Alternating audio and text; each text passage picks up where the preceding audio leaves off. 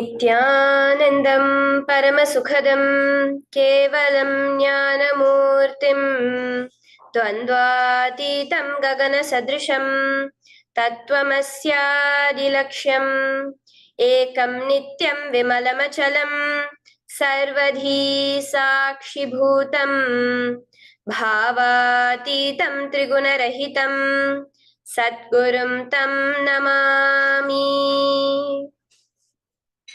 Welcome to Nityananda Yoga, where we transcend the limits of conventional practice and dive deep into the source of our being, drawing from the original source of yoga itself.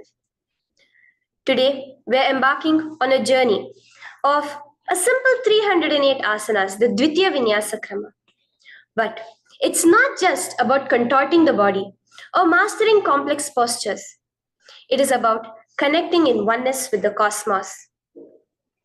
Your body will be like wax, moldable and pliable. Today, as we embark on this journey, shed the notion of limitations. Forget the boundaries imposed by your bone and flesh. Instead, recognize yourself as the very source material of the cosmos, the consciousness from where we all come from. With each movement, you will not just be stretching muscles, you will be reaching into the depths of your consciousness. Visualize yourself as a sculptor, crafting your form with intention and precision. Want to grow 4 inches taller by the end of this session? Believe it, for your body is a wax waiting to be molded as per your intention. There is only one enemy towards this that we have built within each one of us, that is the parasites of negativity. Every muscle you have built in the moment of anger, of anxiety, of pain, of incompletion becomes the boundary of your consciousness. Today, we embark on a journey to detoxify ourselves, make us experience our original nature as divine. So as we go through these 12 components, which is so unique to Nityananda Yoga, from the original source, the Vedas and Agamas, remember, you are not bound by limitations. You are the creator of your reality. Embrace your true nature. Let us sculpt our beings into an epitome of strength, flexibility, and bliss. Welcome to a transformative experience like no other, Nityananda Yoga. There are 12 different components that consist Nityananda Yoga. One is the asanas, which we traditionally know of. The various body postures revealed by Paramashiva to align the physical geometry of our body, the physical geography of our body, to the cosmic geometry, the cosmic geography. As Paramashiva says, Sthiram Sukham Asanam, that body posture which is steady, comfortable, because it's in its original nature of Paramashivatva. The second are the pranayamas, the various systematic breathing techniques that Paramashiva has revealed for each one of us, that connect us to the higher dimensions of the cosmos and increase the life energy within us. The fourth are the bandhas, the different internal locks of the body. The third are the mudras, the various hand gestures and body movements to seal that life energy within ourselves. The very word mudra means seals. You will be able to seal the space of oneness within you with Paramashiva. The fourth are the bandhas, the various internal locks of the body to awaken the Kundalini Shakti, our latent potential energy, and make us conducive for the ultimate experience. The fifth are the Karanas, the beautiful dance movements of the body, revealed by Paramashiva to put you in the space of ultimate bliss, and which engage all the different parts of your body. The next are the visualizations. As Swamiji says, the intention with which you move your body manifests as your reality. As you hold the visualization within you of the various gods and goddesses of Kailasa, of the various beings of this universe, you manifest the powers of those beings within you. The next are the japas, the various powerful energy vibrations of the cosmos that you will be subtly repeating in your throat center that will cause your very DNA to be bound to the cosmos, to your consciousness with the highest frequency possible. The next are the pramanas, the chanting of the sacred mantras, the original source scripture of Hinduism that reveal the science of Nityananda Yoga, of yoga, because as Swamiji says, yoga has a source and it is Hinduism. These original verses will manifest the vision Paramashiva had when he created yoga in each and every one of us. There are weights, which is an optional component, helps us to enhance our experience of Nityananda Yoga as revealed from the source scriptures of Hinduism. The next are the mandalas, the cosmic geometrical representation. The Shri Chakra, the Shri Yantra, which is the direct geometrical representation of the cosmos. When you keep that in front of you and gaze at it throughout your Nityananda Yoga, your body will fluidly just align itself to the cosmos. We have the Abharana, the Rudraksha, which we keep on our body, which acts as an energy battery, sucking in, storing the energy that we produce during this Nityananda Yoga and releasing it to us throughout the day to fuel our entire day with consciousness. The last but not the least are the Aushadas, the various sacred herbs that you can apply to, which can be infused with the thought current of Paramashivatva to manifest it within you. With this understanding, let us get right into the practice of Nityananda Yoga, which starts with invoking the presence of Paramashiva himself, the very being of Paramashiva, to witness our Nityananda Yoga today, with the chanting of the Shiva Mula Mantra.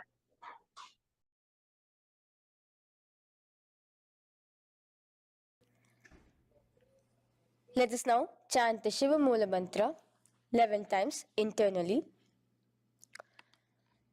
Om Ham Hom Shivaya Namaha. Om Ham Hom Shivaya Namaha. Om Ham Hom Shivaya Namaha. Om Ham Hom Shivaya Namaha. Om Ham Hom Shivaya Namaha. Om Ham Hom Shivaya Namaha.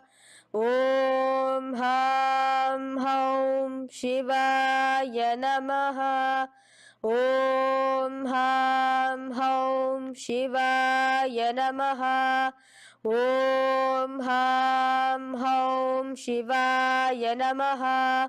Om Ham Hom Shivaya Namaha. Om Ham Hom Shivaya Namaha. The next step of this ritual of yoga, as Swamiji reveals, yoga is a ritual, a methodology to connect yourself with the divine. As every ritual in Hinduism goes, we cleanse the three elements of our body, of the world, and of the ultimate with the Tattvachamanam.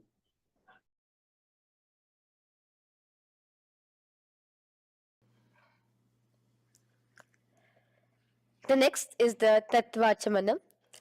So now I request all the participants to have the Panchapatram and the Uddharani, the traditional cup and the spoon filled with some fresh water. Now,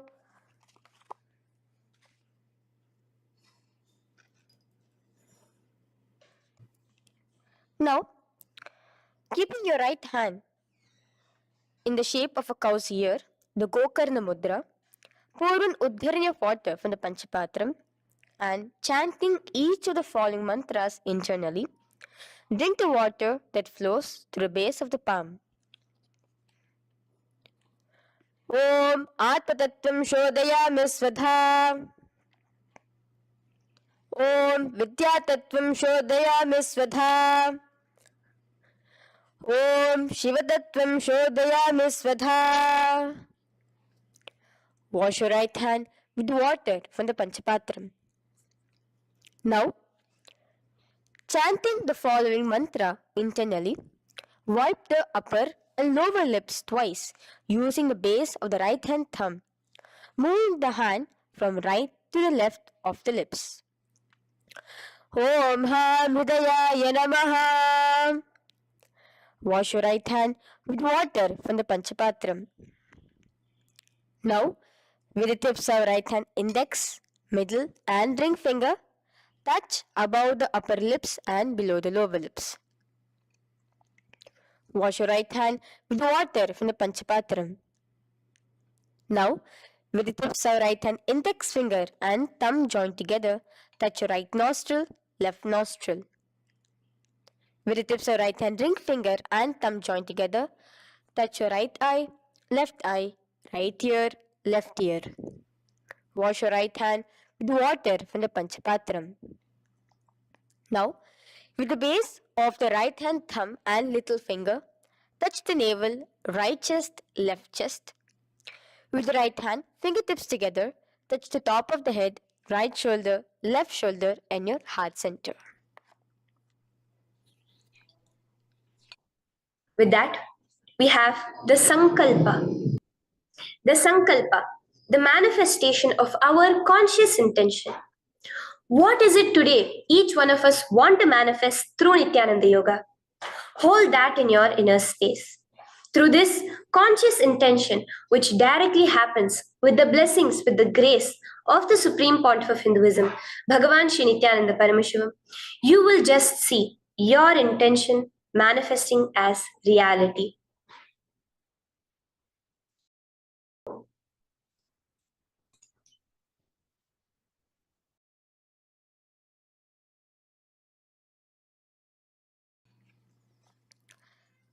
The next is the Sankalpa, the conscious resolution.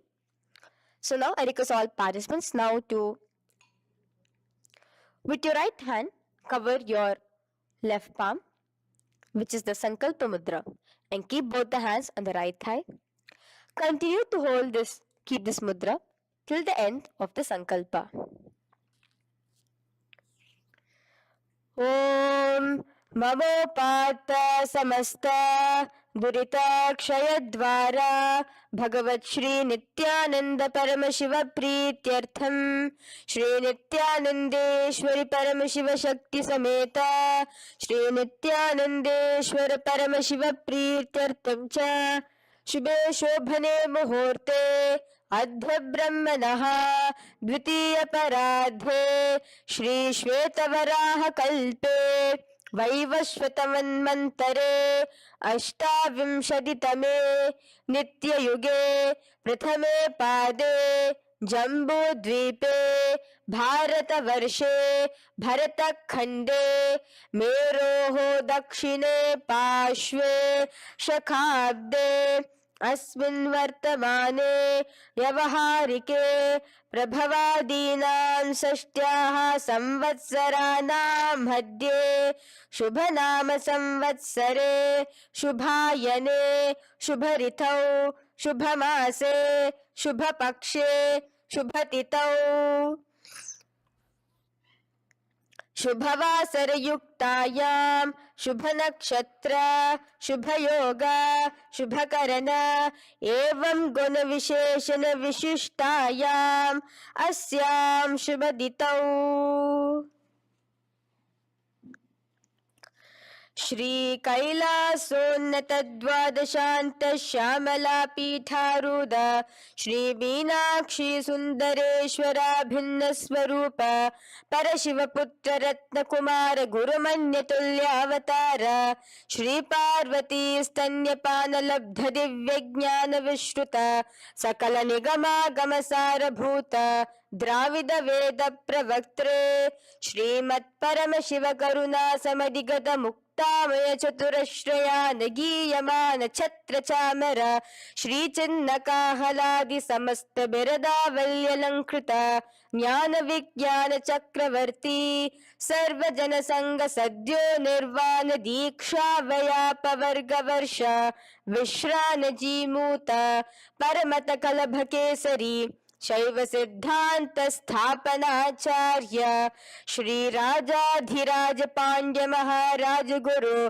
क्षपन शाक्यादि महांधकार निवारण ज्ञान भानु वीक्षणानर्हार ध्वजोच्छेदन पूर्वक श्रीमद् वृषभध्वज स्थापक शैव समय कर्त्रे सर्वज्ञ पीठारूढ़ श्री जगद्गुरु श्री ज्ञान संबंध देशिक स्वामी वागीश सुंदर माणिक्य वाचक स्वामिनां अवतार भूत श्री ज्ञान संबंध स्वामी पुनरुद्धृत श्यामलापीत सर्वज्ञ पीत त्रिनवद्युत्तर द्विशततम गुरु महासन्निधान अरुणगिरि योगीश्वर परंपरागत अरुणाचल सर्वज्ञ पीठ गुरु महासन्निधान कैलास परंपरागत कांची कैलास सर्वज्ञ पीठ त्रयस्त्रिंशदुत्तर द्विशततम गुरु महासन्निधान नित्योत्सव नित्य मंगल नित्य कल्याण नित्य रजित कैलास परंपरागत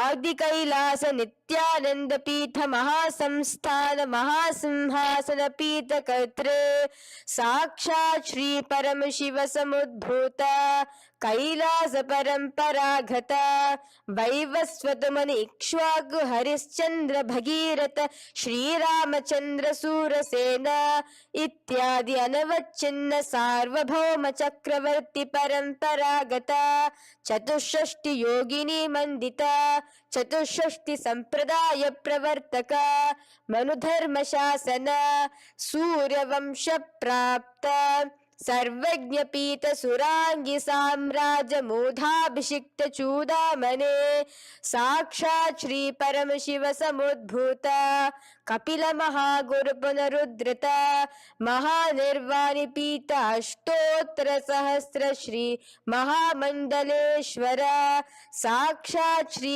परमशिव समुद्भूत श्री महागणपति समारंभ अनवच्छिन्न पीताधीश्वर गुरु परंपरा प्राप्त अतल पीत अष्टोत्तर सहस्र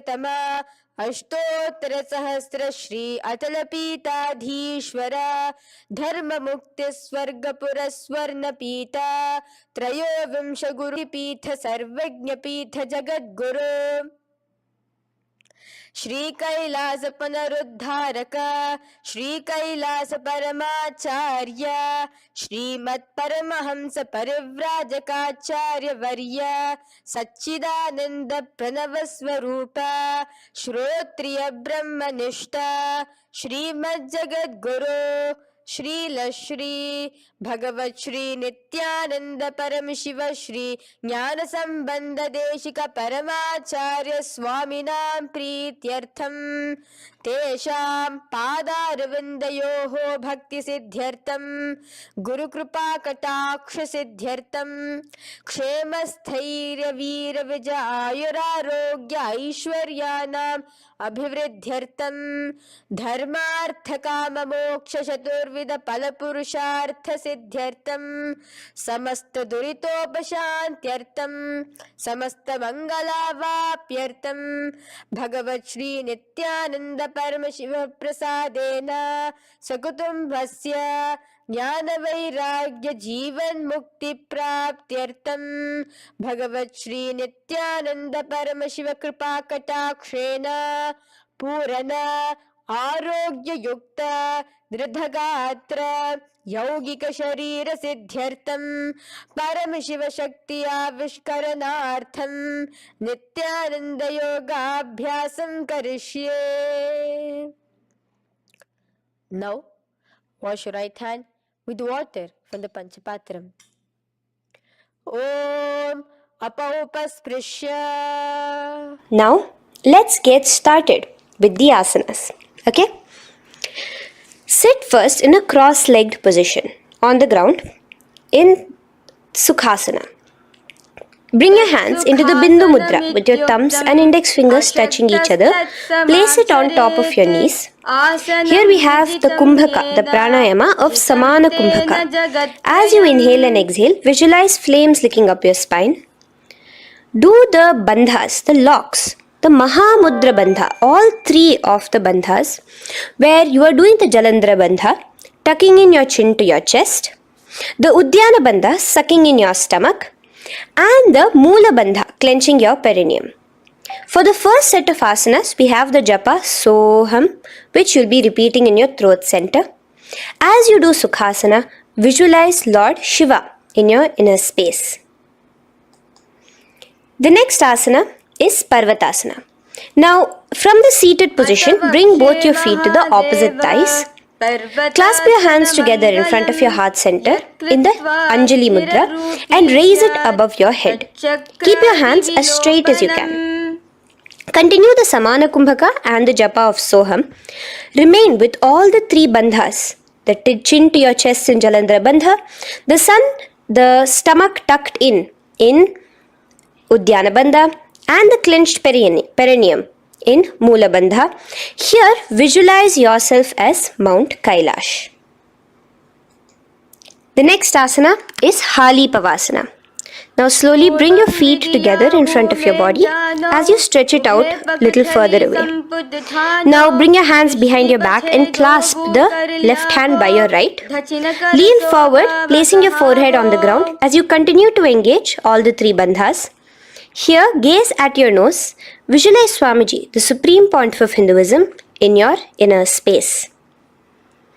Now, in a similar position from Hali Pavasana, just release your hands, slightly get up and bring your hands in front of your body. Place them on the ground, cupping your hands, making a hollow in Nagi Pavasana. Visualize yourself as a snake, gazing at your nose. Continue the japa, the pranayama, and all three bandhas engaged. Now, raise up. This is Kokilasana. Hold your big toes with your index and middle finger in the Prana Mudra. Stretch your legs straight out and upwards. Cross it into Padmasana. Bring it to your opposite thighs. Lean forward and down onto your elbows. Again, tuck your chin into your chest, suck in your stomach, and clench the perineum in the Mahamudra Bandha. Visualize yourself as a bird in Kokilasana. The next is Neti Asana. Now, raise up again. Bring one ankle to the top of the opposite knee. Hold the elbows with your hands. Hold the respective elbows with the opposite hands. Again, engage all the three bandhas and rotate your arms in a circular motion. Keep the spine completely straight and gaze towards your nose. Visualize Swamiji, the Supreme Pontiff of Hinduism, in your inner space. Next is Gajasana. Press your hands onto the ground. You can bring your feet a little back as you raise yourself up, your hips up high. Lower your head and then chest, scooping your body forward again and again.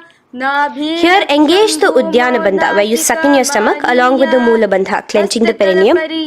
Visualize yourself as an elephant. Gajasana. Now stop the movement slowly. In another dynamic asana, which is Rikshasana, you will start alternatively pressing the heel of one foot onto the ground while lifting the other heel up. Repeat this again and again. The next is Vaishyasana. Now slowly come to a standing position. Stand tall on the tips of just your big toes. Keep your head neck straight line. And bring the middle, index and ring fingers to your heart in the Hridaya Mudra. Continue engaging the Udyana Bandha. Visualize Swamiji in your inner space. Here we have a very interesting movement, which is the Karanas, the dance movements. So the first Karana is Urdhva Janu Karana, which literally means the raised knee.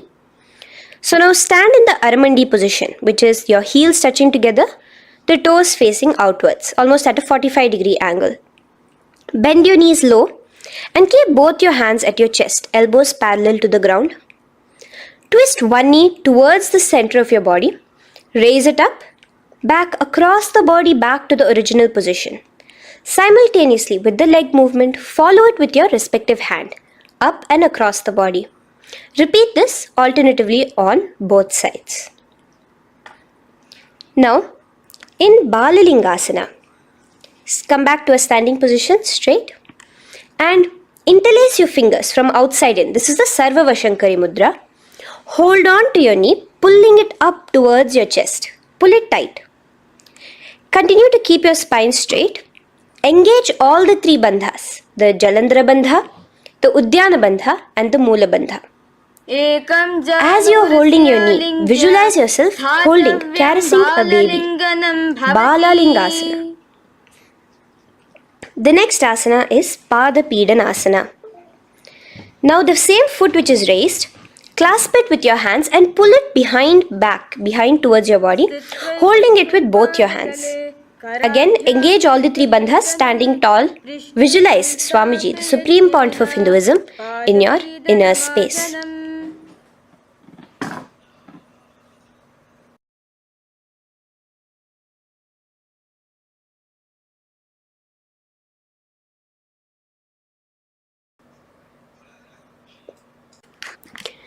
From here, let's enter into Natarajasana. Now, the same foot you're already holding behind your back, twist the same hand of that leg inwards and pull the leg back. Extend the opposite hand forward with the index and thumbs together, again in the Bindu Mudra. Now, pull the foot back and up while leaning forward in Natarajasana. Hold your balance here. Here you will be engaging only the Moola Bandha, visualizing yourself as Lord Nataraja, the Lord of Dance.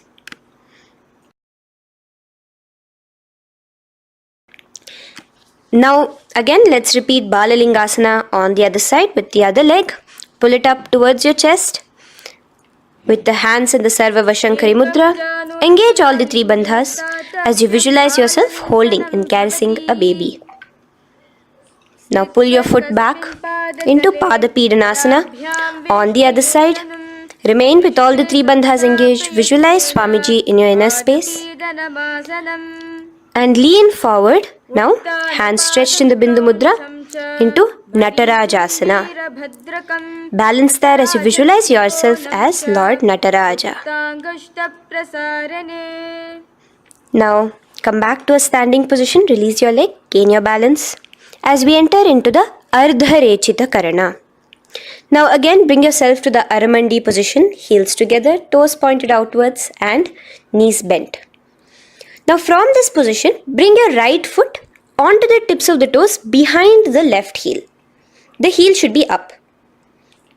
Bring your left hand towards your chest, parallel to the ground again, and extend the right arm out and wide like a pendulum. Bring it back towards your chest.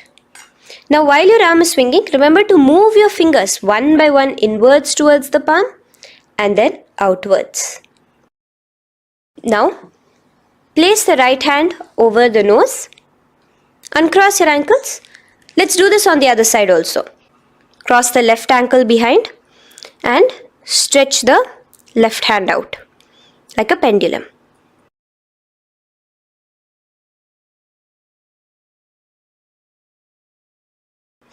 Bring it to your nose, uncross the ankles.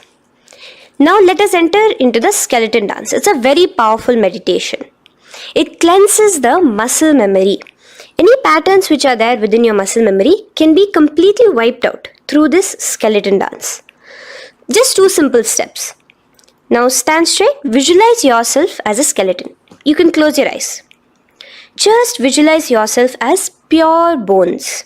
There are no muscles, no veins, no nerves, tissues, organs, nothing. Just bones, a skeleton form. And shake your body intensely. As a skeleton, you are moving yourself wildly, intensely. Just shake it all out. Move your hands, move your legs, your head. Let there be no bone in your body untouched. Just move it. Move wildly, shake. Literally feel yourself throwing all the patterns out of your system with the intensity of your shaking.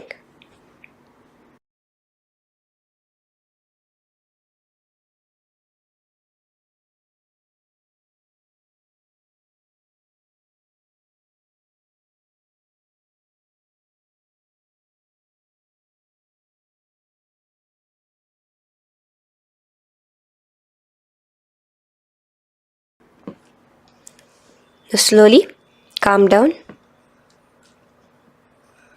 Take a few steps, gain your breath back. That's a powerful meditation we did. Let us do the next Karana. Again, come back to a standing position. Do the Aramandi. Your toes outwards, knees bent with your feet together.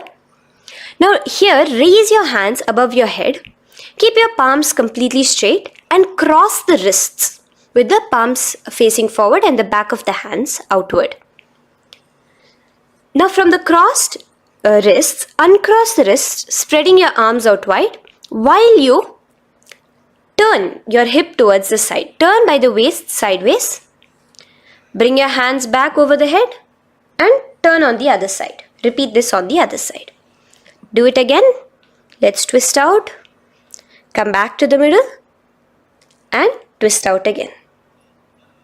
This is the Kati China Karana. Now stand tall. Raise your hands above your head. Bring yourself to the top of the tip of your toes. Let your hands face each other parallel to the ears. You're tall, pushing yourself, stretching yourself. Again, engage all the three bandhas. Tucking in your chin to the chest, sucking in your stomach and clenching your perineum. Visualize yourself as a palm tree. We have the japa changing over here where you will be repeating Shivoham in your throat center. Tadasana. Now, as we enter into Uttanasana, relax and lean forward, bringing your hands on by the ground next to your feet. Keep your palms flat on the ground. Try your best. Engage all the three bandhas. Remain with all the three bandhas engaged as you visualize Swamiji, the Supreme Pontiff of Hinduism himself, in your inner space. Now jump your feet back into Tarakshvasana, coming to a plank position. Keep your hands shoulder width apart. Be steady there. Chuck in your chin to your chest in the Jalandhara Bandha as well as engaging the Moola Bandha. Now rotate your head while in the Jalandhara Bandha from shoulder to shoulder, side to side. This is Tarakshvasana. Visualize Swamiji, the Supreme Pontiff of Hinduism, in your inner space. Yes. Now lay flat onto the ground in Bhujangasana. Lower your entire body down. Now point your toes backwards. Keep your hands by the side of your chest and push yourself off the ground. Remember to use the strength of your lower back to hold yourself up. Open your mouth wide. Inhale through the hollow of your throat and exhale through your nose. This is the Bhujangani Mudra. In Bhujangasana, you will visualize yourself as a cobra. Now come back into a plank position. So you can tuck in your toes and come back into a plank position. In Shashasana, alternate bringing one knee towards your chest, back and forth. So you'll bring one knee front, push it back and bring the other knee. Repeat this again and again. Do the Sahaja Kumbhaka. Simple breathing in, breathing out. Engage the Moola Bandha, clenching your perineum. Visualize Swamiji, the Supreme Pontiff of Hinduism. Okay. Now place your legs back into the plank position as we enter into Rathasana. Again, bring one foot between your hands and alternate jumping one foot back and bringing the other foot forward simultaneously. Again and again. Continue the Sahaja Kumbhaka and the Moola Bandha engaged as you visualize yourself as a chariot, a Ratha, in Rathasana. Now, into Veerabhadrasana. Remain one leg in between your hands. So as you jump, one leg comes between your hands. Stop in that position. One leg stretched back. And raise yourself up into a standing position. So the front foot will be pointing forwards and bent at a 90-degree angle. The knee will be bent at a 90-degree angle. The other leg, which is extended back, the foot will be pointed sideways at a 45-degree angle. Now raise your palms, hands up, parallel beside your ears. Do the Uddiyana Bandha along with the Moola Bandha, pulling in your stomach in. Gaze towards your third eye as you visualize yourself as Lord Veerabhadra. Now relax down, Switch your legs around and let us do Virabhadrasana on the other side. Stretch your hands up, gaze towards your third eye, suck in your stomach in the Udyana Bandha and visualize yourself as Lord Virabhadra. Okay, bring your feet together now. Let us move into Vrikshasana. Now stand tall, gain your balance here slowly. Bring one foot towards the inner thigh. Bring your palms together, raise them up above your head in the Anjali Mudra. Keep your elbows as straight as you can. Again, continue the Udyana Bandha, sucking in your stomach. Gaze forward, hold your balance, visualize yourself as a tree, the stability of a tree in Vrikshasana. Now, slowly bring your hands down. Now the foot which is in your inner thigh, bring it towards the opposite, to the root of the opposite thigh. Bring your hands in the Namaskar Mudra in front of your heart center together and visualize yourself here as Lord Garuda, just engaging the Mula Bandha alone here. This is Garudasana. Now let us repeat Vrikshasana on the other side. Slowly put your foot down. Bring the other foot to the inner thigh. Raise your hands above your head. Suck in your stomach in the Udyana Bandha and visualize yourself as a tree. Let's repeat Garudasana on the other side. Slowly bring the foot to the opposite thigh and lower your hands to be in front of your heart center. Release the Udyana Bandha, just engaging the Mula Bandha, clenching your perineum. Visualize yourself as Lord Garuda, the eagle vehicle of Lord Mahavishnu. Okay, bring both your feet to the ground now and spread them far apart from each other. Now keep one leg toes pointing forward and the other set of toes pointing sideways. Straighten your arms out parallel towards the ground. Bring your front arm down towards the front foot, beside your foot, while the other arm extends towards the sky. Visualize yourself as a triangle in Trikonasana. Now raise up and let's repeat Trikonasana on the other side. Switch the position of your legs around and go forward. The other arm raised towards the sky. Visualize yourself as a triangle. Now come back to a standing position. Bring your feet together. We are having another Karana, the Nikuttaka Karana. Bring yourself to the Aramandi position. Feet together, knees out wide. Here now bring your hands towards your chest, but keep both your palms parallel towards each other. Bring your right foot onto the toes with the heels up. And simultaneously bringing the right hand towards the top. Now drop the right foot, simultaneously lifting the left foot onto the toes and switch the hands position. Now the left hand is on the top and the right hand is on the bottom. Repeat and let us do this repeatedly. Okay, relax now, come back to a straight position and sit down onto your toes. Sit on your heels with your toes on the ground, knees raised up off the ground, together in front of you in Angushtasana. Bring your hands together in the Namaskara Mudra in front of your heart center. We have a very interesting pranayama over here, which is the Bhramari Kumbhaka, where you will be subtly buzzing like a bee as you do this asana. The japa we will be entering into is Sadashivoham. In Angushtasana, engage the Mula Bandha as you visualize Swamiji, the Supreme Pontiff of Hinduism, in your inner space. Now in the same position, slowly bring your hands to the ground. Balance yourself as you stretch one foot forward, sitting on the heel of one foot and the other foot stretched forward, toes pointed upwards. Bring your hands to the Vara Mudra, just the tips of the finger on the ground while the palm faces forward, both your hands. Continue to engage the the Mula Bandha, clenching the perineum as you visualize Swamiji, the Supreme Pontiff of Hinduism, in your inner space.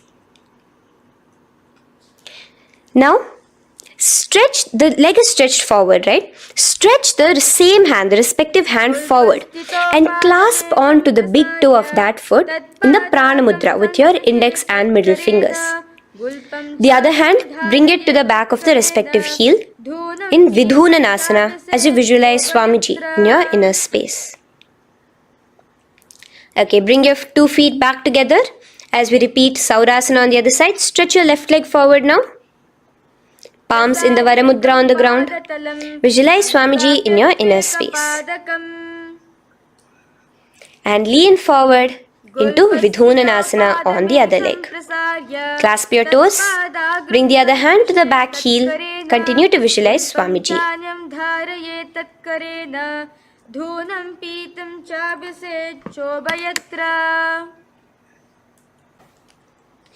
Now bring your 2 feet back together as you continue to sit on the heels, getting a nice toe workout here.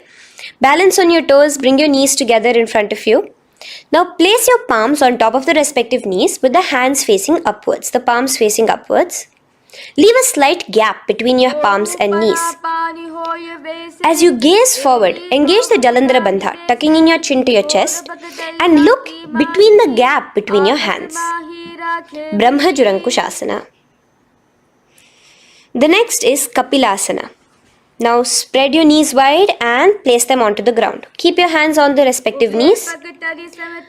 Pull your stomach in and up in the Uddiyana Bandha. Gaze towards your nose as you visualize yourself as Maha Kapila Muni, the first man that ever started thinking.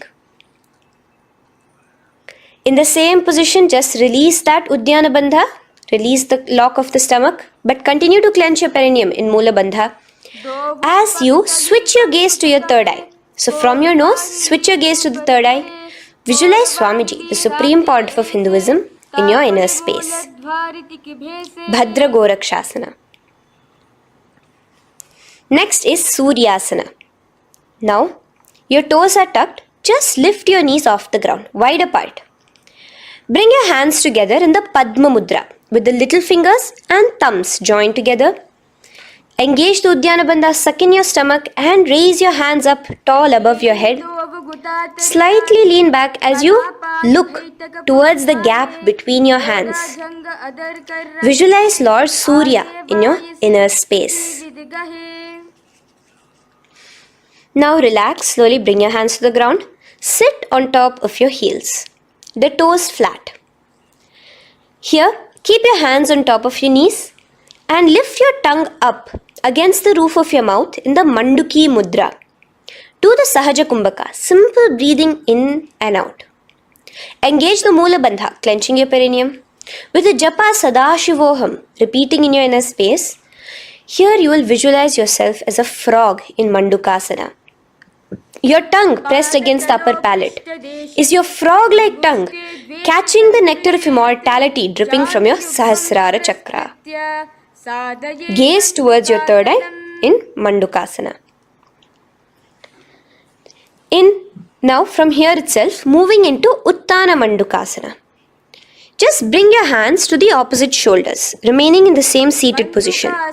Continue with the Uddiyana Bandha engaged, gazing at your third eye. The Manduki Mudra, tongue pressed against the top of your palate, visualizing yourself as a frog in Uttana Mandukasana. Slowly bring your hands out from behind your back.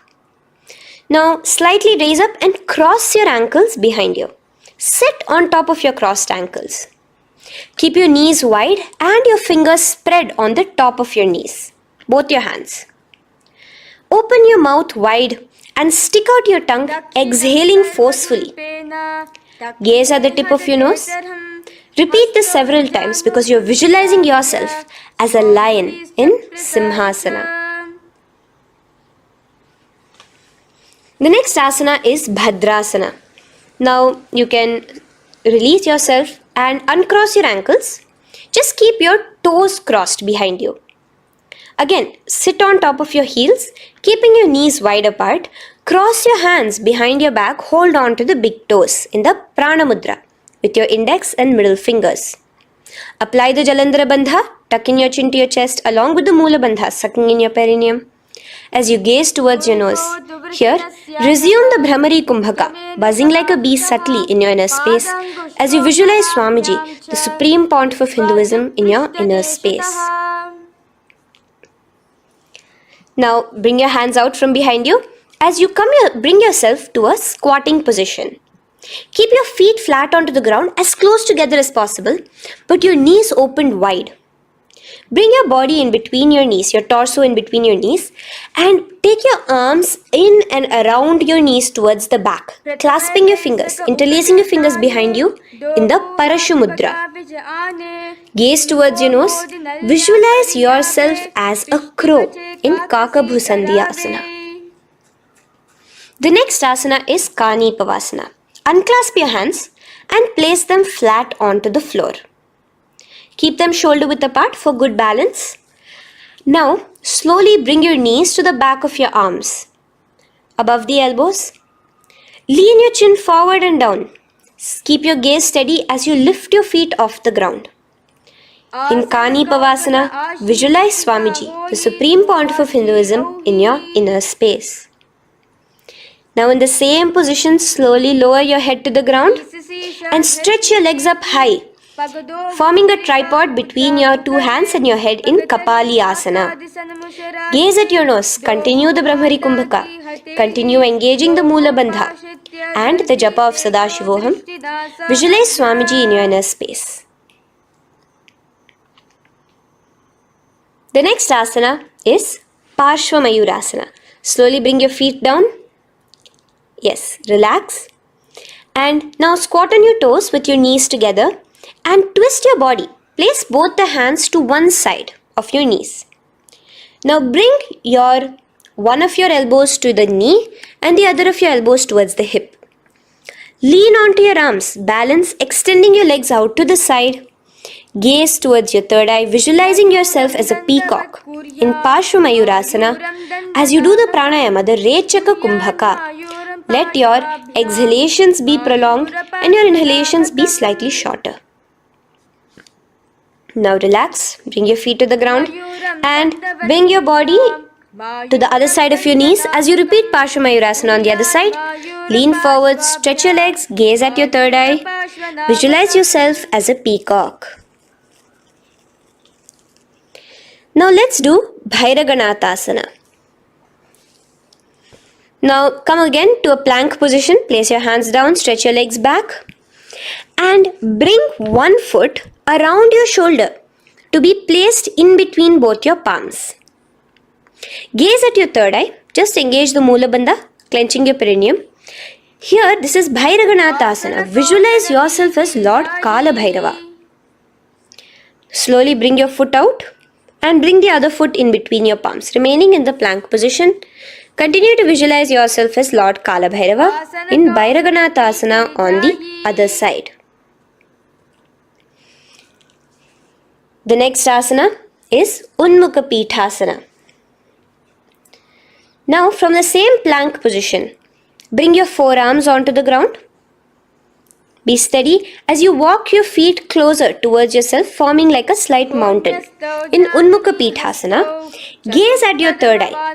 Continue the Rechaka Kumbhaka. Visualize Swamiji in your inner space. The next asana is Vashishthasana. Now, just raise yourself onto one of your hands. So, release your forearms off the ground and raise yourself onto your right arm. And keep your body completely parallel to the ground as you raise your left arm straight above your head.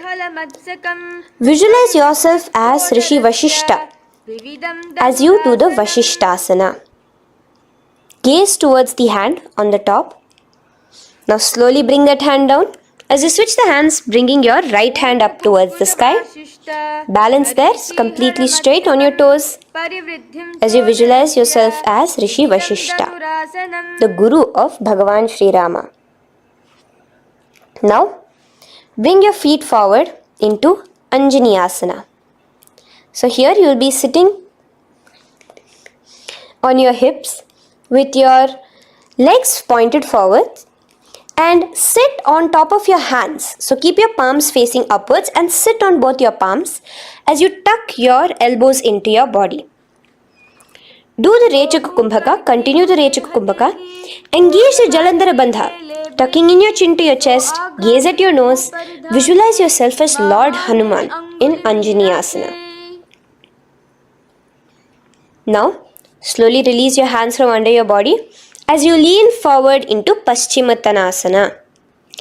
Clasp your respective toes with your index and middle finger. Lean forward and down, bring your elbows to the ground, your forehead towards your knees. Engage all the three bandhas, the Mahamudra Bandha. As you visualize Swamiji, the Supreme Pontiff of Hinduism in your inner space, with a new japa, Mahasadashivoham, starting here.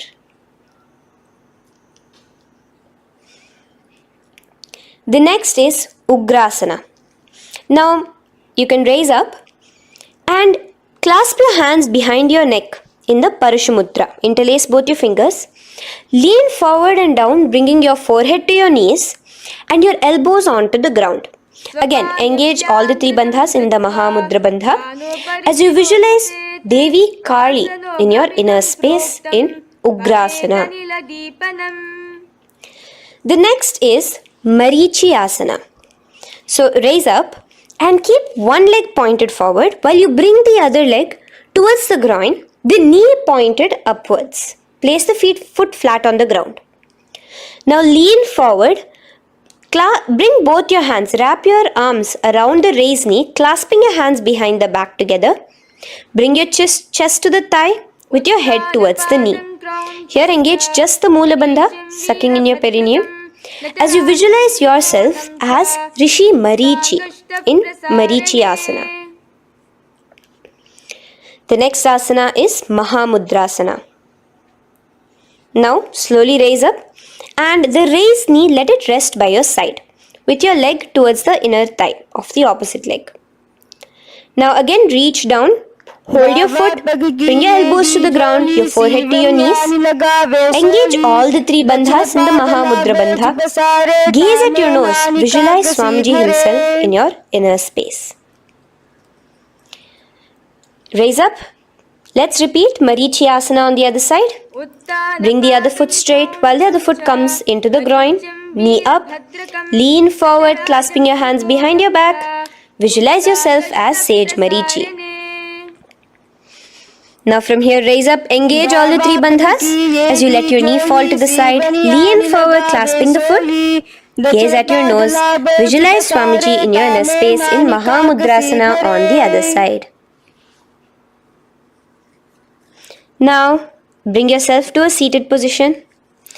Sit and bring the soles of your feet together. Bend your knees and keep your heels as close towards you as possible. While try to touch your knees to the ground. Clasp your feet together with both your hands. Maintain a straight spine. Gaze towards your nose in Bhadrasana 2. Visualize Swamiji, the Supreme Pontiff of Hinduism, in your inner space. The next asana is Gwali Pavasana. Now, keeping your feet together, just bring your hands towards the respective knees. Just lightly place them there. Tuck your chin to your chest in the Jalandhara Bandha, continuing to engage the Moola Bandha, clenching your perineum. As you gaze at your nose, visualize Swamiji, the Supreme Pontiff of Hinduism, in your inner space. Now, push your soles slightly further away from you. The joined feet, push it further away from your body. And lean forward, keeping both your hands, the fingers inside of the feet. Hold the soles of your feet. Lean forward and down. Bring your forehead to the ground. Gaze at your nose. Visualize the Yoni Mandala in your inner space. In Joni Asana. The next is Midiki Pavasana. Raise up. Stretch your arms out wide beside your body as you lean forward, your arms going over your knees. Bring your forehead to your feet. Continue to gaze at your nose. Visualize Swamiji, the Supreme Pontiff of Hinduism, in your inner space. Now, in Siddha Samadhi Asana, raise yourself up. Now, put your hands, your forearms, underneath the calves of the respective legs. Let your palms face up towards the sky as you bring your head down to your feet. Gaze at your nose as you visualize Lord Surya in your inner space in Siddha Samadhi Asana.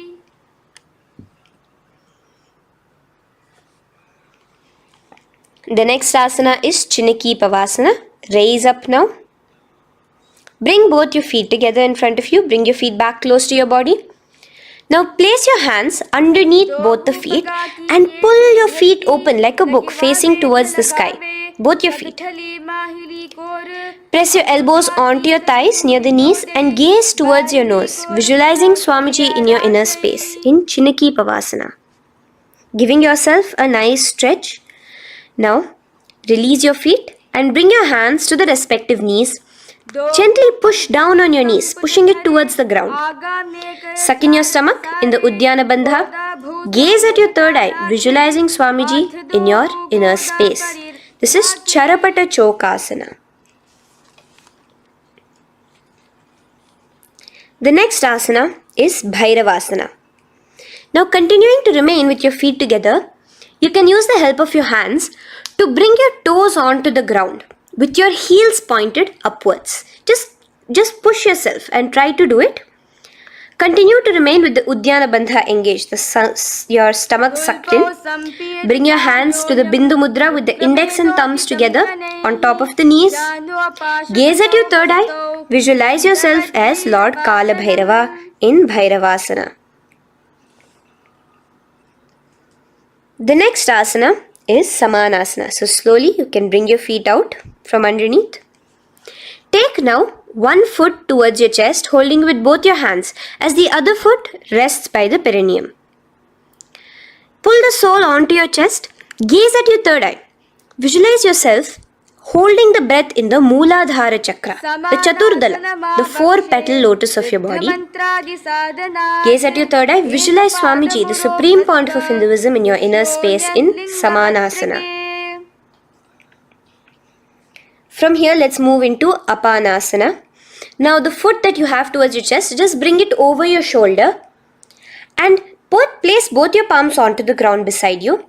As you lift the leg by your perineum, stretch it out and lift it up high into the sky in Apanasana. Gaze at your third eye, visualizing Swamiji in your inner space. Let's repeat Samanasana on the other side. Bring your foot down. Clasp the other foot towards your chest.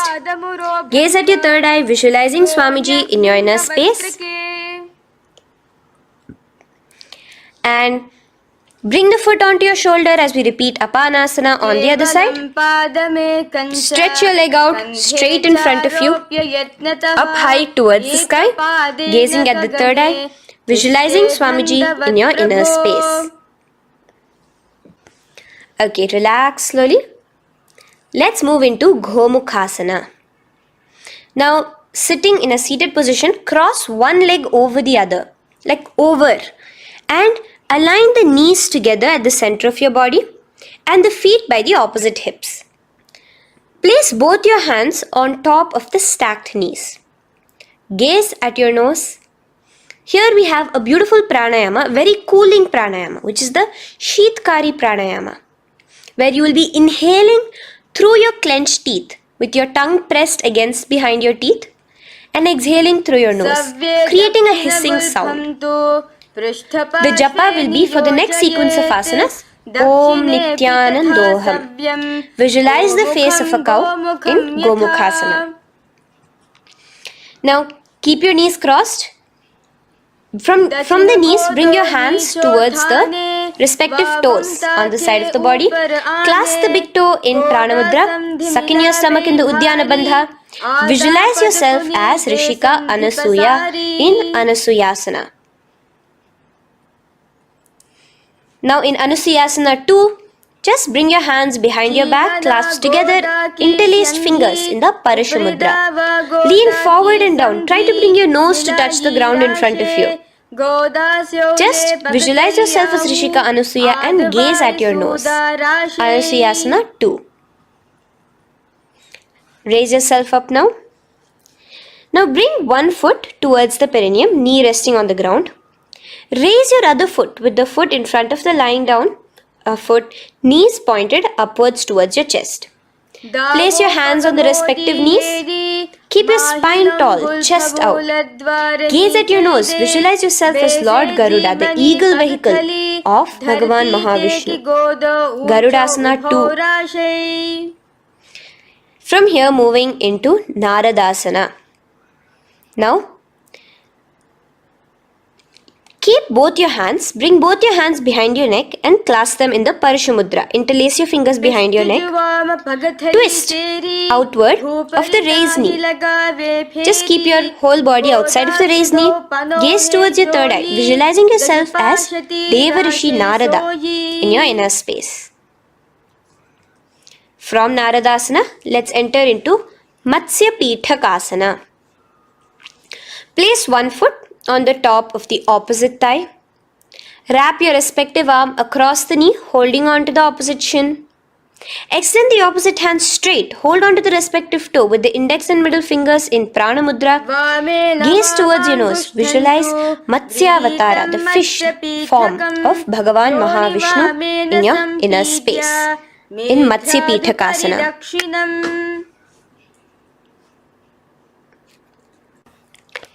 From there, let's repeat the Gomukhasana and the rest of the asanas on the other side too. So slowly you can cross your knees over to the other side in Gomukhasana. Keep your hands on the top of your knees. Gaze at your nose as you visualize the face of a cow in Gomukhasana. Continuing into Anusuyasana on the other side, bring your hands to your toes. Suck in your stomach in the Uddiyana Bandha. Gaze at your nose, visualize yourself as Rishika Anasuya. And lean forward, bringing your hands behind your back in Anusuyasana 2. Interlace your fingers in the Paramashiva Mudra. Continue to gaze at your nose, visualizing yourself as Rishika Anasuya. As you relax the Uddiyana Bandha, just clenching the Mula Bandha alone. Raise up, bring your feet together in front of you as we enter into Garudasana 2. Place your hands on the respective knees. Stay straight. Visualize yourself as Lord Garuda as you gaze towards your nose. And twist your body out of the raised knee, hands clasped in the Paramashiva Mudra behind your neck. Gaze at the third eye, visualizing yourself as Devarishi Narada. And bring the foot to the opposite thigh as we enter into Matsya Pithakasana on the other side. Clasp your toe in Prana Mudra. Gaze at your nose, visualizing Matsyavatara, the fish avatar of Lord Vishnu in your inner space. Now let's enter into Matsyendrasana. Remaining in the same position with one foot on the opposite thigh, place the other foot on the ground on the far side of the other thigh. Twist.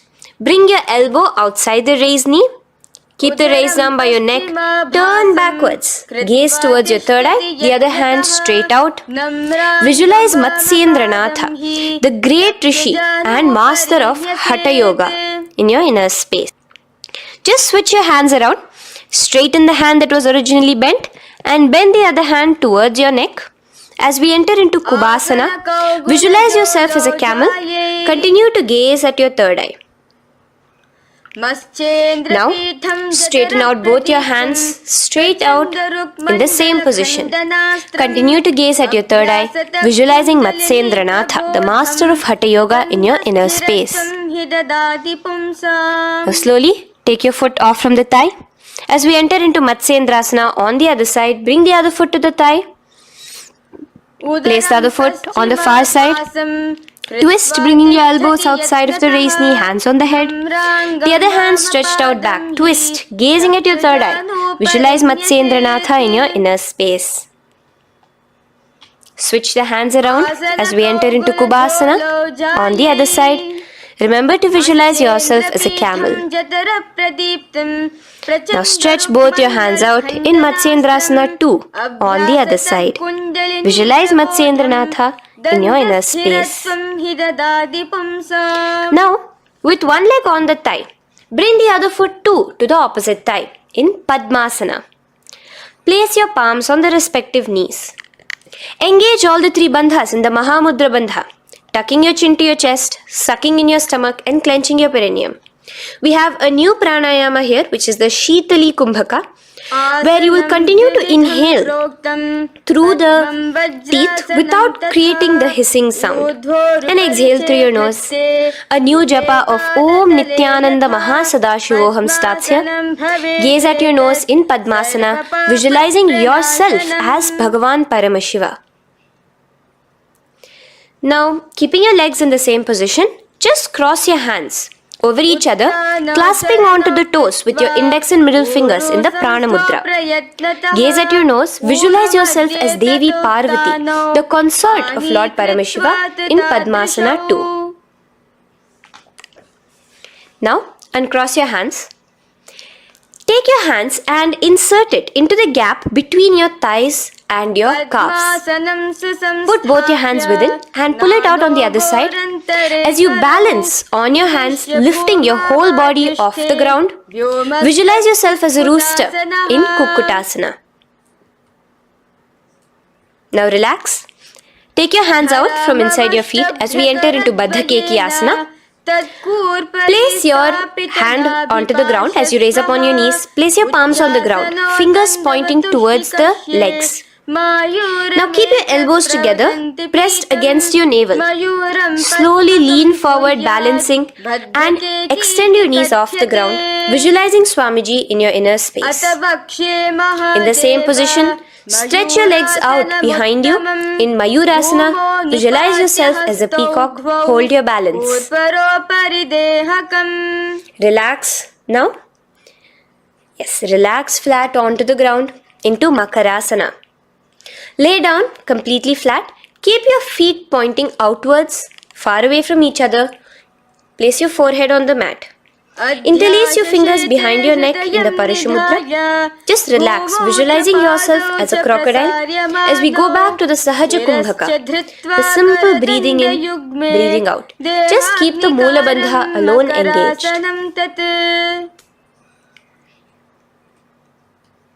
The next asana is Shalabhasana. Now lay on your stomach and place your hands on the ground beside the chest. From the laying position, raise your legs up. Use your core strength to bring your thighs off the ground. Visualizing yourself as a locust in Shalabhasana. Relax your feet down and bring your hands to your feet, pulling your feet down towards the ground beside your hips. In Ushtrasana, visualize yourself as a camel. Now slowly kick your legs back. Rise your hand is clasping your feet. Pull your feet towards the sky, lifting your chest and thighs off the ground. In Dhanurasana, gaze at your third eye. Visualize yourself as Paramashiva's bow. Relax slowly and come up to a sitting position. In Bhagasana, sit on both your knees with your head, neck and spine straight. Clench your perineum in the Mula Bandha. Place your hands on top of your knees. Gaze towards your third eye, visualizing Swamiji, the Supreme Pontiff of Hinduism, in your inner space. From here we enter into Gohyasana. We have a couple of headstand postures here, so get yourself ready. Now place your forearms on the ground with your fingers interlocked. Ensure your elbows are at shoulder width for the best balance. Place the top of your head on the ground, holding your head with your hands. Slowly walk your toes forward until your hips are in a straight line with your shoulders, and just kick your feet up slightly. Make sure not to lose your balance. Keep your knees bent together at your chest, toes pointed upwards. Gaze to your nose, visualizing Swamiji in your inner space. From here, stretch your legs out into Shirasasana, continuing to hold the balance there as you continue to gaze at your nose, visualizing Swamiji in your inner space. Bring your feet to the ground, relax slowly. The next asana is Podhyasana. So come to a seated position. Bring your hands behind your calves, stretching your legs up and your forehead to your knees. Visualize Swamiji in your inner space. Here we have a new kumbhaka, which is the Bhastrika kumbhaka, where you will be exhaling forcefully, making the sound of a bellows. Podhyasana. The japa for this next series is Om Nityananda Paramashivoham, the Mahavakya. Relax yourself. Continuing to remain balanced with your legs up, just bring your hands to the opposite shoulders. In Parighasana, visualize yourself as a mace as you gaze towards your third eye. Now relax. Keep your elbows and palms onto the ground as your legs are raised. Visualize yourself as a boat in Naukasana. Continuing to gaze towards your third eye, remember to continue the Bhastrika Kumbhaka. Forceful exhalation. Now, continuing to keep your balance, just bring your hands to your feet and scoop your hands underneath the heels, pull it towards the chest. Keep your spine upright, gaze towards your nose. Visualize yourself as Lord Rudra in Rudrasana, the most ferocious form of Paramashiva. Now lay on your back, so you can remove your hands from underneath your feet and lay on your back. With your feet flat on the ground, knees pointed upwards. Now place your palms down. Just let your fingers touch the back of your heel. Do not clasp your feet. Lift your hips up high, pressing the feet onto the ground. Chin tucked to the chest in the Jalandhara Bandha automatically. Gaze at your nose, visualizing Swamiji in Unmukha Pithasana 2.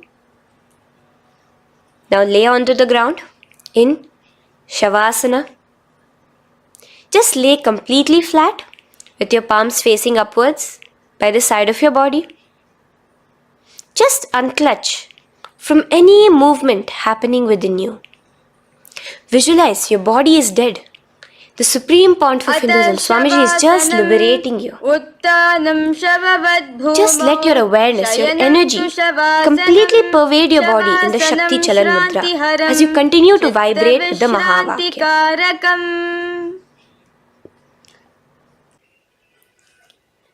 Roll over to one side and come to a seated position. Feel the life entering your body back.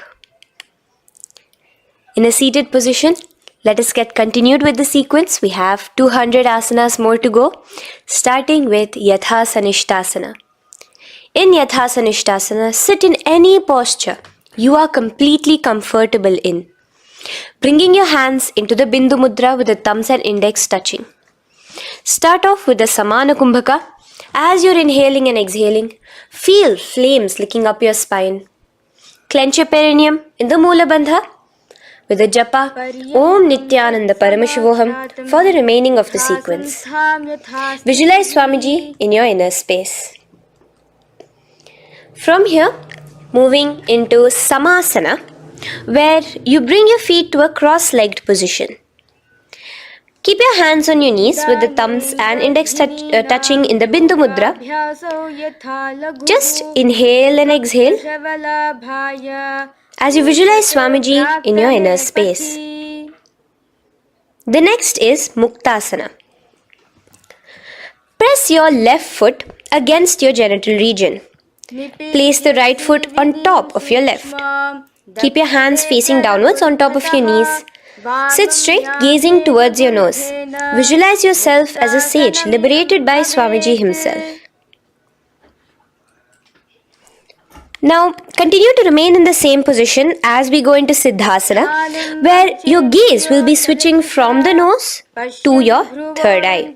Continuing to visualize Swamiji in your inner space, ensure the Moola Bandha, the perineum, is locked.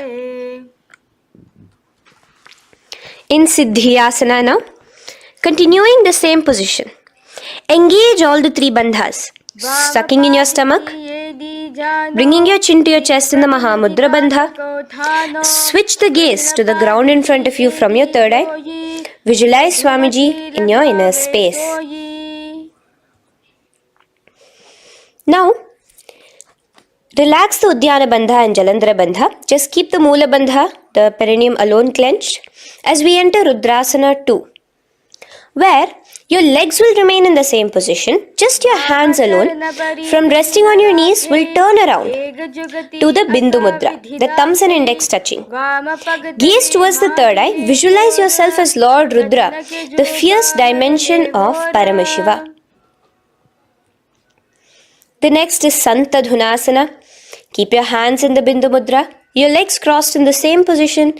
As you switch your gaze from your third eye to your nose, visualizing Swamiji, his tranquility, unshakable nature. Now, relax the Bindu Mudra, keep your legs in the same position, and bring your hands to your navel, cupping one palm over the other in the Samputa Mudra. It looks sort of like a lotus bud. Continue to visualize Swamiji in your inner space in Siddhasana 2. The next asana is Bandha Yoni Asana. Maintaining one heel over the other in the same position of the legs, bring your hands to your face in the Shanmukhi Mudra. So just listen carefully now. Bring your little fingers beneath the bottom lip of both hands. Your ring fingers above your upper lip. Your middle fingers closing your nose, your nostrils. Your index finger covering your eyes. And your thumbs pressed into your ears. This is Bandha Yoni Asana, visualizing Swamiji in your inner space.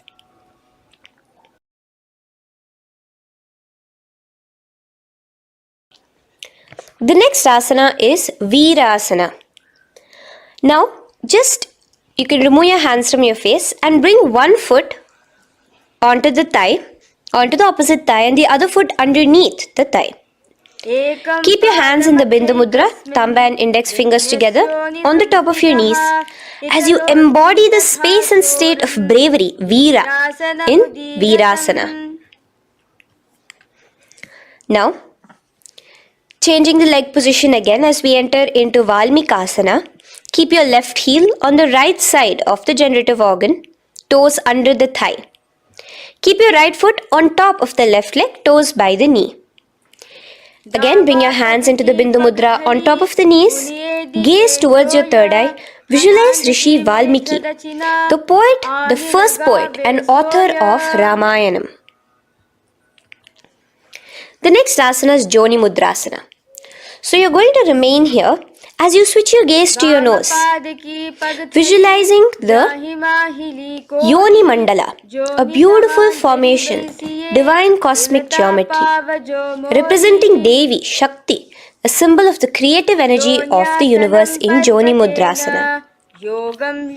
In the same position, switch your gaze to your third eye, continuing to visualize the Yoni Mandala in your inner space. Now, let's move into Bhadrasana 3. So bring your feet, the soles of your feet together, uncross them and bring them together in front of your body. Hold it with both your hands, pulling it against you. Push your knees down towards the ground.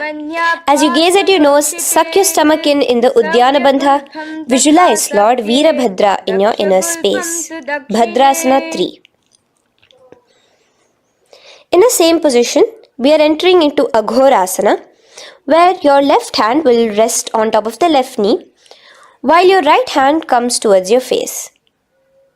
Now, do the Khechari Mudra, where you are bringing your tongue towards the upper palate, gazing towards your third eye. Now, with your right hand, cover your mouth, close the left nostril with your index finger, inhale through the right nostril. Close both the nostrils, hold your breath and exhale through the left nostril in the Abhyantara Kumbhaka. Repeat this on the other side. Visualize yourself as an Aghori, completely dedicated to Paramashiva in Aghorasana. The next asana is Kaneri Pavasana. So you can distance your feet a little away from your body. As you lean forward, place your elbows onto the soles of your feet and rest your chin on your palms. Gaze at your nose, suck your stomach in Udyana Bandha. Here, continuing with the Rechaka Kumbhaka, where your exhalations are prolonged than your inhalations, visualizing yourself as a female elephant drinking water in Kaneri Pavasana. The next asana is Parasana. So now, come to a seated position, raise yourself up and keep your knees raised.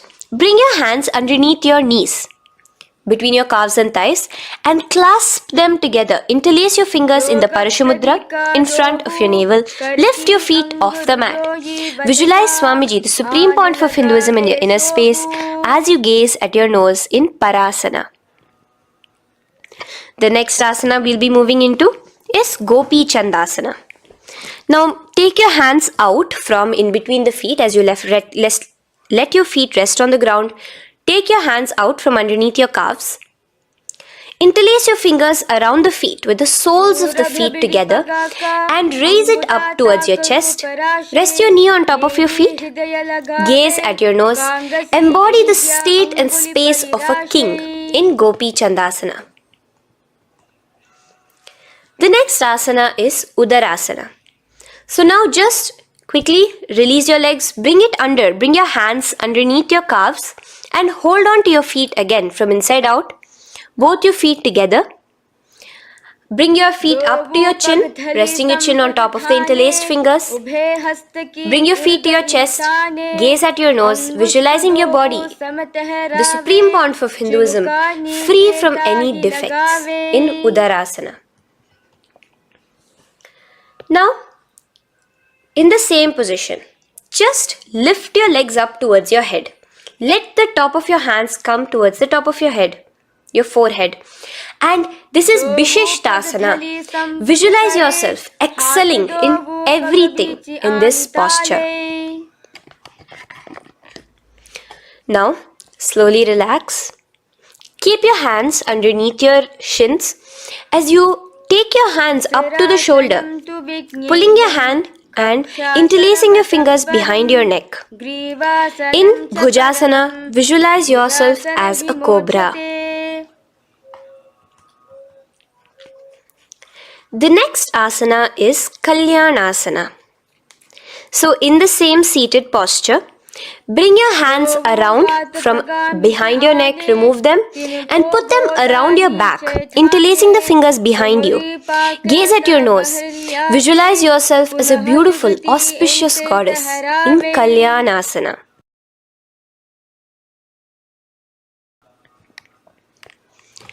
The next posture is Sankatasana.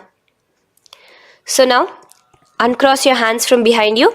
Release yourself completely onto the ground. Place your left knee on the mat and the left foot flat. Sit on top of your left foot, knee pointed forward. Raise your right leg on top of the left, bringing the right heel to the left hip. Place your hands on the opposite knees. Here, do the Ujjayi Pranayama. As you inhale and exhale, make the sound of an ocean.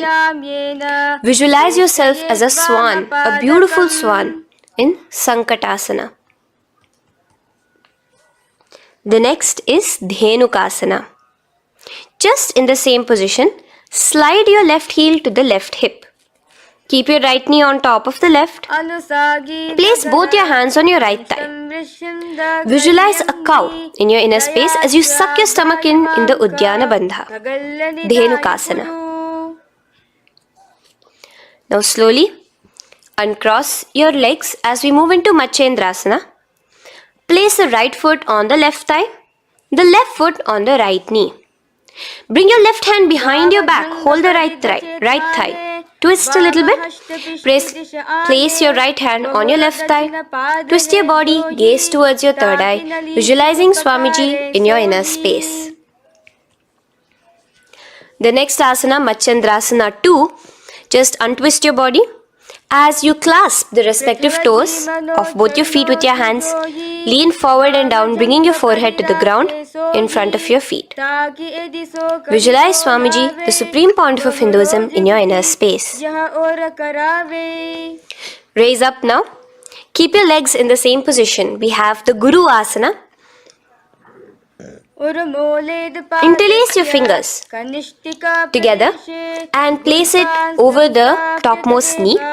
Suck in your stomach in the Udyana Bandha, clench your perineum in the Moola Bandha, tuck your chin to your chest in the Jalandhara Bandha. As you engage all three bandhas, visualize Swamiji in your inner space. Let us now repeat Sankatasana on the other side. So, you can release your hands, your legs as you cross the other leg over. Visualizing yourself as a swan, remember to put your hands on the opposite knees. The next asana, Dhenukasana, repeating it on the other side. Slide your leg out, bring both your hands to the topmost knee. Suck your stomach in the Uddiyana Bandha. Visualize a cow in your inner space. Matsyendrasana again, repeating it on the other side. Bring your legs to the cross-leg position.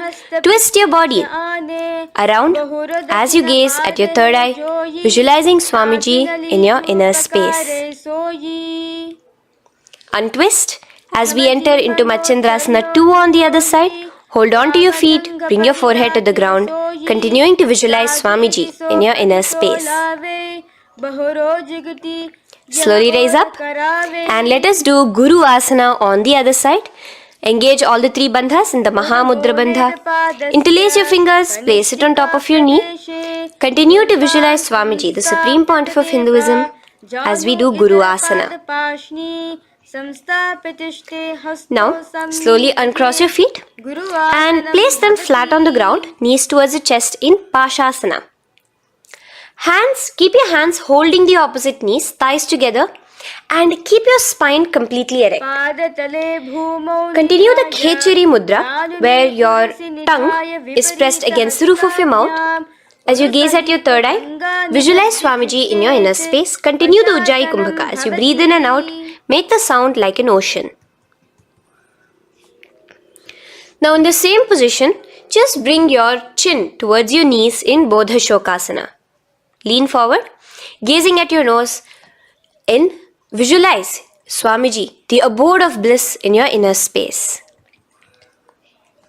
Now raise up and bring your hands, uncross your hands, bring your hands underneath your knees, clasping the opposite elbows in Kurakatasana. Gaze at your nose, visualizing Swamiji in your inner space. Now, in the same position as Kurakatasana, just cross your ankles into Sumati Asana. Toes pointed upwards. Gaze at the nose.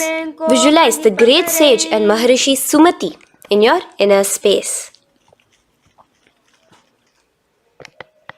The next asana is Dandasana. Extend your feet out straight in front of you. Keep your arms straight above your head. Interlace the fingers from inside out. Let your wrists point outwards. Engage the Mahamudra Bandha, all the 3 bandhas. As you gaze at your nose in Dandasana, visualize Swamiji in your inner space. The next is Arambhasana. Now keeping your legs straight, release the Jalandhara Bandha and the Uddiyana Bandha, keeping your perineum clenched in Mula Bandha. Lean forward and down.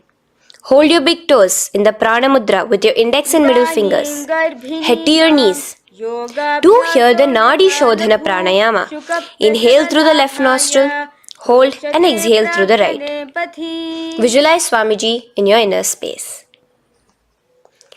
The next is Bhidokasana. So, slightly raise your body up and bring your hands underneath your knees, extending your knees slightly up. Keep your heels a bit apart from each other and clasp your feet. Bring your shoulders down, wrapping your hands around your legs. Gaze towards your third eye, visualizing Swamiji in your inner space. So from here, let's enter into Jalandhari Pavasana. So you can actually remain in the same position with your hands underneath your calves and just bring the soles of your feet together. You might want to bring your body closer. Place your head on top of your feet with the palms facing upwards on the ground. Gaze at your nose. Visualize Swamiji in your inner space. Now slowly bring your hands out from underneath and come to a seated position. Stretch your legs out as we enter into Urdhva Paschimottanasana. Here we have a new Kumbhaka, the Pratyahara Kumbhaka, where you will feel your breath coming from your Mooladhara Chakra up to the Brahmarandra above the Sahasrara. This is the Pratyahara Kumbhaka. In Urdhva Paschimottanasana, extend your legs out, lift one foot behind your neck and lean forward and down towards your foot, visualizing Swamiji in your inner space. Now, slowly, keeping your leg behind your neck, lay onto your back as we enter into Anantasana. Hold the foot from the top of the opposite hand. Visualize yourself as infinite, endless, eternal. Gaze at your nose in Anantasana. Just now, in the same position, roll onto your elbow of the hand holding the foot. Gaze at your nose, feeling in complete control like Swamiji in Ankushasana. Slowly remove the leg from behind your neck. Take a moment to stretch, relax. Lay on your back. Bring your knees towards your chest. Bring your hands around, encircling the thighs and the calves with your arms. Roll to the left and right in Drishasana, visualizing Swamiji in your inner space. The next asana is Urdhva Paschimottanasana. On the other side, let us repeat it. Raise up to a sitting position and bring the other foot behind your neck. Lean forward and down, clasping your foot. Repeating Anantasana on the other side, lay on your back, bring the opposite hand to the foot, gaze at your nose, and continuing to gaze at your nose, roll onto the elbow as we repeat Ankushasana on the other side.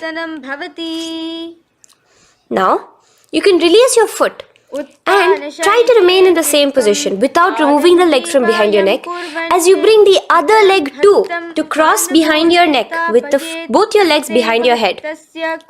Laying on your back, bring both your hands to clasp behind your back. Gaze to your nose, visualizing Swamiji in your inner space in Yoga Nidrasana. As we enter into Atma Ramasana, in the same position you can uncross your hands from behind your back. Bring it up, continuing to keep it underneath the legs.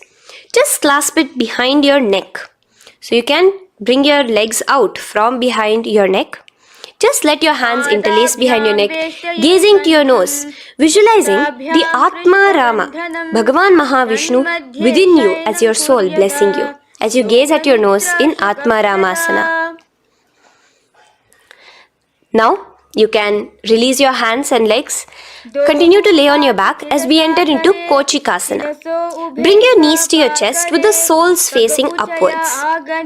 Extend your arms sideways as you gaze towards your third eye, visualizing Swamiji in your inner space. Now, from Kochikasana, keep your arms reached out to the sides at shoulder level. As we enter into Jatara Parivritti 1, keep one knee bent, twist it and bring it to the ground on the opposite side with the other leg extended straight. In Jatara Parivritti 2, keep both the knees bent to one side. And in Jatara Parivritti 3, keep both the legs straight to one side. Throughout this, keep your head looking in the opposite direction. And let us repeat this on the other side. You can bring your knees back to your chest. Let your legs out, go to the other side and do Jatara Parivritti 1, 2 and 3. The next asana is Dvipada Pitham. So now, from Jatara Parivritti, you can bring your feet down, lay on your back with your knees pointed upwards, feet flat on the ground. Extend your hands, holding your ankles. And lift your hips up. Engage the Jalandhara Bandha automatically as you raise your hips up. Gaze at your nose, visualizing yourself as a bridge in Dvipada Pitham. Now in Paryankasana, so you can lay back onto the ground and place your feet flat. Bring your arms over your head, placing the hands flat near your shoulders with the fingers pointing towards the feet. Lift your entire body up and off the ground in Paryankasana as you visualize yourself as sturdy as stone furniture. Lay back down slowly as you bring your hands out. Keep your knees to your chest here and your hands on the shoulders as we enter into Svottanasana. Visualize you're laying on your back. As a playful dog, move your hips in the circular motion. Do the Sahaja Kumbhaka.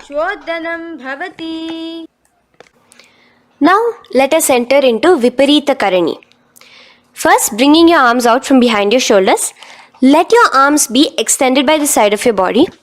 Use the strength of your arms, palms flat on the ground, to push your body, your upper body, your lower body off the mat.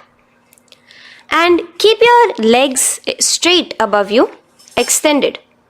Move your legs around and around in Viparita Karani. Automatically the Jalandhara Bandha is engaged. Breathing during the Jalandhara Bandha is the Murcha Kumbhaka. Visualize Swamiji in your inner space. The next is Viparita Karani 2. In the same position, just stop the rotational movement of your legs. Visualize Swamiji in your inner space. Now, as we enter into Langalasana, just let your feet from the top rest onto the ground above your head. Interlace your fingers in the Paramashivoham Mudra behind your body. Visualize yourself as a plow in Langalasana, continuing to engage the Jalandhara Bandha. Bhumim karshayet Langalasanam bhavati. Now, in Shaita Paschimottanasana, bring your hands out from behind your body and hold on to the toes above your head. Keep your legs and hands completely straight. Visualize Paramashiva as Shaita Paschimottanasana is one of the 84 different asanas directly revealed by Paramashiva himself. Continue to do the Murcha Kumbhaka, inhaling and exhaling with the Jalandhara Bandha. Clasping your toes now, spread your feet wide apart from each other in Supta Konasana. Visualize Swamiji in your inner space. Bring your feet back together as we enter into Chakrasana. Clasp your ankles, keeping your legs and hands completely straight above your head. Visualize yourself as a chakra, a wheel in Chakorasana. Now slowly rest your back onto the ground. Keep your legs raised up in Supta Prasarita Padangushtasana. Clasp the respective toes in the Prana Mudra with your index and middle fingers and spread your legs out wide apart from each other.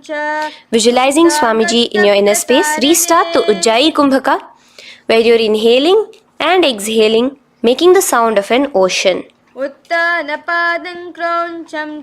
Bring your feet together in Supta Padangushtasana in the same position, continuing to visualize Swamiji in your inner space.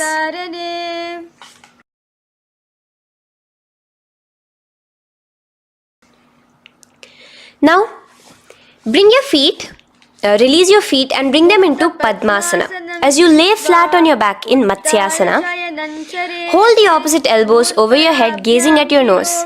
Visualize Matsyavatara, the fish form of Bhagavan Mahavishnu. Now in the same position, put one hand over the other, extend it straight above your head. As you visualize Lord Rama in your inner space, continue to gaze at your nose. Now, slowly bring your hands to your hips as we enter into Sarvangasana. Lift your hips and legs up into the sky, crossing your legs in Padmasana. Let your hands support you, your elbows on the floor. Do the Jalandhara Bandha as you gaze at your nose in Sarvangasana. Now, bring your hips back onto the ground in Vrishchikasana. So, in the Padmasana, just remove one foot alone. Keep one foot on the opposite knee as you pull the knee towards your face. Let your hands stretch out above your head, hooking forward as you raise your upper back off the ground, visualizing yourself as a scorpion in Vrishchikasana, gazing at your third eye. Do the Jalandhara Bandha, tucking in your chin to the chest. Now just switch your legs around as we repeat Vrishchikasana on the other side. Continuing to visualize yourself as a scorpion, gaze at your third eye. The next asana is Vrishapada Kshepasana. So come now to a complete flat position on your mat. Come down to a complete lying down position and interlace your fingers around your neck. Now raise both your feet off the ground. Extend one leg straight and the other knee to the chest in a bicycle motion. Alternate between extending and raising the knee again and again, bringing your opposite elbows to the respective knees. Visualize Swamiji in your inner space. Breathe in and out in the Sahaja. From Vrishapadakshepasana, now lay flat onto the ground with your hands by your side as we enter into Marottanasana, where you will be lifting your legs one by one, touching the ears with your knees. Visualize Swamiji in your inner space. The next asana is Vrikasana. Now what you'll be doing is laying on your back. Bring the soles of your feet flat onto the ground. Stand up completely and lay back down. Visualize yourself as a wolf in Vrikasana.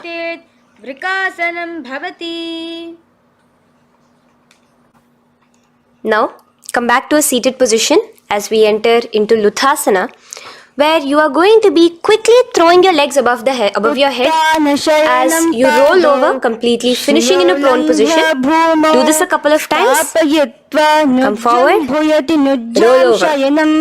Come forward and roll over again.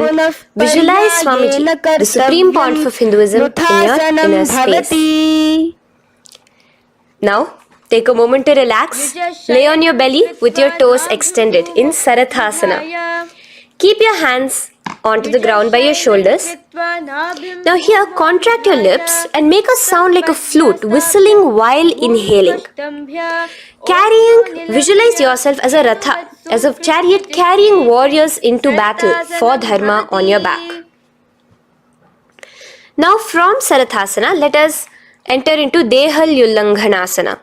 So place your palms on the ground and bring yourself to a plank position. Jump your leg forward and back between your arms, visualizing Swamiji in your inner space. Jump forward now. When your legs are between your hands, stand tall. Holding your toes with your hands, walk back and forth. Visualize yourself as a wise 60-year-old elephant in Jatyasana. Now come to a standing position.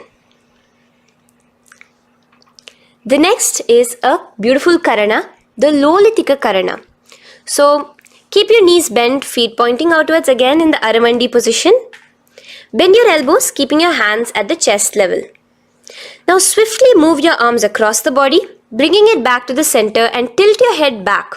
Opening your chest up towards the sky, move your head in all the directions. Now stand back straight as we enter into Sarpasana.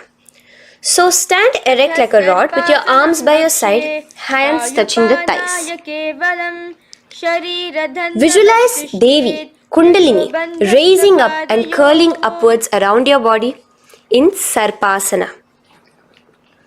The next asana is Ushtra Sadanasana. Lean forward and down, standing on top of your palms. Begin to move and walk like a camel, visualizing yourself as a camel. In the same position, continuing to walk around, switch your visualization to visualizing yourself as a horse as you start to walk around like a horse in Ashvasana. Now raise up tall as we enter into Kapotanitakasana. Interlace your fingers behind the back, pulling them down towards your calves. Open up your chest. Keep your hands in the Paramashivoham. Visualize yourself as a soaring bird diving down in Kapotanitakasana.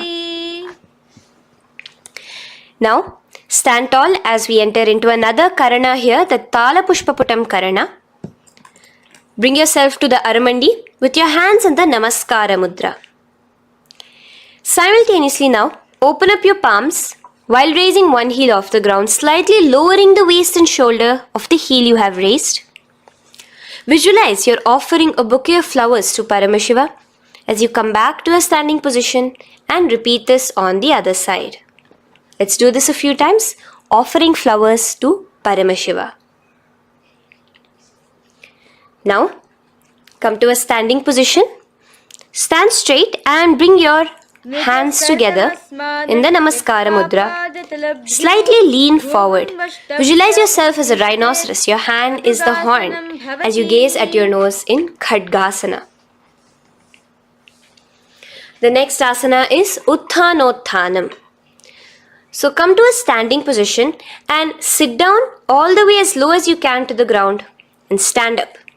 Do this again. Sit down, stand up, and again. Sit down, stand up. As you gaze at your nose throughout this. The next asana is Musalasana. Now come back to a standing position. Raise your hands above your head, tall as you jump up and down repeatedly. Visualize yourself as a mace. Jump here in Musalasana. The next asana is Uchirshaka. So come back to a standing position. Pull the sole of one foot towards your belly. Now with the other leg, sit down and stand up. Release the leg. Pick the other leg up, pull it towards your belly, sit down and stand up in Uchirshaka as you visualize Swamiji in your inner space gazing at your nose. The next is a Karana, which we will be entering into, the Parshvajanu Karana. So again, bringing yourself to the Aramandi position, bend and lift one knee towards your chest, pointing the toes downwards. Keep your arm around the knee, holding it with the hand in a fist. Let the other hand hang down on the thigh, wrist twisted, fingers pointing inwards. This is the Parshvajanu Karana. Now slowly release as we enter into Tandavasana. Stretch one leg out straight in front of you as you alternate between sitting and standing. Visualize yourself fiercely dancing as Paramashiva. Raise the foot to the inner thigh of the opposite side. As we enter into Brahmanasana, let your hand be resting by the sides. Keep your standing leg erect like a rod. Visualize yourself being blessed by Lord Brahma. Now, you can bring the left foot around the right knee and rotate it, tucking the left toes on the other side of the right calf. Simultaneously cross your left arm below the right, bring your palms together in the Namaskara Mudra. Visualize yourself as Lord Garuda in Garudasana 3. Now slowly uncross your legs and hands as we enter into Ekapadasana, coming to a standing position. On the right leg, bring your left foot to the opposite thigh with your hands relaxed by the knees. Now take a hold of the raised foot with your hand in the Prana Mudra. Stretch your leg out wide, out to the side and rotate your body quickly on the standing leg. Visualize yourself as the North Pole star in Dhruvasana. From here now, in the foot which is in your hand, just slowly, once you finish the rotating movement, in Trivikramasana, bring it up towards the back of your neck. Stand as tall as you can and alternate between sitting and standing. Visualize Bhagavan Mahavishnu in your inner space. Now you can take the leg out from behind your neck and stand straight. As we repeat the Parshvajanu Karana on the other side, bring your knee up to your chest, clasp your knee in a fist while the other hand comes to the opposite thigh. Hold there for a second and stretch your leg out. In Tandavasana, sit and stand. Visualize yourself fiercely dancing as Paramashiva. Bring the foot to the inner thigh, standing straight like a rod. Get your hands by your sides. Visualize yourself being blessed by Lord Brahma. In Brahmanasana on the other side. Move into Garudasana 3 on the other side as you rotate your leg over, your hand under. Visualize yourself as Lord Garuda. And uncross yourself as we move into Ekapadasana on the other side. Bring your foot to the inner thigh, to the root of the thigh and stand straight. Clasp your toes, stretch it out as we go into Dhruvasana on the other side. Visualize yourself as a pole star rotating quickly. Come back to a standing position and bring your foot behind your neck. In Trivikramasana, sit and stand. Visualize Vishnu, Bhagavan Mahavishnu in your inner space. Now, stand tall. As we do the Samanakha Karana, stand with your feet close together, toes slightly pointed outwards. Keep both the hands to the side of the body. Take a moment to breathe in and breathe out and relax. Now, slowly relax and from the standing position, slowly bend forward, bringing both your hands underneath your knees. Now, once you have squatted down fully, interlace the fingers together in the Paramashivoham. Bring that interlaced fingers in front of your navel. In Ghorakanjali Asana, visualize the great sage Goraknatha, the founder of the Natha Yoga Hindu Sampradaya. As you do the Jiva Chala Kumbhaka, engage the Moola Bandha. The next asana is Kanchyasana. So now just slowly unwind your hands from each other, from your navel, and now bring your hands from the opposite side inwards underneath your calves and wrap your hands around your back.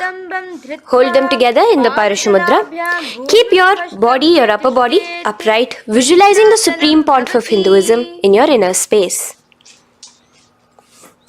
The next is Bhairu Asana. So slowly unclench your hands and bring them out from underneath your legs. Keep your feet and knees together and in a squatting position, bring your hands behind your back, clasping them together, remaining in the Paramashiva Mudra. As you gaze at your navel center, visualize Bhagavan Kala Bhairava, the Lord of Time, in your inner space. The next asana is Varahasana. Now to gain your balance, you can lightly spread your legs apart and bring your hands to the back of your behind you in the Anjali Mudra, palms together.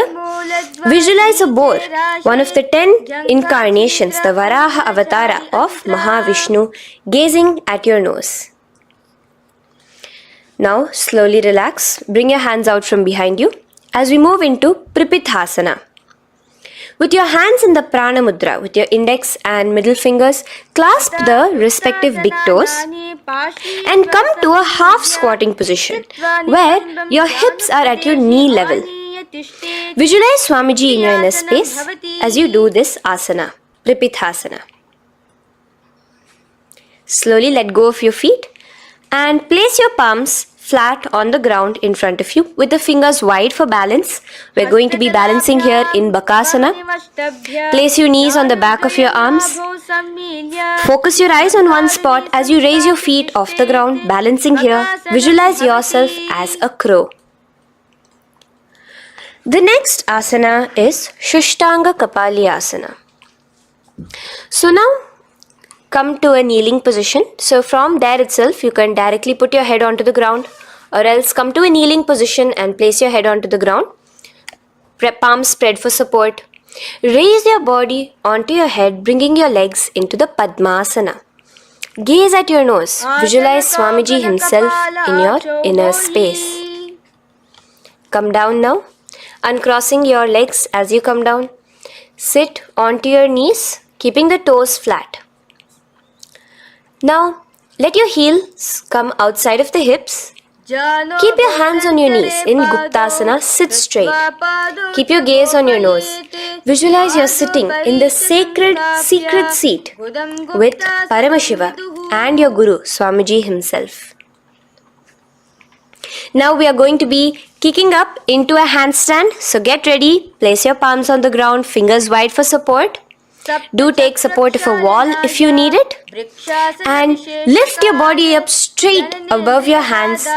Visualize you are a tree in Vrikshasana 2 with deep roots into the ground. Breathe in and breathe out slowly. In the same position as we move into Shibhu Asana, switch your gaze to the third eye.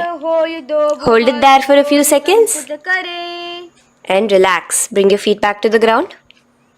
Now lay flat onto the ground in a plank position And slowly lower your body towards the ground and push yourself up again.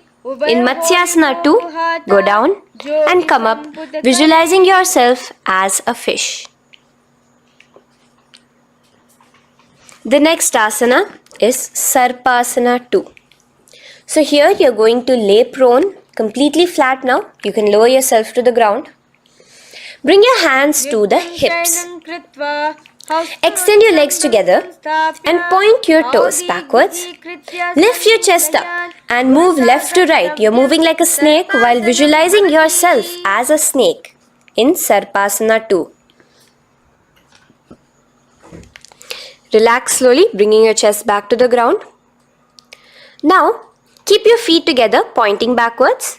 As you bring your elbows onto the ground, rest your upper body on your elbows. Bring your hands together in the Padma Mudra with your little fingers and thumbs together and rest your chin on your hands. Niralambanasana, where feeling yourself completely supported, knowing that Swamiji is there in your life. Now, slowly relax, place your palms on the ground beside your chest and push yourself up, your hands straight up completely. As you bend your knees, bringing your feet to touch the top of your head. Lean your neck back, touching your head with your tip of your toes. See yourself, visualize yourself as an umbrella, protecting your Guru from the sun's rays in Chhatrasana. Slowly relax, you can bring your feet down. As we move into Vajrasana, just push your body back and sit on top of your knees, with the heels flat on the ground. Now stretch your arms in front of you with the palms facing downwards. Place your forehead on the mat. Visualize you are the weapon of Indra, the Vajra, symbolizing indestructibility as you gaze at your nose.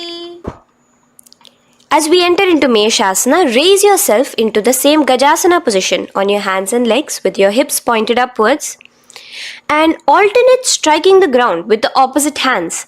Experience yourself, visualize yourself as a powerful ram as you alternate striking the ground in Meshasana. Now stop striking the ground, bring your palms down again. As we move into Ajasana, kick your legs off the ground and lower your forehead to the mat. Let's do it again. Kick your legs off the mat. Lower your forehead to the ground. You are unborn, existing for all of eternity in Ajasana.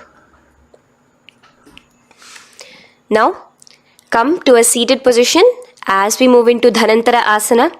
Sit on your heel with your legs together. Pull your toes underneath you.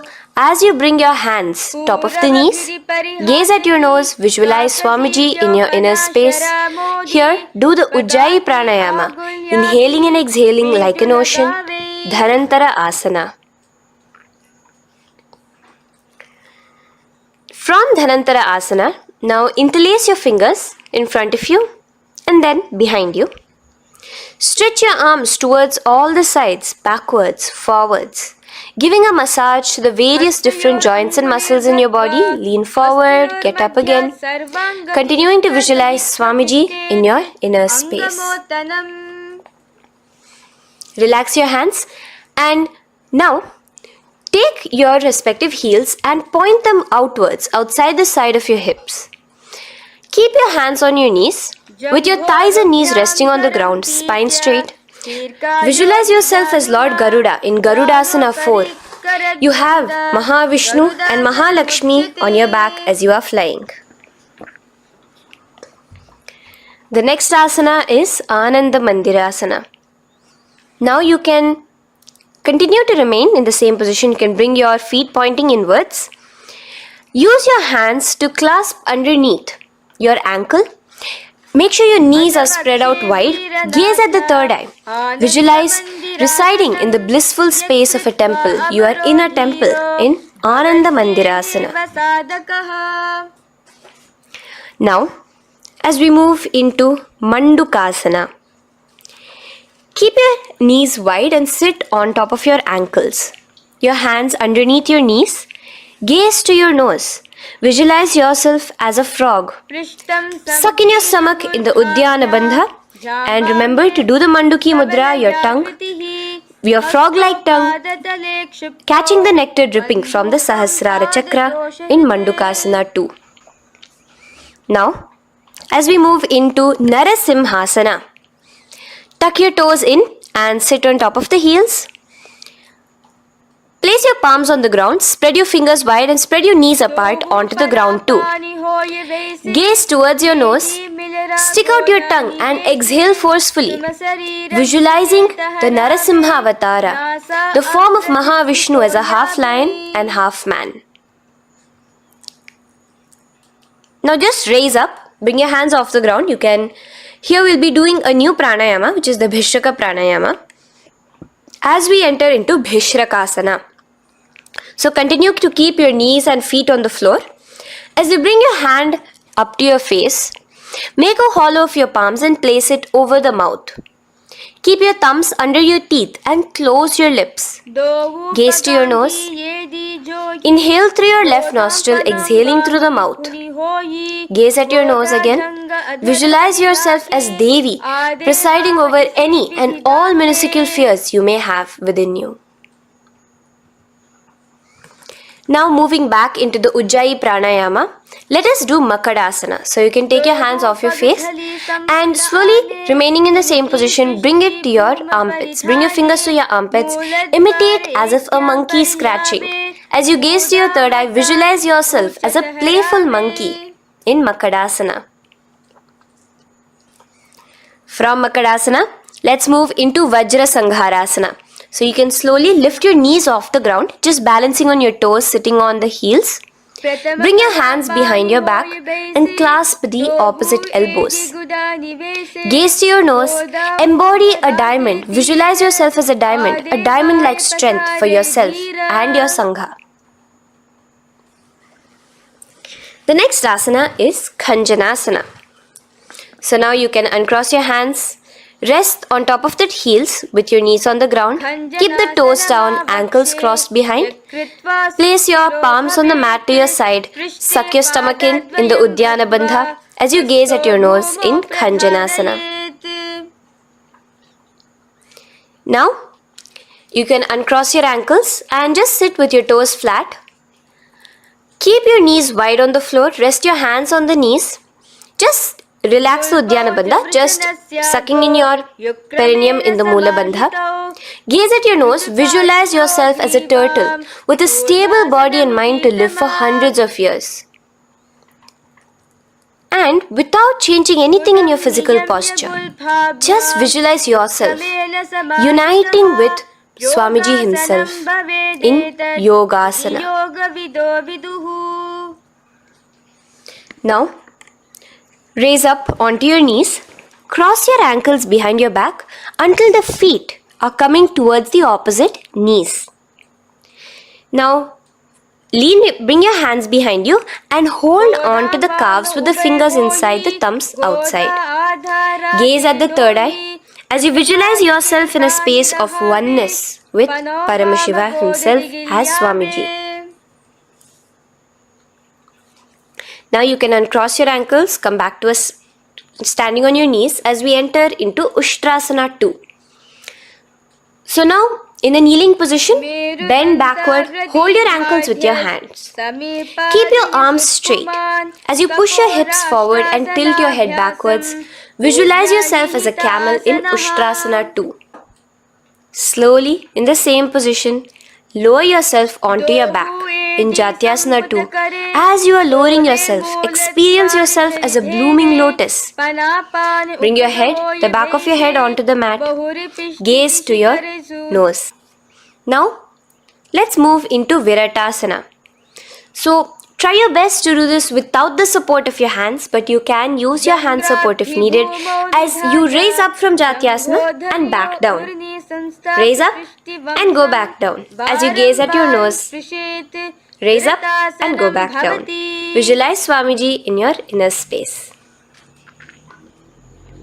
Now from Viratasana, raise your hips up higher, bringing your forearms onto the mat behind you in a short back bend posture. Hold the back of your heels in Kapotasana. Visualize yourself as a beautiful dove, a kapota, as we move on from Kapotasana into Varasana. So stand upright on your knees with the toes tucked. Hold your arms with the opposite hands. Gaze at your nose. This is the boon fulfilling posture. Visualize your boon becoming a reality directly from Paramashiva himself in Varasana.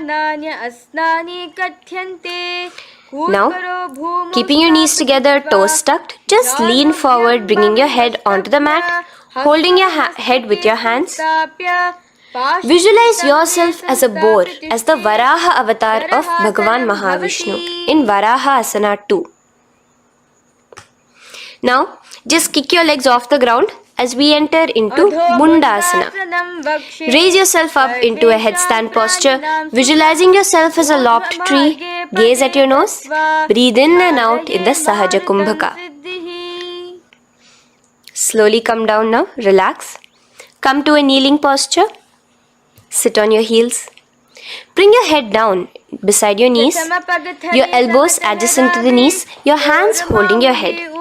Exhale through your mouth as you gaze at your nose, visualizing Swamiji in your inner space in Andhasana. Now from here, push yourself off the mat as you come lying prone on your belly. Let your arms be extended straight out and together lift your thighs, arms and chest off the ground, stretching your body, balancing there. Visualize yourself as a locust in Viparita Shalabhasana. The next asana is Kapalasana. So slowly lower yourself back to the ground. Now laying on your belly, bring your arms to your side, palms downwards. Keep your forehead on the ground and your chest on the mat. Only lift your legs up into the air. Only your legs are lifting up. Visualize yourself as a skull. You are a mind with purified thoughts, a strong will to attain enlightenment in Kapalasana. The next asana is Akasha Kapotasana. So now, in the same position as you are, let your arms be straight out behind you. As you kick your legs up and over your head, bring your feet slowly to the mat in front of you. Push yourself, balance there. Visualize yourself as a free and open flying dove in Akasha Kapotasana. Bring your legs back out as you lay flat on the mat. Now push yourself onto your knees. Place your forearms on the ground and your chest down such that your navel is touching your knees. Be sturdy, visualizing yourself as a sparrow in Chatakasana. The next asana is Vrishchikasana 2. So your forearms are on the ground. Now slowly raise to your toes and kick your legs off the mat. Slowly lowering your legs to your head. Visualize yourself as a scorpion as you balance in Vrishchikasana 2.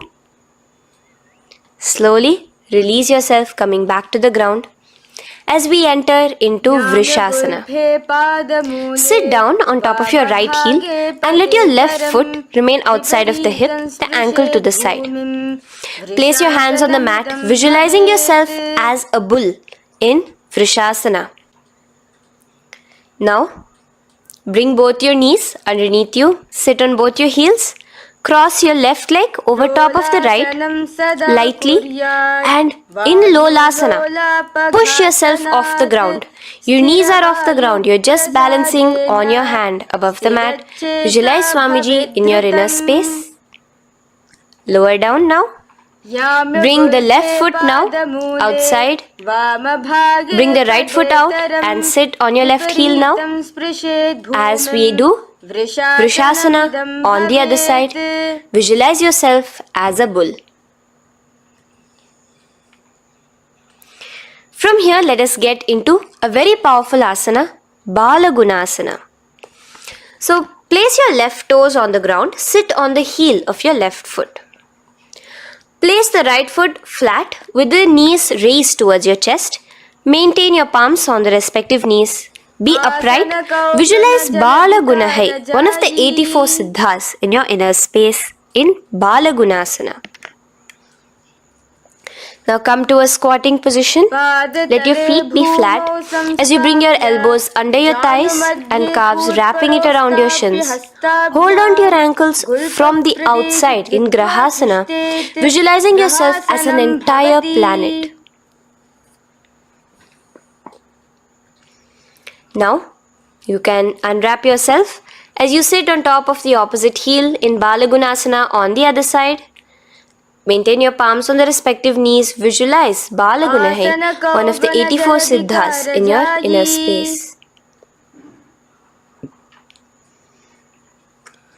Now, sit upon both the toes with the heels up and knees off the mat, knees pointing forward. Now, keep your hands downwards on the respective knees. Keep your spine upright as you visualize Swamiji in your inner space in Utkatasana. The next asana is Vajra Sangharasana. Just spread your knees out wide in Utkatasana. Spread your knees out wide. Clasp the elbows behind your back. Visualize Swamiji in your inner space in Vajra Sangharasana too. The next asana is Anilasana. Now, sit with your feet hip width apart. Bring your hands under the soles of your feet from inside. Your palms facing downwards. Step onto your hands. Keep your arms straight, elbows together at the navel. Gaze to your nose. Visualize yourself able to consume and live off of air alone in Anilasana. The next is Padukasana. So from Anilasana, you can release your hands. Place the back of your hands on the mat with your fingers facing upwards. With your fingers facing towards your body, palms upwards. Step your feet on top of your hands and wrap your hands around your feet like a shoe. Walk around. Visualize you're wearing padukas, walking across the length and breadth of the world in Padukasana. Now bring your palms onto the ground. Stop moving around as we move into Kukutodana. Kick your feet up into the air and let them fall back down. Let's go up again and come down. Kick up and go down. Visualize yourself as a rooster in Kukutodana. The next is Viparita Nrityasana. So as you're kicking yourself up, you can go up into a complete handstand posture, which is Viparita Nrityasana. Do take support if needed. And move around on your two hands as if you are dancing in Viparita Nrityasana. Slowly come back down to a standing position. Lean forward and let your feet be slightly apart from each other. Bring one palm down on the mat with the arms straight. Bring the opposite hand to your head and be stable in Kunjarasana. Now just put that hand down as you bring the other hand to your head, repeating Kunjarasana on the other side. Be stable here. Now you can squat back down onto the ground. Keep your feet flat. Hold your respective ankles and lift your feet off the ground in Kadamba Asana. Visualize yourself as a Kadamba tree, a pious tree that promotes a long life. The next asana is Pavana Muktasana. Now sit back down onto the ground, bring your knees towards your chest. Let your hands wrap around your knees, hold it close to your body. Visualize all the excess vata, air, just balancing and releasing in your system in Pavana Muktasana. Now, let us move into Chakorasana. So first stretch your legs out in front of you. Bring one leg behind your head. Now place both hands on the ground and lift your body off the ground while lifting the other leg too, up straight. Visualize yourself as a powerful source of energy. Gaze at your third eye in Chakorasana. Slowly relax back down. Now hold your left toes with the left hand, index and middle fingers. Pull the foot to the left ear. We are entering into Dhanurasana 2. Extend your right leg out, keeping straight. Hold the big toe with your right hand. Visualize yourself as a bow in Dhanurasana 2. The next is Ashtavakrasana. So lift your left leg over top of the left shoulder. After releasing your hands, bring the right foot across and hook it on top of the left foot. Lean forward and down, keep your palms onto the ground. Extend your legs out to the left, lift your head up and chest. You're completely balancing only on your hands as you visualize yourself as a flying crane in Ashtavakrasana. Now slowly relax down. From here, bring your right foot to the left thigh and your left foot flat onto the ground. Knees raised up. Have your left shoulder underneath the respective leg and place your hands flat on the ground. Gaze towards your third eye. Visualize you are immortal, able to exist solely from prana alone in pranasana. From here, moving into Parshva Matsyendrasana. Place your right foot at the root of the left thigh. Then the left leg by the side of the right knee. Hold the left leg by the right hand. Twist your body out. Remain steady here, gazing at the third eye. Visualize Matsyendranatha, the great Rishi, Yogi, master of Hatha Yoga, in your inner space. Now slowly unwind yourselves. As we repeat Chakorasana on the other side, lift the other leg behind your head. Place both your hands on the ground and keep your entire body off the ground straight up. Gaze at your third eye, visualizing yourself as a powerful source of energy. Now relax back onto the ground. Let's repeat Dhanurasana 2 on the other side. Clasp your respective hands with the feet. Pull one foot back, the other foot extended forward, visualizing yourself as a bow. Release your feet as you cross them over each other, over top the shoulder in Ashtavakrasana on the other side. Raise off the ground. Visualize yourself as a flying crane. The next asana, we'll be repeating Pranasana on the other side. Bring the right foot to the left thigh. Bring your hands onto the ground with the knee raised. Gaze at your third eye, visualizing yourself able to live off just prana, just air alone. And relax as we do Parshva Matsyendrasana on the other side. Twist yourself, visualizing Matsyendranatha, gaze towards your third eye. And from there, let us enter into Ardha Paschimottanasana. Keep one leg straight and press your perineum with the other heel. Bring your chest forward and down. Hold your toes and feet and bring your head towards your knees. Here in Ardha Paschimottanasana, visualize Swamiji in your inner space. Now raise up, and the foot which was at the inner thigh, now rotate it outside of the hip. Now hold the sole of your other foot and lift your leg up towards your forehead. Try to bring your knee to your forehead as you keep your knee straight. Gaze to the nose in Kraunchasana. Visualize yourself as a crane.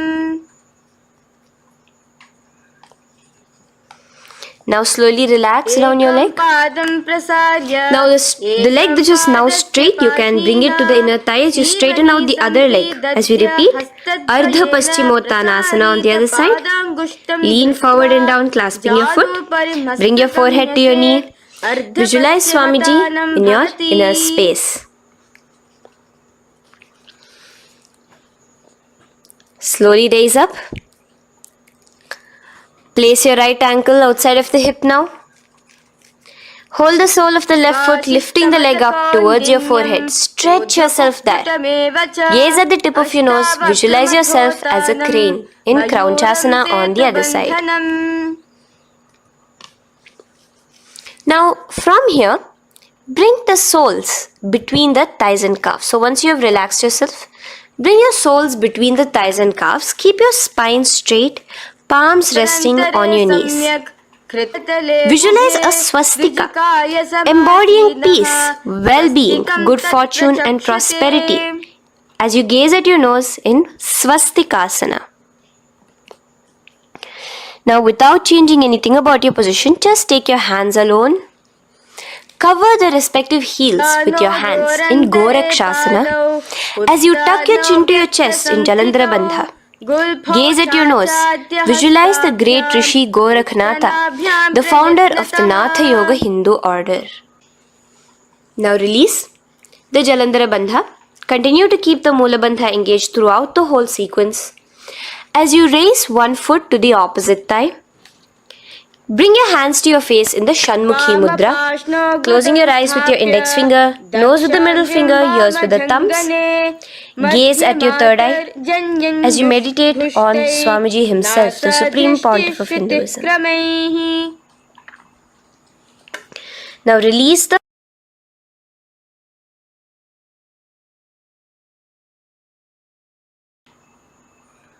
Shanmukhi Mudra.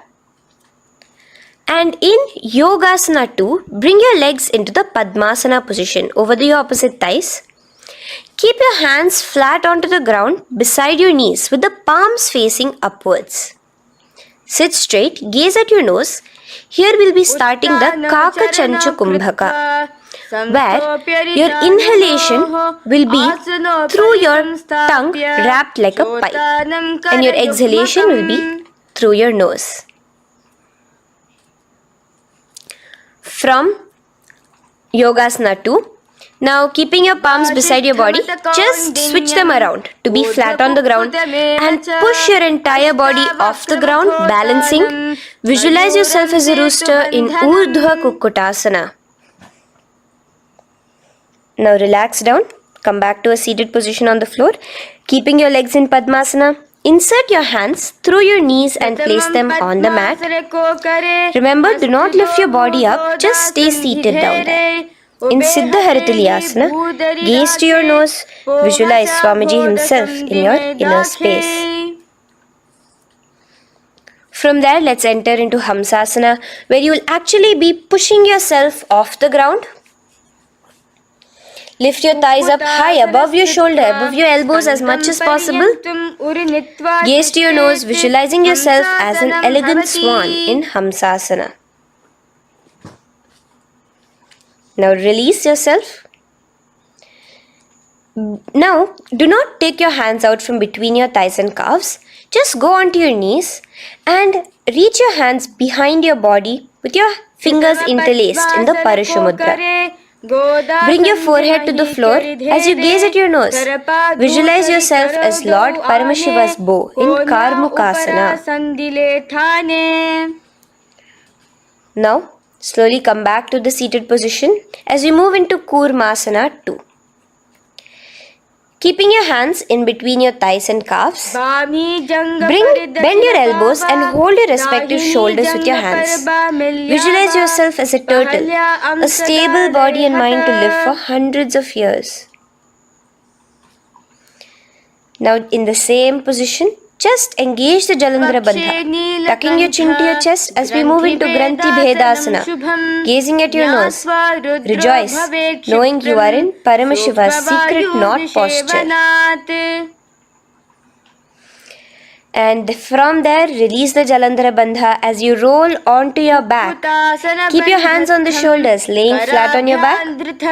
As you visualize yourself as a turtle on its back, playful, gaze at your nose in Uttana Kurmasana. Now rock yourself back to a seated position as we do Pangu Kukkutasana.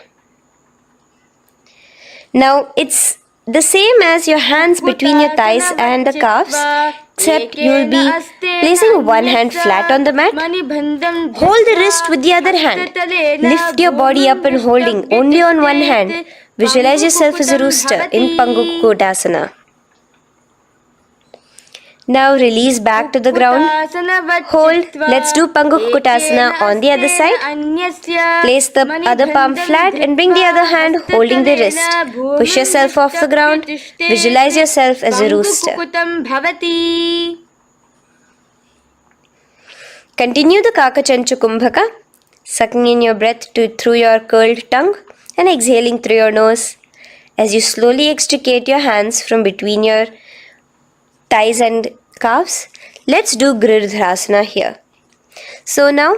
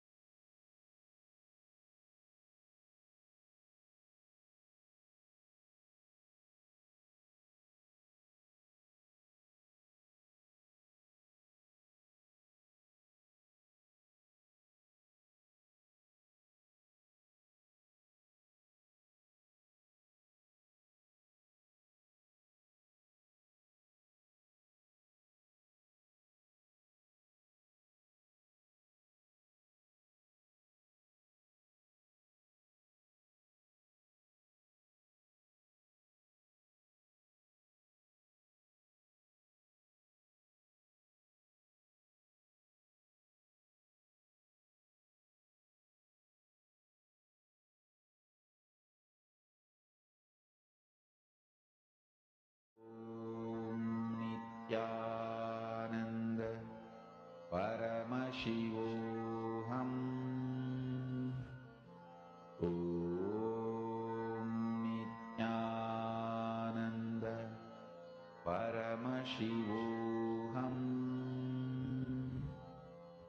Om Nityananda Paramashivoham Om Nityananda Paramashivoham Om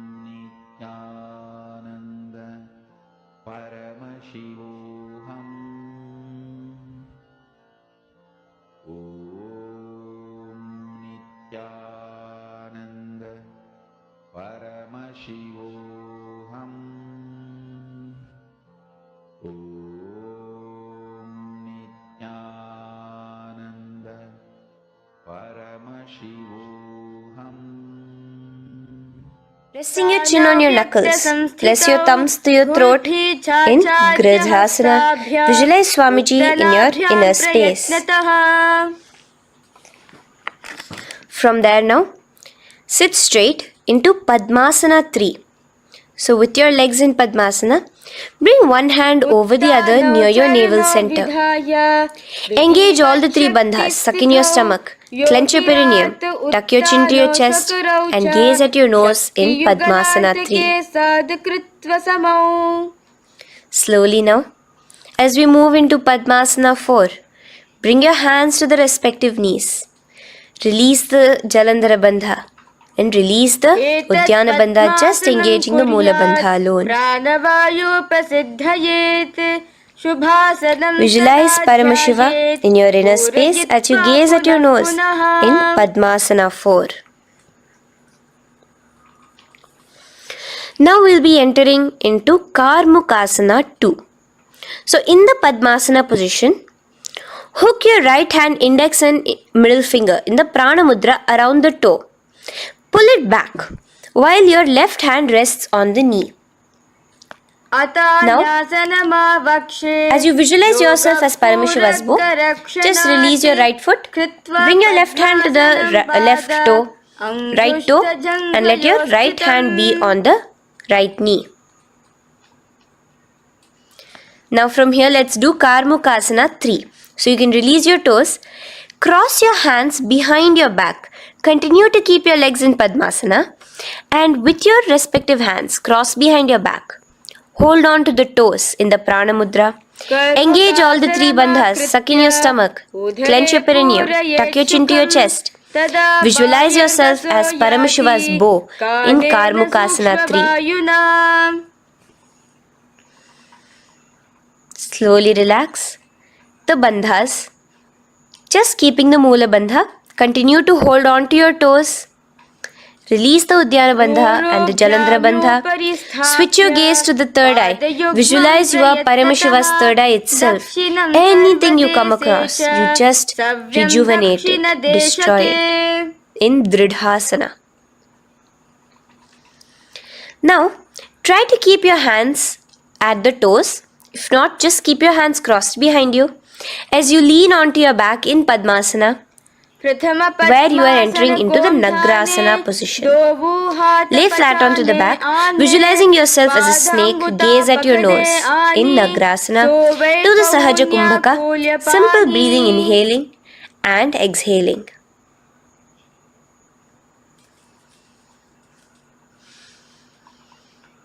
Now bring your knees to your chest.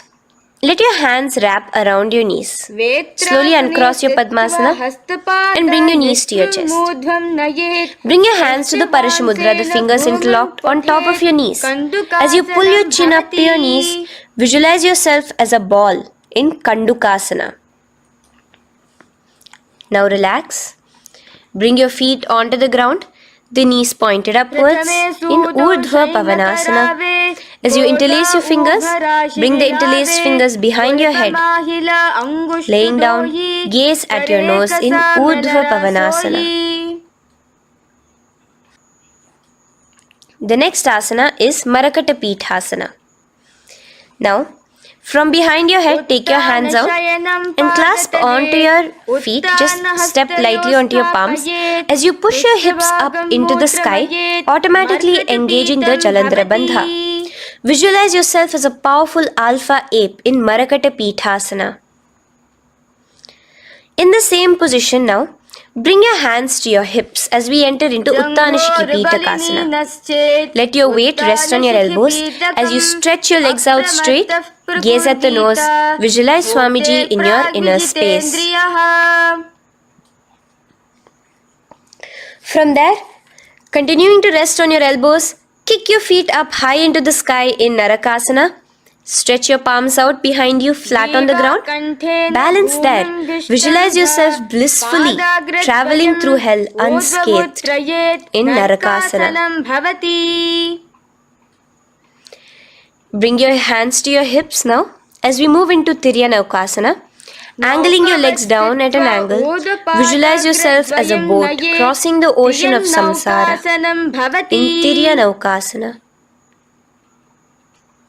Now from there, come back straight as we enter into Dhwajasana. Keep your legs up high above your body, your hands stretched out down behind you. As you push yourself up, visualize where Kailasa's flag respected across all nations in Dhwajasana. Hold there for a few seconds and relax now. Flat onto the ground, palms slightly away from your body. Do not move at all in Mritasana. Your body is dead. Visualize that. Visualize the Supreme Pontiff of Hinduism liberating you. Let your awareness travel to all the parts of your body in the Shakti Chalan Mudra as we do Mritasana.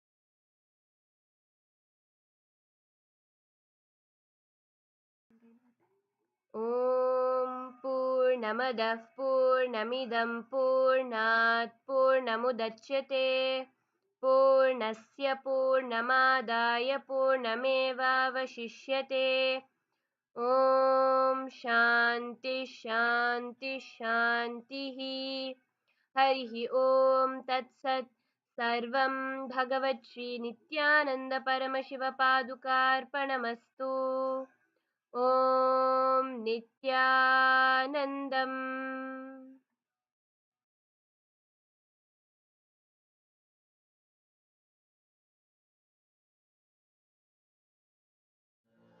Paramashivoham Nityanandam Paramasukadam Kevalam Jnanamurtin Dvandvatitam Gagana Sadrisham Tattvamasyadilaksham Ekam Nityam Vimalamachalam Sarvadi Sakshibhutam Bhavatitam Trigudarahitam Sadgurum Tam Namami. Nityanandam, we welcome all the participants and all the viewers who's joining us live for today's Paramashivoham program.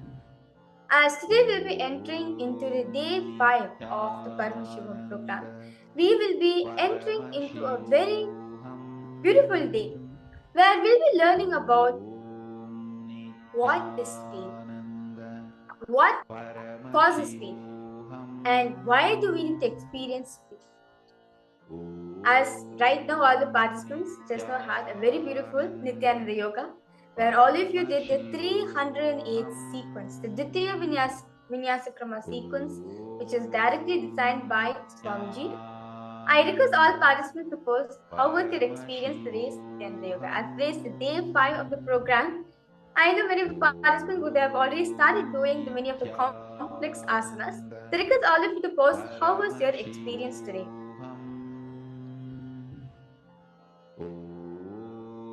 I request all of you to post. You can settle down yourself, relax, you can drink some water as you answer, as you post in the chat. How did you exactly feel in today's Nityananda Yoga?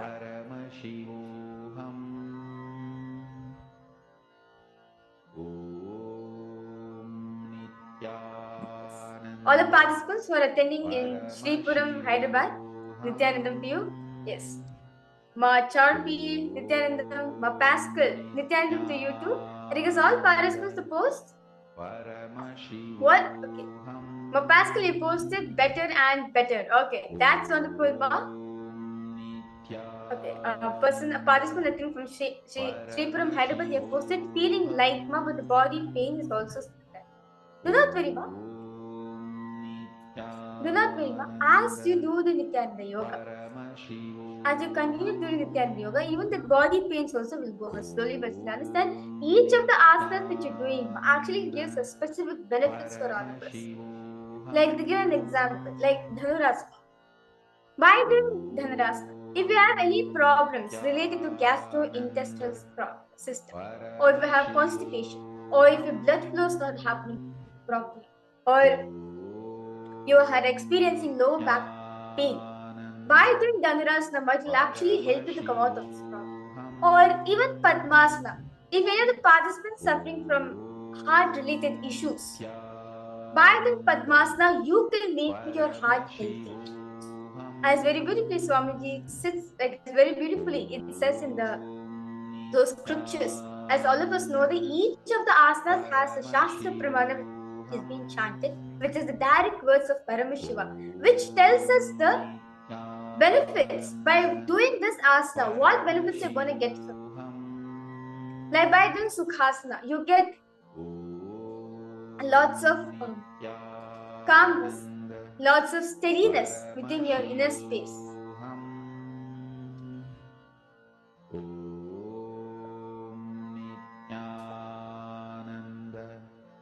Paramashivoham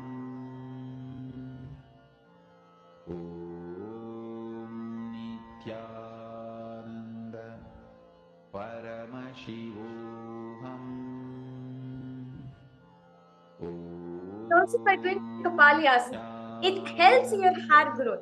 Like if you have white hair or if you have grey hair and you're planning to change your hair back, just by doing Kapali Asana for 3 months, it will actually change your white hair, grey hairs into black hairs. Basically, your hair becomes healthy. So no more of oils, no more of hair serum, no more of special oils just specifically for your hair.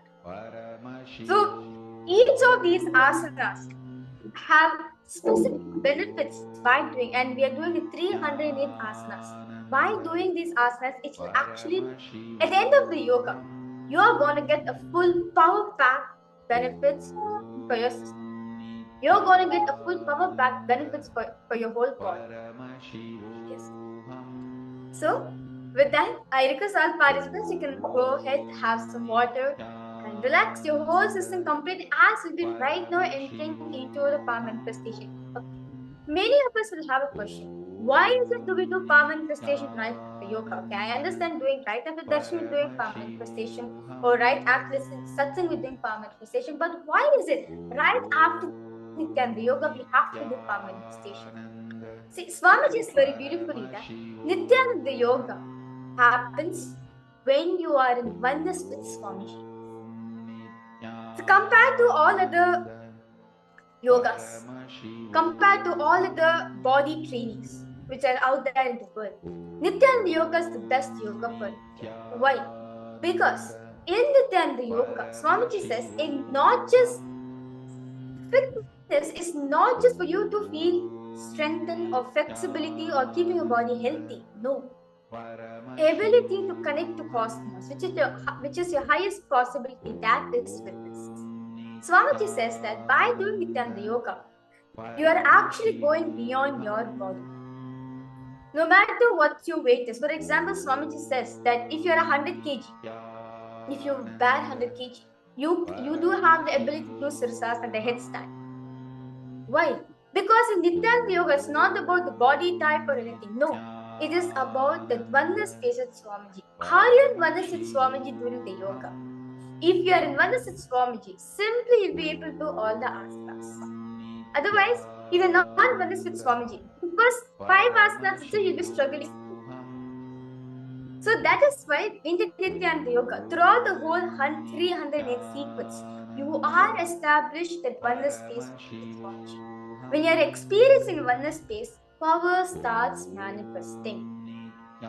Actually, if you observe during Nityananda Yoga, if you command your body, you're actually doing the power of speaking to your body to move from one asana to the other asana. It is a power manifestation. So by doing Nityananda Yoga, it will actually help you in the power manifesting. Swamiji says, by doing the Yoga Pada, by doing the Kriya Pada, by doing the Jnana Pada, and the Charya Pada, it will actually help you to experience Paramashivatva in you.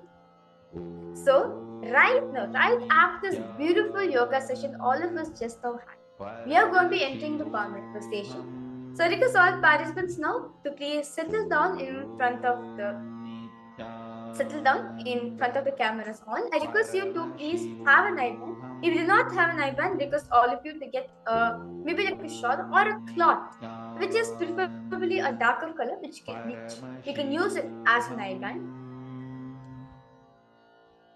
Let us now listen to what Paramashiva says in the source scriptures of Hinduism, the Vedas and Agamas.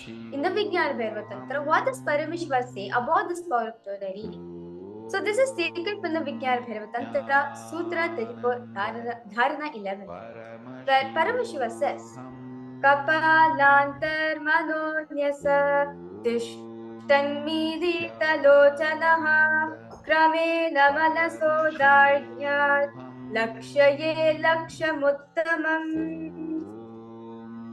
The translation goes very beautifully that by fixing the mind on the inner space within the crown center and sitting stably without any movement, having the eyes closed in succession, by the stability of the mind and inner space, through the power of the third eye, one directly sees the ultimate good Lakshan by having the vision beyond the sight that reveals any object or place, attaining the space of oneness with the source Paramashiva.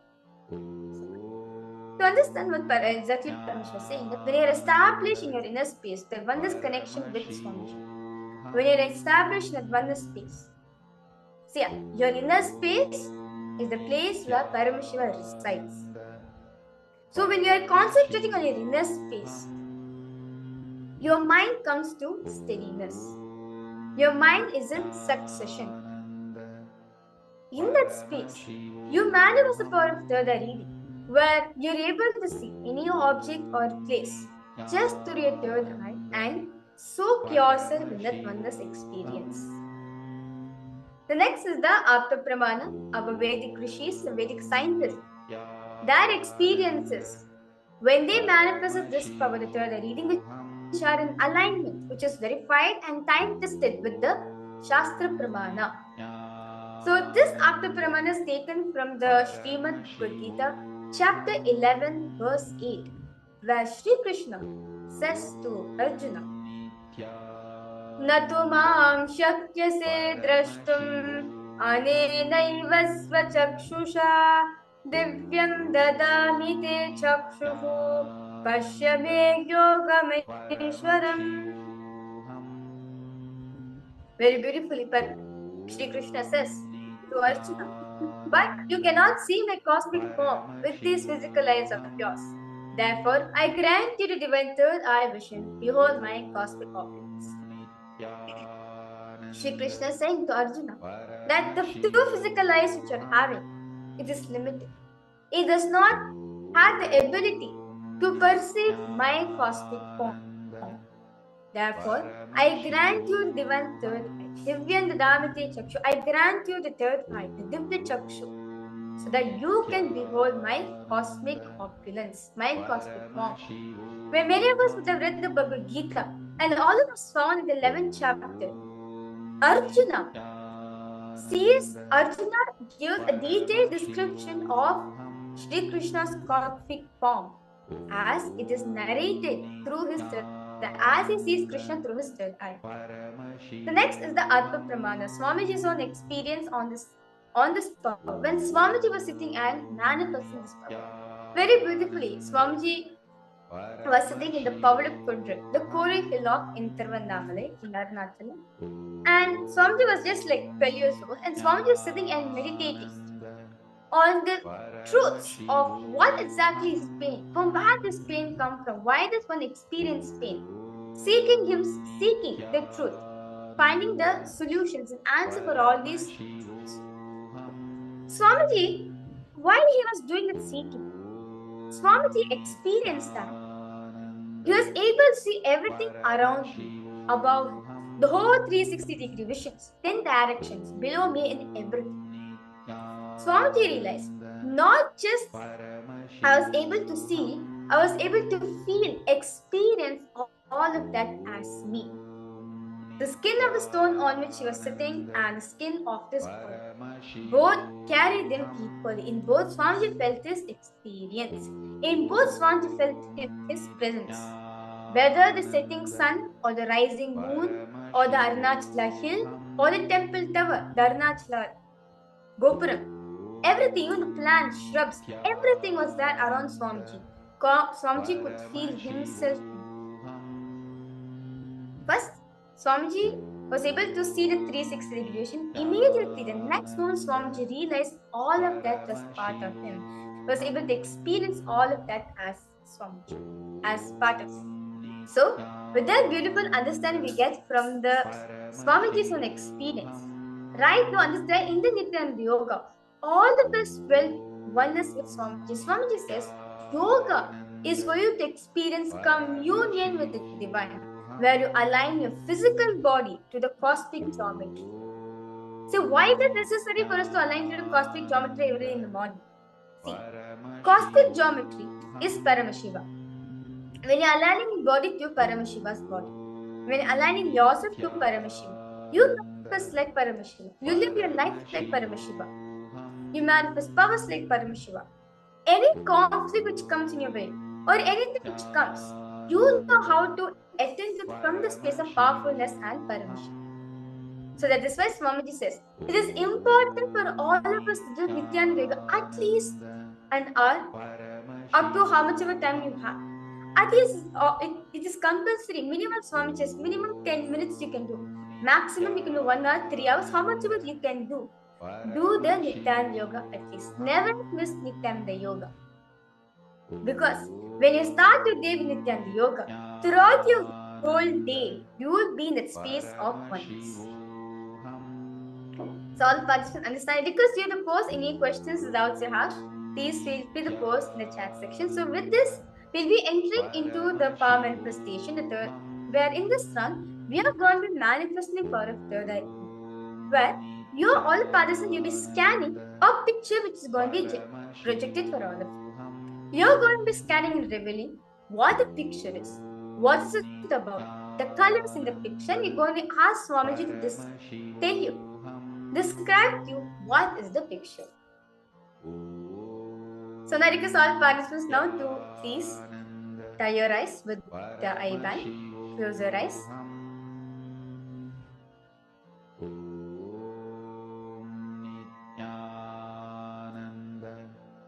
Paramashivoham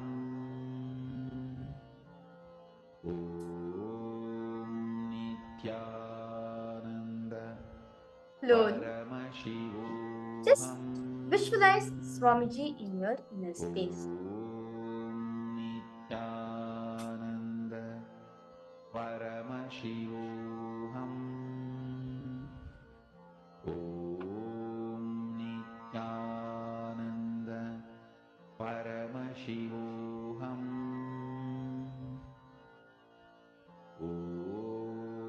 Correct, Swamiji. I request all participants visualize Swamiji in your inner space. Paramashivoham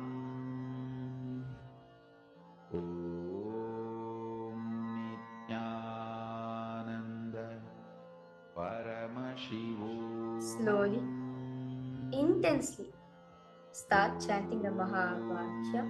Nityananda Om Nityananda Paramashivoham. Nityananda Om Nityananda Paramashivoham. Nityananda Paramashivoham Om Nityananda Paramashivoham. Paramashivoham Intensely chant the Mahavakya. Now, a picture is being projected for all of you. Ask Swamiji, all the participants, ask Swamiji to project. What is the picture which is being projected? What is the exact picture my Acharya is projecting to me right now? Reveal to me.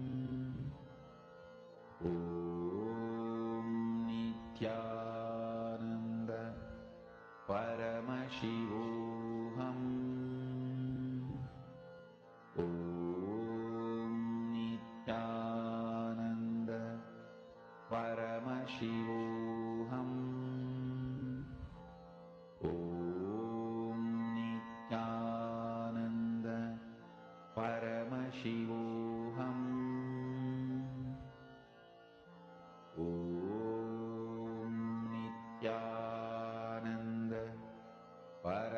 Paramashivoham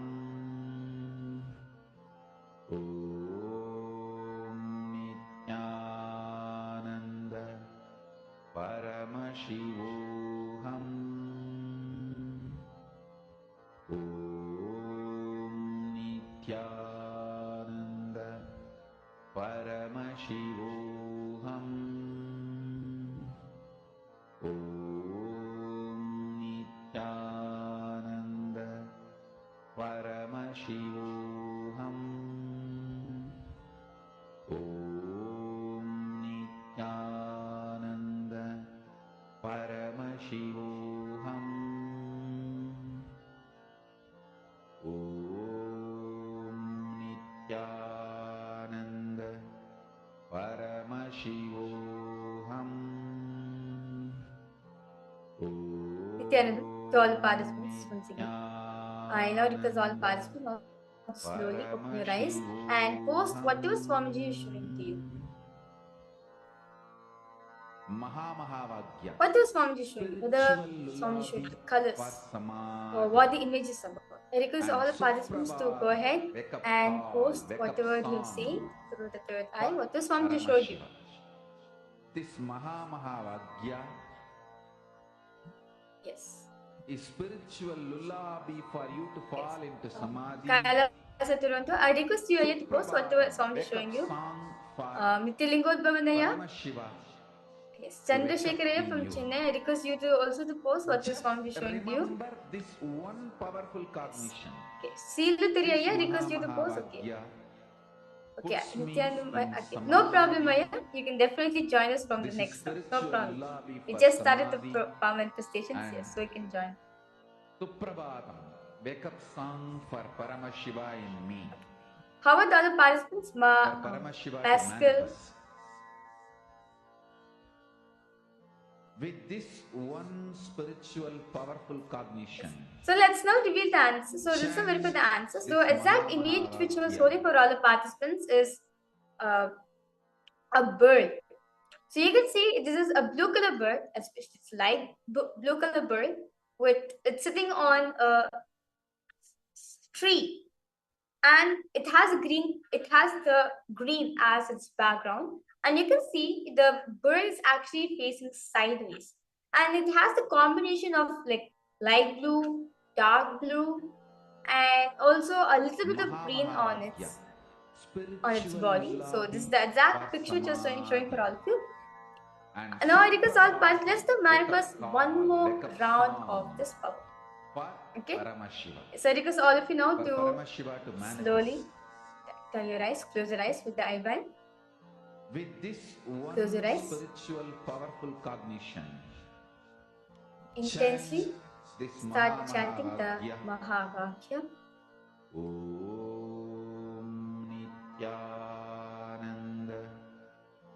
If any self-doubt is arising in all of you, just remember Swamiji. Understand Swamiji says, if you're able to see with your eyes closed, it is only Swamiji who should, not anything else. Just enjoy that oneness space, the oneness experience which you're having with Swamiji. Paramashivoham Om Nityananda Paramashivoham Om Nityananda Paramashivoham Om Nityananda Paramashivoham Om Nityananda Paramashivoham Om Nityananda Paramashivoham Om Nityananda Paramashivoham Om Nityananda Paramashivoham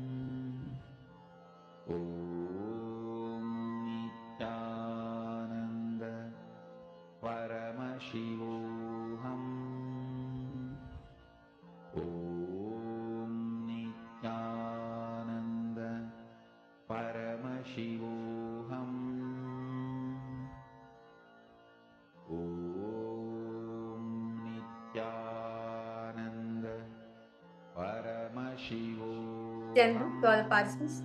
Slowly, very slowly, please open your eyes. And now I request all participants to post whatever Swamiji is showing to you. Whether you got the colors or whether Swamiji is showing the image itself. Whatever Swamiji is showing you exactly like the post it in the chat section. Yes, Marshall and Durga request you to open your eyes now and you can post what the Swamiji is showing to you.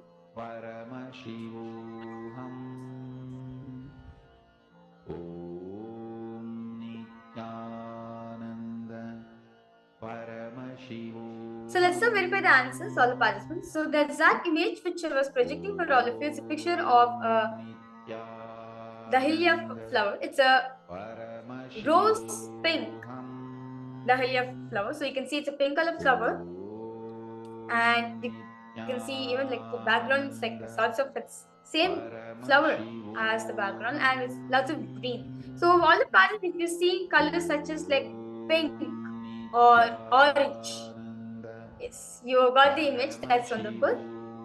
So now with that beautiful power manifestation session we have got, now we'll be entering into the first session of the day. Today, all the participants, all of you will be getting to understand what is super-determinism. Many times in life, when situations are occurring, when we are not able to handle it, we feel as if, oh, is it God's will? Is what I'm going through predestined? Or am I manifesting as a free will? What exactly is it? Swamiji says, very beautifully answers that life is neither predestined, predefined. Life is neither free will nor God's will. It is super-determinism. What exactly is super-determinism? Very beautifully, Bhagiratha, the king from the Ikshvaku lineage, who is a Suryavamshi. He, out of his super-determinism, manifested Mother Ganga to come on planet Earth. As today, all the participants, all of you will be receiving the initiation from Swamiji into the initiation of Atma Shanti, Atma Shakti Diksha, and also initiation into super-determinism. As today, we will also be receiving the darshan of Bhagavan Gangadhara Murti and Gangadhara Visarjana Murti, who symbolizes the very happening of Mother Ganga, Paramashiva, who manifested Mother Ganga, who was the one who was the carrier of Mother Ganga to come on Bhuloka, who was a channel, a medium for Mother Ganga to come to planet Earth. So today, we are going to be learning from Swami. We going to learn from Swamiji what is the science of super-determinism.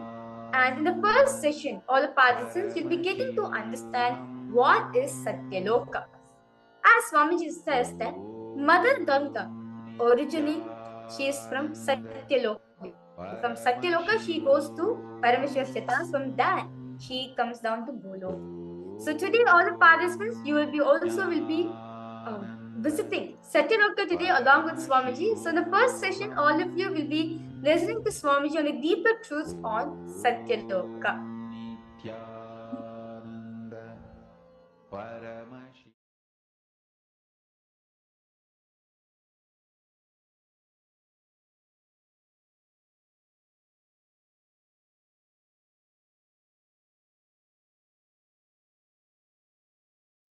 There are vertical time zones, Bhur, Bhuva, Suva, Tapa, Satya. The Satyaloka, where Brahma resides, there, 1 day of Brahmaloka is 4.32 billion human years. Understand?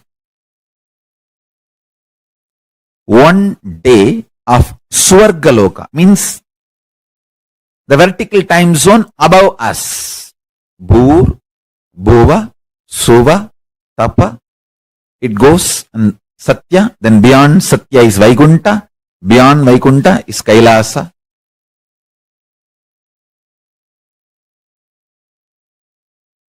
Below Atala, Vitala, Sutala, Talatala, Batala. Understand, I am not giving you some superstitious theories. No. I'll give you precise understanding and experience of these vertical time zones. And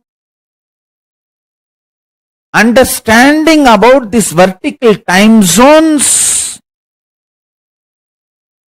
as a direct utility for your day-to-day life.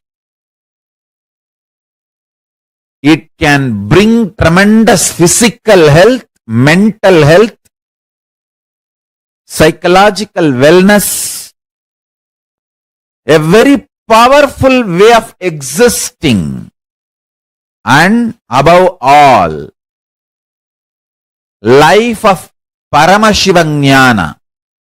You can exist embodying the space of Paramashiva, state space of Paramashiva and manifest powers of Paramashiva. Tapo Loka is above the Jano Loka. The great yogi Sanantana, Ribu, Sanat Kumara, Sanaka, who are the great ascetics, are living there. Its height is 12 crores of yojanas. Above this is the Satyaloka, abode of the Brahma, whose cognitive mind is centered only on Satya, and who has attained the lordship over the Kalpa. Because of such powerful cognition, it's abounding in all kinds of the wealth and awe-inspiring objects and enjoyments. Its height is the 16 crore of yojanas. Savitri, the Vedas and the Upavedas are there, assuming their relevant forms above the Satyaloka. There is abode of Vishnu, Paramapada, who subdued Madhu. Its height of 4 crore yojanas. 4 crores of yojanas, the abode of Rudra, the conqueror of Tripurasuras, is above the world of the Vishnu. Its height is 6 crores of yojanas. Both these worlds are highly resplendent and are replete with variegated creations. Above the world of Rudra is the shell of Brahmanda, whose thickness measures 1 crores of yojanas. Thus, it is to be known that the Brahmanda, which is with the extent of 100 crores of yojanas, the extent measures almost equally in all directions, above, below, east, north, south, west, and all directions. Below, above, east, south, west, and north. And the 14 worlds, 14 lokas are stopping with Brahmaloka. After that, the 4 is beyond Brahmaloka. Vaikunta, Shripuram, Kailasa, Mahakailasa is beyond the 14 lokas. There is only Turyadita in those 4 spaces. Vaikunta, Shripuram, and Kailasa, Mahakailasa. Mahadeva Swarupa is asking, when we are in higher states, the lower identities get destroyed. I should say that they just dissolve. They become irrelevant. Can you talk more about the 4 Brahmaloka? 4 lokas above Brahmaloka. Like Vaikunta is abode of Vishnu. What about Shripuram? See, Vaikunta is abode of Vishnu, Parandama. Shripuram is Parameshwari, Paramashiva Shakti. Kailasa is Paramashiva. Mahakailasa is Paramashiva in his pure formless space. Beyond the form and formless space. That is Mahakailasa. In Kailasa, he lives as Paramashiva with form. Mahakailasa is a pure formless space. Intense life, alive. Even if you meditate on it, you will feel ecstatic. All Purusha, Prakriti, everything you know ends in Brahmaloka. Above Brahmaloka, nothing you even imagine about it. Nothing you can even imagine. You can only experience. Till Brahmaloka only, or your imagination projections can even measure. Vaikuntha, Kailasa exists in oneness, same time zone, and all the Trinity, Brahma, Vishnu, Rudra, are all in oneness with me, Paramashiva.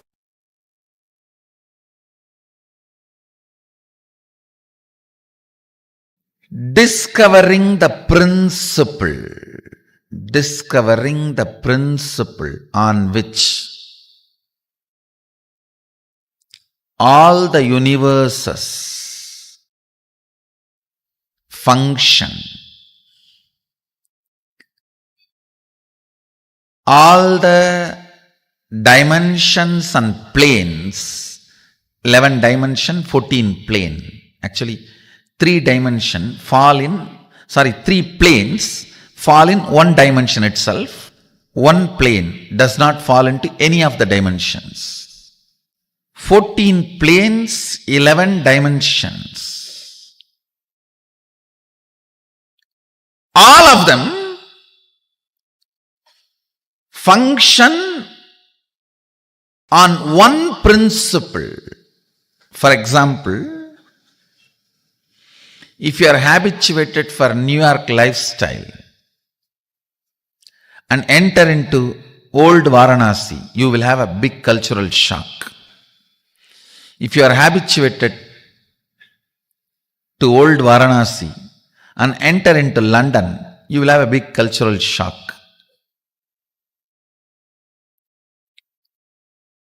Listen carefully.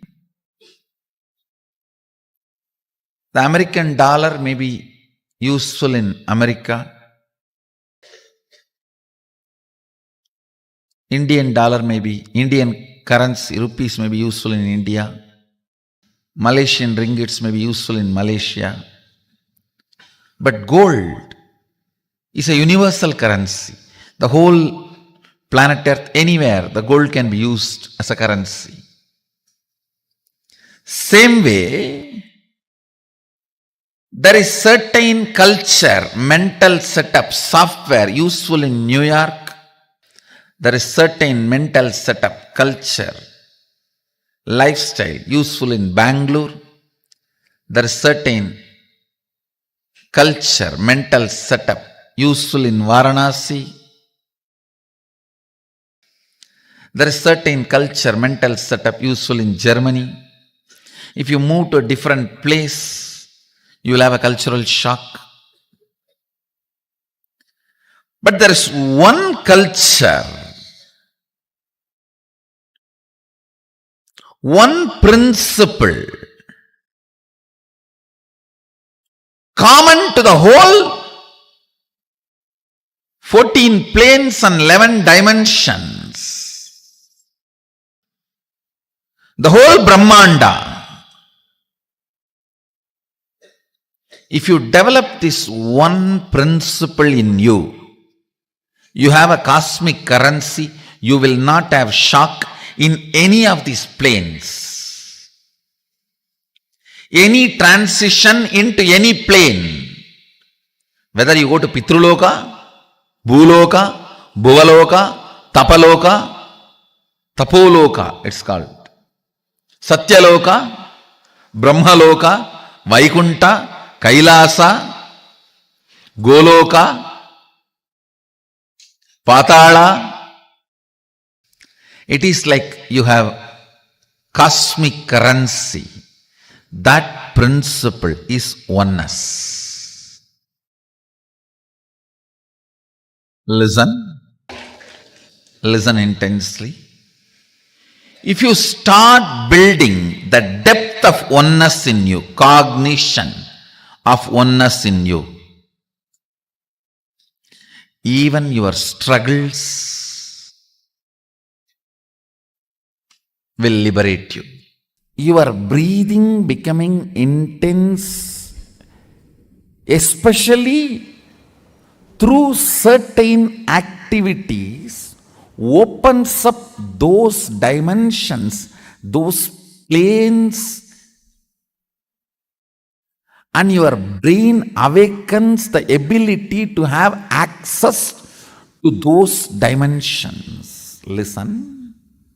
Now, you are intensely listening to this truth, and even if it is going above your head, you are trying to let me.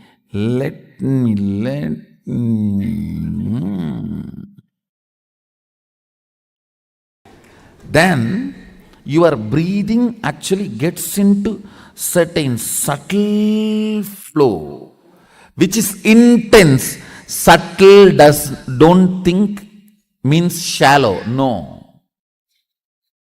In subtle breathing also it gets intense. During the puja, that subtle intensity happens. During the kirtan, raw intensity. During the yoga, a programmed intensity. Understand? Regulated intensity is yoga. Raw intensity is karana, kirtan. A subtle intensity is while during puja or during the satsang. Now,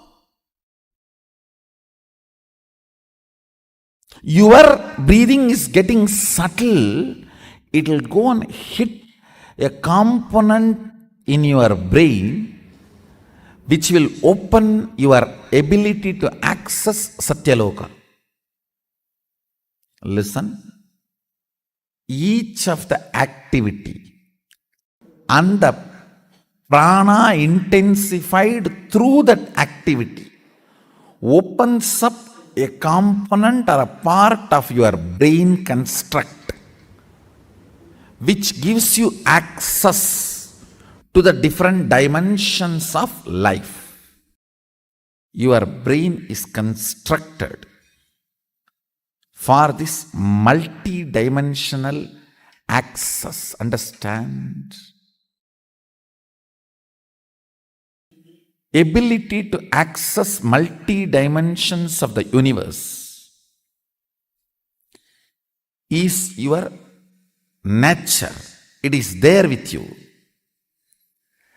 Just the breathing need to be intensified through different methodology to open up those dimensions so you can have access. When there is a heavy truth is told, still you have not completely cognized, but that does not mean you are not able to cognize. It is like a digestion is going on. It is like digestion is going on. It is there on your head like a funnel, it is going inside and you are. During that time, certain intense, subtle breathing gets developed that gives you access to Satyaloka. I want you to know the strength of the life in you is strength of your breathing. When the breathing becomes intense, your brain's capacity to cognize all the other planes opens up. It is like cracking the code, cracking the passcode. Listen, if you are experiencing oneness, it is Maharloka. If you are experiencing oneness during the multiple expression, even though there are many people, but you know you are in all of them, that is Janaloka. Even if you listen to these powerful cognitions, you will be irreversibly empowered.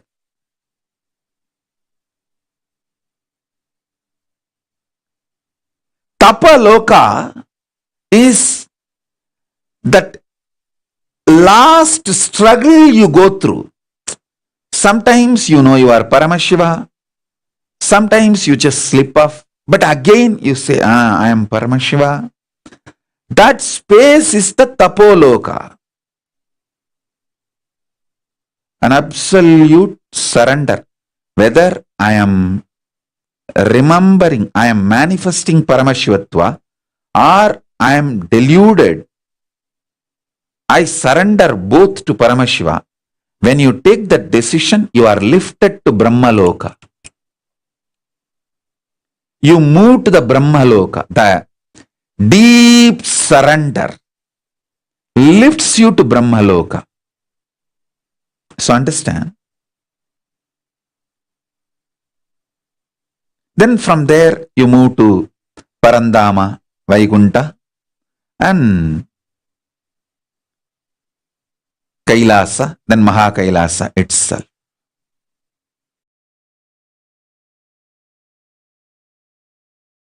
If I raise to Brahmaloka, is it possible to fall back again to Bhuloka or Bhatalaloka? Don't worry.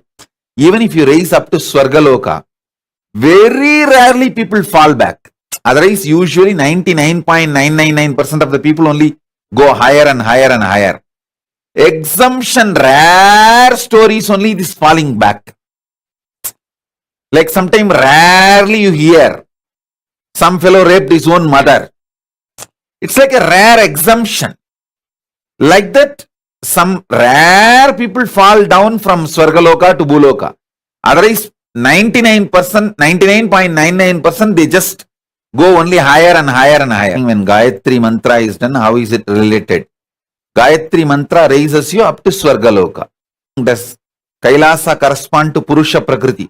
All Purusha Prakriti, everything you know ends in Brahmaloka. Above Brahmaloka, nothing nothing you even imagine about it. Nothing you can even imagine. You can only experience. Till Brahmaloka only, or your imagination projections can even measure. Actually, one of my devotee had a Jiva Samadhi, means he is not dead. He achieved Jiva Samadhi, but his body need to be kept in Samadhi. The body cannot be burnt. If you burn the body, he has to come back. If you don't burn the body and keep as Samadhi, within 13 days, he will have a complete liberation. Because the 13 days he need to be in the Jiva Samadhi state. The 13 days he need body. I insisted to their family so much. Please keep him in, bury him. Don't burn him. Don't burn the body. Bury his body. They were so angry with me. They showed their anger on me, on that fellow. They burnt the body. This guy was watching the whole thing. The guy who died, he was watching the whole thing. He was watching that how I personally made a phone call. That family was very abusive of me. They were never connected to me. Wife and the son and daughter. All three were not connected to me. They were abusive of me, but I made the phone call and said, understand, our relationship is different. He achieved Jiva Samadhi. He is my disciple. So listen, don't burn, bury. And in India, always every village has a burial ground. He is from India. But they were bent on burning his body.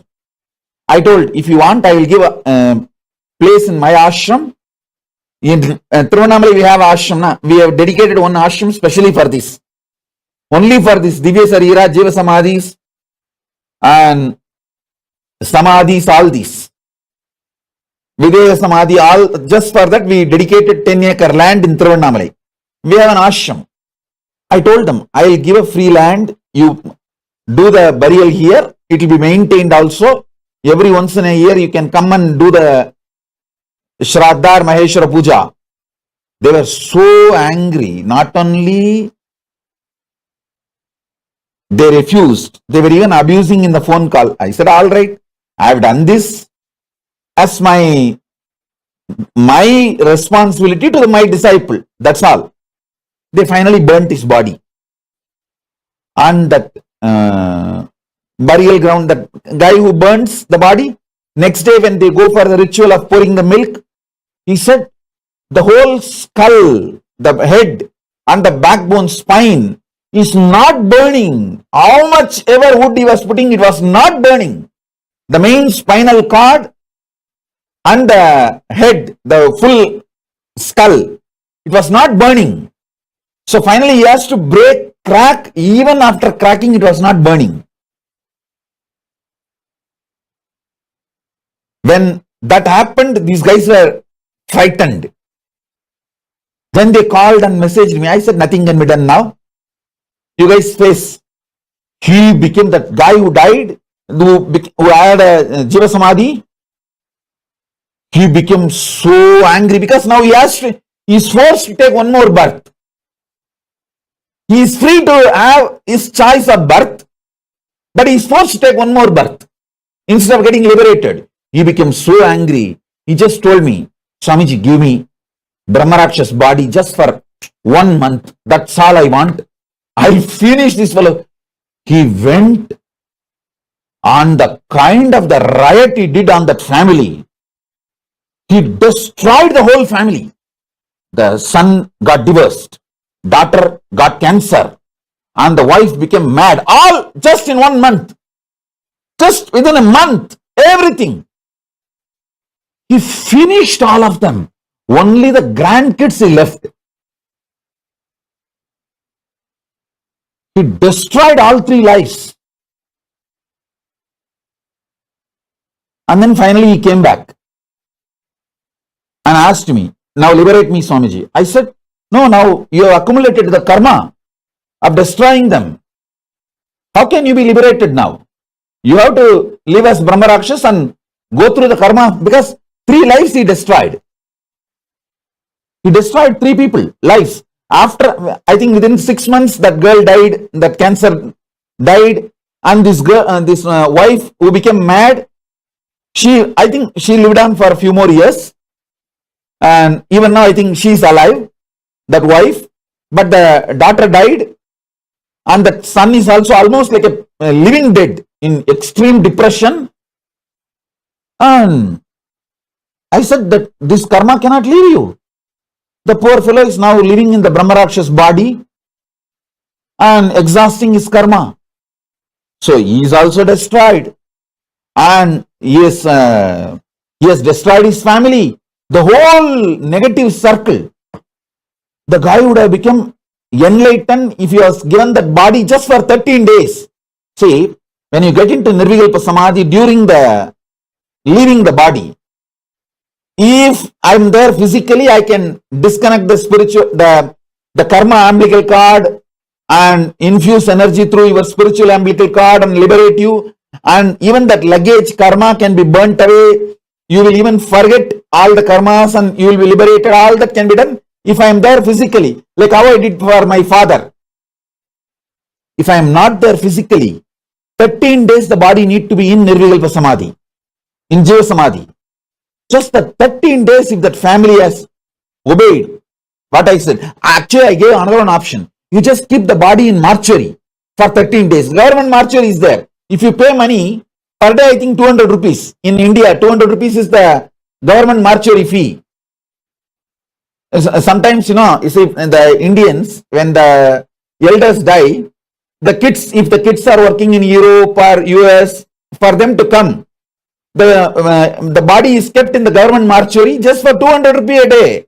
That's the rent. I told them, 13-day rent.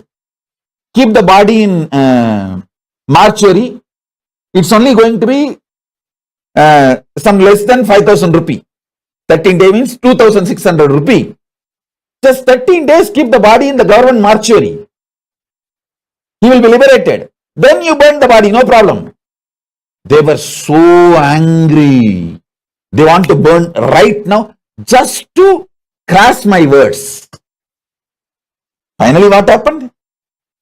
His life was destroyed and he is hanging around as a Brahma Rakshas, and all the 3 lives destroyed. Not only that, the fellow goes every other day to that house and terrorizes everyone. Suddenly from fan, blood will pour in their house. They sent me the video clips in the cell phone. All kinds of things he will go and do in their house. What can be done? Nothing can be done. Neither he got liberated, nor that family was able to live happily. Actually, if he got liberated, the 13 days they kept him in the mortuary, the body.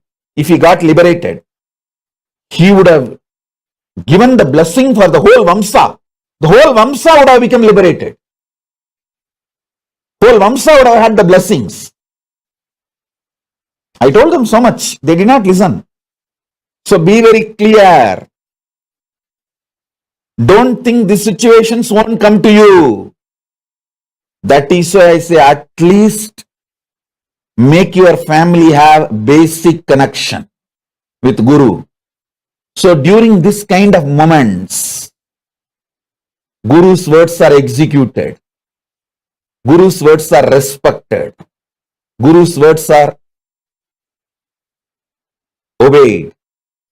Sonali Gupta is asking, when our families are not aligned, is it due to our own past karma? No. Not past karma, your present karma. Strategize.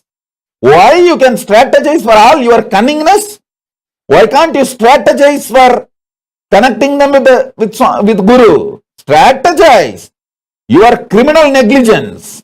Don't try to use the word karma, all these, that. Your criminal negligence. Take the responsibility.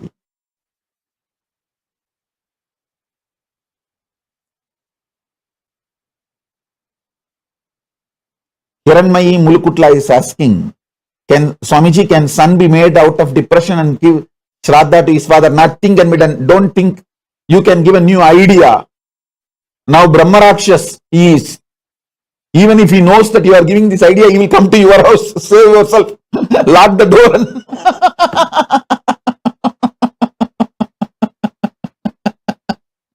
Even if he hears that you are giving this idea, he will come to your house. Don't invite him.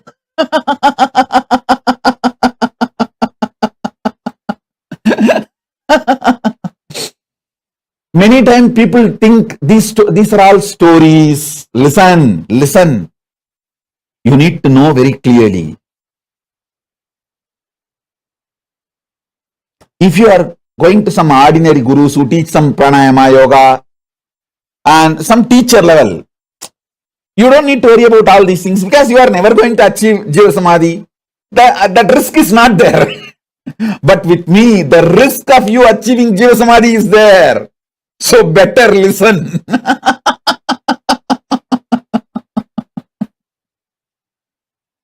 And now, see, actually when this fellow asked me for the Brahma Rakshas body, I said, no, just go through this frustration, be patient, maybe wait for 1 year, slowly this frustration will come down, then I will give some idea. Actually, some solutions can be done. Like people who are brain dead, the Brahma Rakshas can enter into their body, and once they occupy that body, that person will die, and this person also can be liberated from that body, and that person who was already in that body, both can be liberated. So I told him, wait, I will arrange something like that. I will inform you. And don't go for this Brahma Rakshas body. You are in frustration. I told him, in frustration, don't take the decision. But he was not ready to listen. And he already had a Jivan Mukti. So he has a freedom to choose the next body. In the frustration, he chose the next body. What? After achieving Nirvikalpa Samadhi, how can I not have a liberation? Who are the fellows who stopped my liberation? Come on, let me see. What can I'll show what can I do. I told him, don't wait. You are in the frustration. Actually, when the Nirvikalpa Samadhi starts inside the body, it starts like a fire. So you need a body for that fire to spread and burn all the biomemories. I told him, marriage cannot be stopped just by stealing the comb.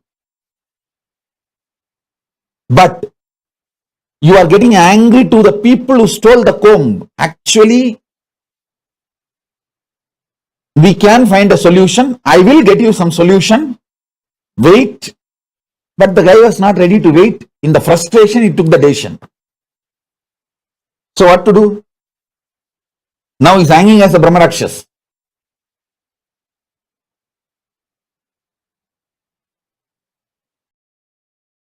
I am not even sure how to strategize. Wish I could have a personal guidance. I have given you enough guidance.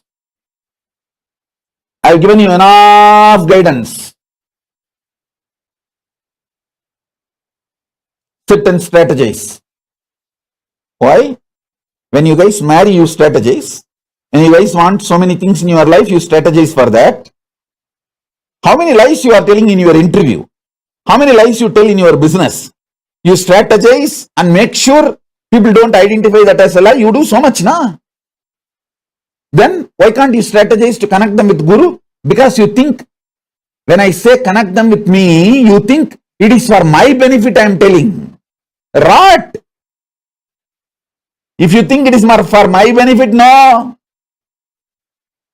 That fellow also, when he had the body, he was thinking, it's for my benefit I am asking him to connect the family with me. So that is why he is in a mess. Don't think these are stories. Actually, I don't want to reveal their name because they are anti-me. They will get more agitated if they know I revealed their name. Not only that, now Every time when these Brahmarakshas come to their home and makes a mess, they send me the cell phone clip and ask me for a blessing. But I can't do anything. That fellow, that Brahmarakshas is so powerful, he actually puts signature on the wall. He puts signature on the wall. They say that in wall, suddenly the signature appears, Swamiji, his signature. When he was in the body, how he used to sign, the exact signature appears in the wall.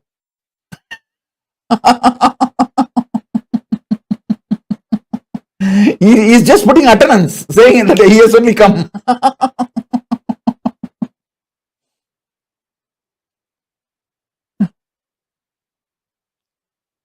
Actually, our Ohio Mahashivananda, she made me as a decision maker. If she is unconscious in the hospital, if she can't make decision, whether to remove the life support or anything, I should be the decision maker. She made a will. That's great. But after that, how the body should be dealt? Naturally, it will not be in my hand. Even if you write a will, it will not be legally in my hand. It will be only in the family's hand. And in India, nobody bothers about will and all. Once they burn the body, even if you have a will and go to the court, judgment will come after the whole family dies.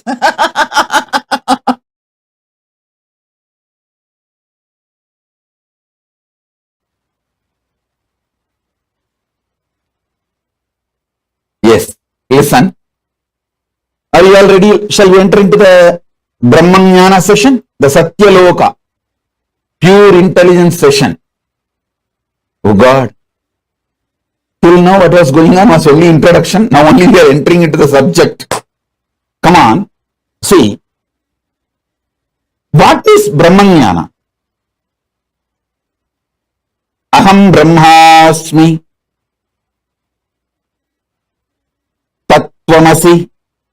Ayam Anma Brahma. Sarvangalvidam Brahma.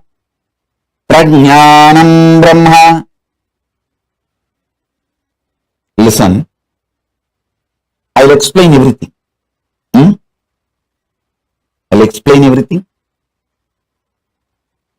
First listen to all these words I am uttering.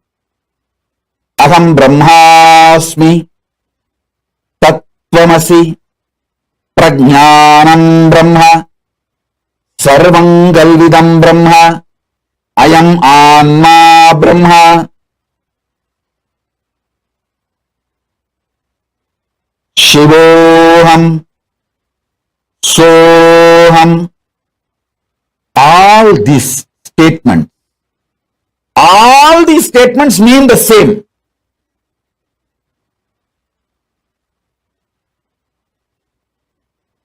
These words are all called Mahavakya. This is the pure Brahmanyana. This is the pure Brahmanyana, Satyaloka.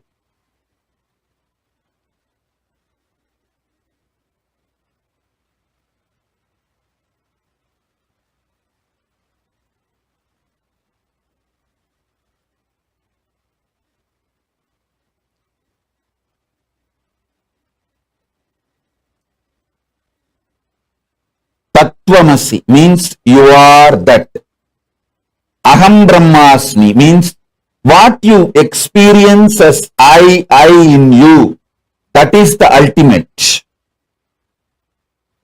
Prajnanam Brahma means the knowledge. Pure knowledge about Brahman is Brahman. I am Atma Brahma. What you experience as Atma is Brahman. Sarvangalvidam Brahma. Whatever is, which you can imagine, not imagine, whatever is Sarvangalvidam Brahma.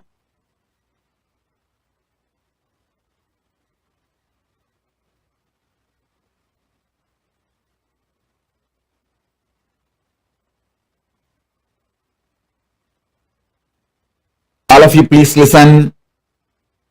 Complete attention please. Prajnanam Brahma means complete knowledge about Brahman is Brahman. Sarvam Kalvitam Brahma, everything exists. You know, you don't know, everything is Brahman. I am Anma Brahma. Your very soul, core is Brahman.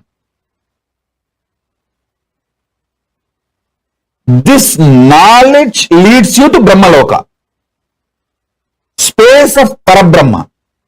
Listen. Satyaloka and Brahmaloka is one and the same. Even if you reach Satyaloka, that's enough. From there, automatically you will merge into Parabrahman. Making this truth not as first priority, but only priority, takes you to Brahmaloka. Now, whatever I said, these few words, whatever you can capture, whatever you understood, type it. Then I'll take you to the next step. Listen.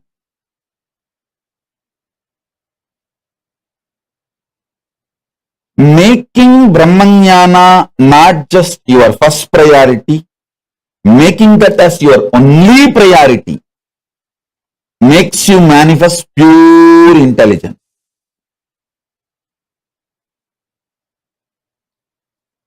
Come on.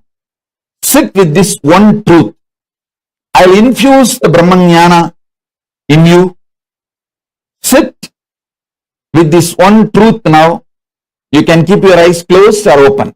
Come on. What is the essence of Vedas? Vedanta. What is the essence of Vedanta? Aham Brahmasmi.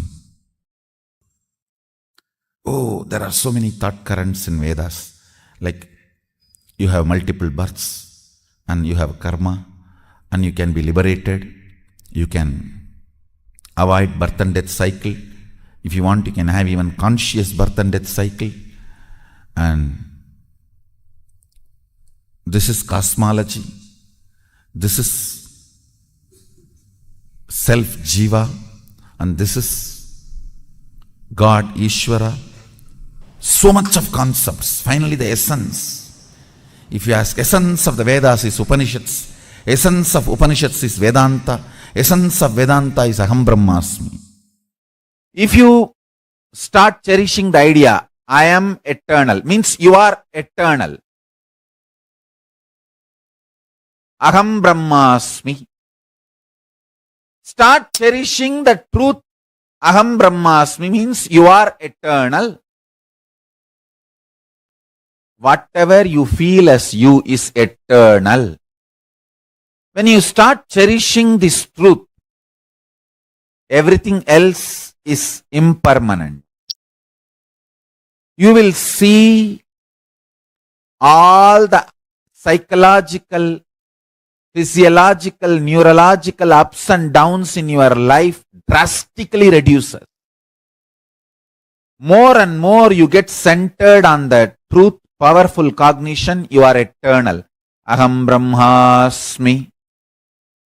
Other than you being eternal, everything else is not you. When you cherish this one powerful cognition, internalize it, so much of powerfulness will manifest in your life. It raises your physical health, mental health. Nobody can put a value for you. You decide the number. Your utility for yourself and others increases. Wealth is nothing but your utility for yourself and others. If you are able to increase that, your wealth increases. It has nothing to do with education. Understand? Qualification is different, competence is different. Life is all about competence, not about qualification. Qualification may be an initial visiting card, good visiting card, but that doesn't make you successful. Competence makes you successful. Powerful cognitions makes you competent. the most sweetest word Parabrahman wants to hear is Aham Brahmasmi. You declaring, I am Brahman, oh God, I am Parabrahma. Paramashiva is waiting for you to declare, hey, Paramashivoham. Understand this. Understand one thing. Evolving in cognitions is absolutely celebrated in multidimensional logic. This is one of the most important truth. Ontology of Paramashiva in Paramashiva ontology, there is no space for jealousy, there is no anxiety, there is only one thing.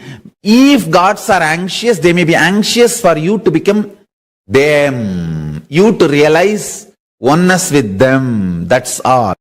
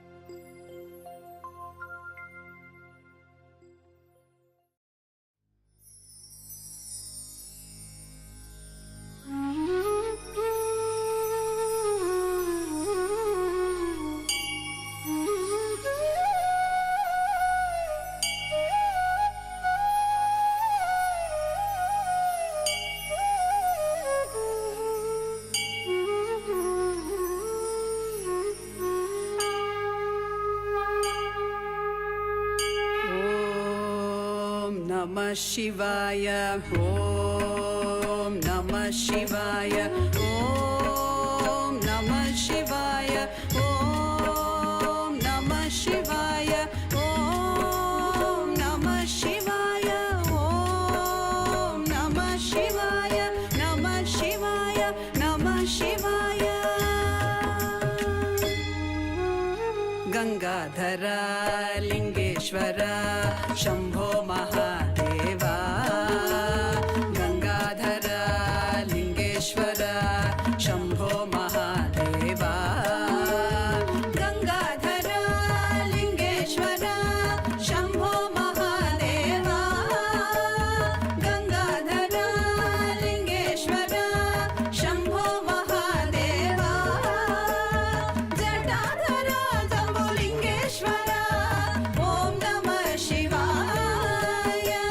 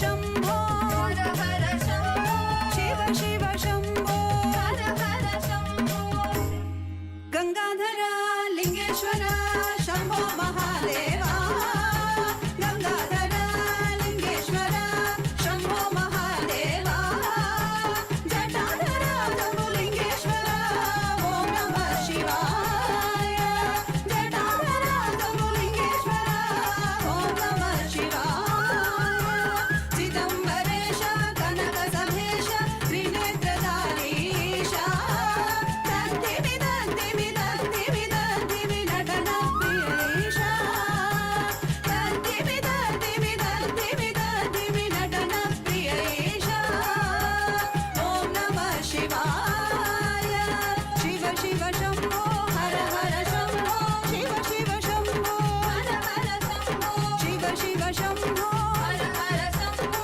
Shiv Shiv Shambho her her Shambho Shiv Shiv Shambho her her Shambho Shiv Shiv Shambho her her Shambho Shiv Shiv Shambho her her Shambho Shiv Shiv Shambho her her Shambho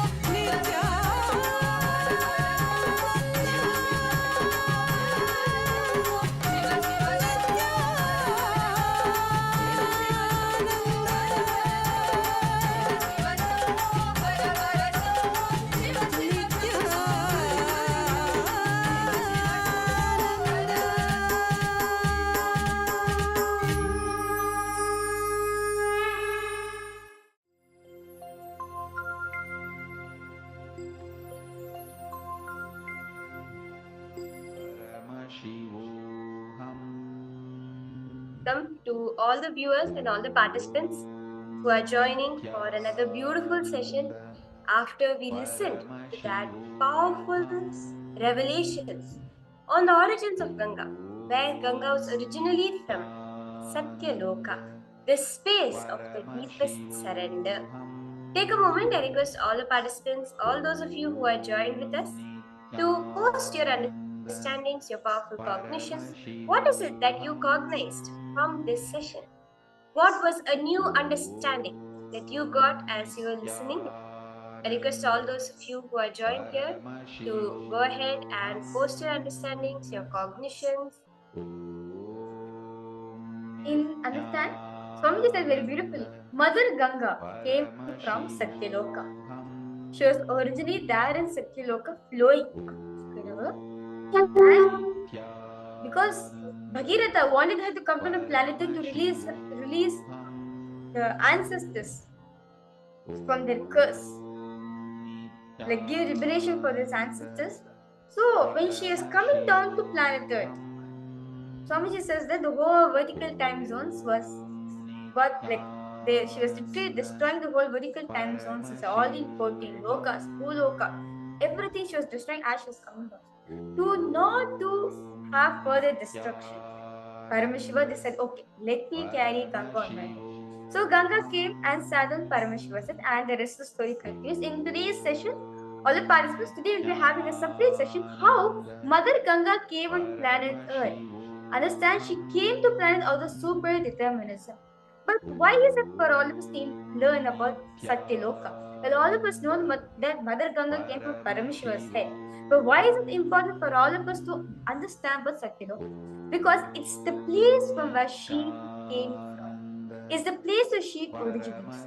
The place of pure surrender.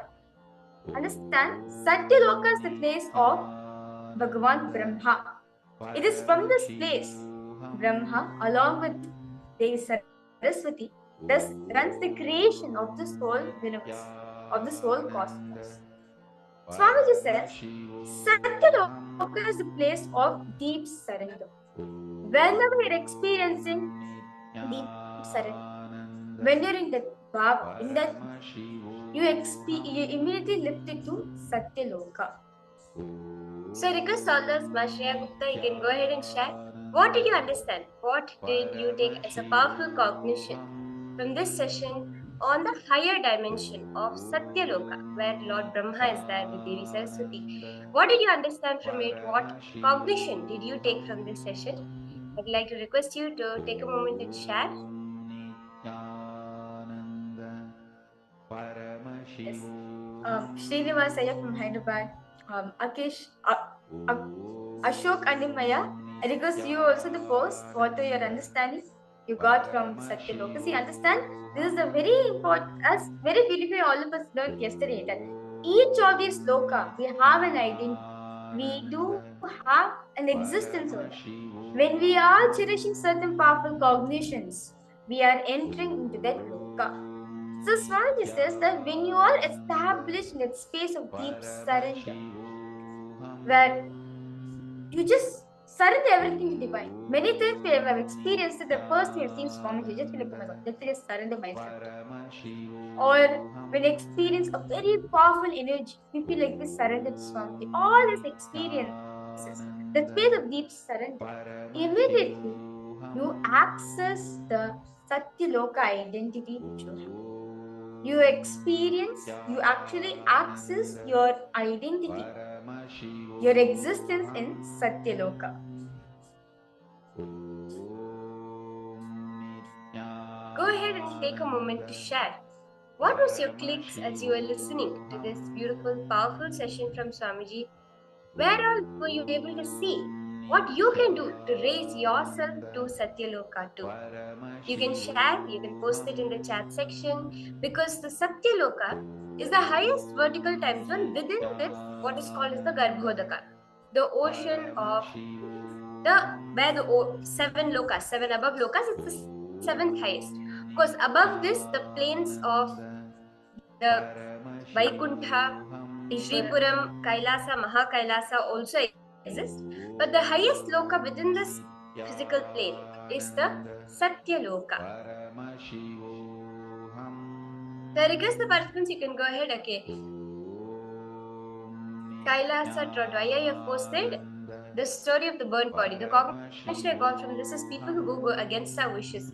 We need to remain steadfast in our own authenticity and not let it affect us to the point where we will take action that we ourselves will regret. We need to ask if our decisions will create more negative karma or keep us moving towards liberation. That's a very beautiful cognition because aligning all our actions with the cosmic law, with the understanding of super-determinism, that it's not someone else who is deciding for my life, but it is me who is deciding for my own life. I request all participants first, yes, Pavanaya, Nithilingodhavanaya, I request you too to post your understanding of this session on Satyaloka.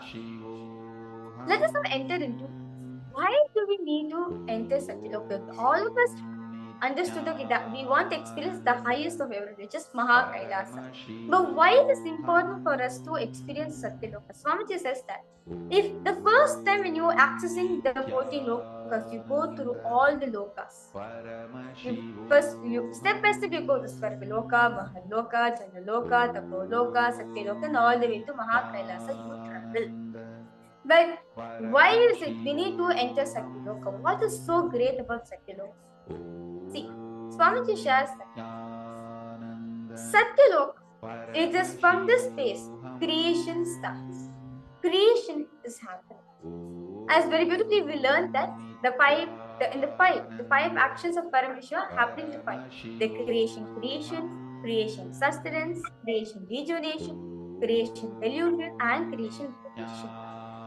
In Satyaloka, Paramashiva is appointed Parabrahma, Lord Brahma, and Devi Saraswati, the divine consort of Lord Brahma, to do the creation of the cosmos.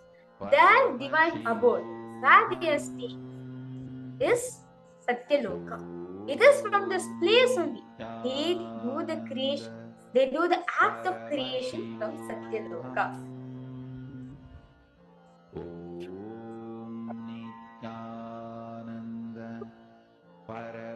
Satyaloka. Even if you visit Satyaloka, Ganga is also there. And if you're in Bhuloka also, especially go to Kashi, she is also there. So Satyaloka is the place where she originates. So let us now understand more deeper truths about Satyaloka and how can you experience it today.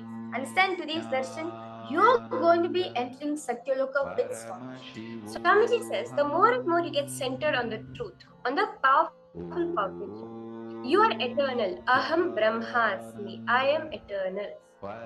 Other than you being eternal, everything else is not you. That is what Satyaloka represents. Where you realize I am Brahman, that Aham Brahmasmi. I am eternal, I am the universe, the existence. When you cherish this one powerful cognition and internalize it, so much of powerfulness will enter into your life, will manifest in your life, because that is what is raising yourself to Satyaloka. So take a moment now, I request all the participants to get a pen and paper. Pen down what all you think about yourself. What are all the ideas, the understandings, perceptions we hold about ourselves? Marcia Gupta is saying, when I visited Gangotri Valley, I experienced that surrender and was given the experience of deep silence. Maybe that is the gift of the glimpse of Satyaloka. Definitely, Ma, because the origins of Ganga's source is Satyaloka. So take a moment and write down now. What is your cognition about yourself that you currently hold? You may think I am tall. It can be something. I'm a woman, I'm a man, I'm beautiful, I'm ugly, I'm tall, I'm short, I'm Indian, I'm American, I'm European. What are all the different ideas you carry about yourself? I'm intelligent. Swamiji is manifesting through me. Like this, there'll be hundreds of ideas you carry about yourself. Write them down. Yes. Ma Ashini Gujadul, Nityananda Ma, welcome you for the Paramashivoham program.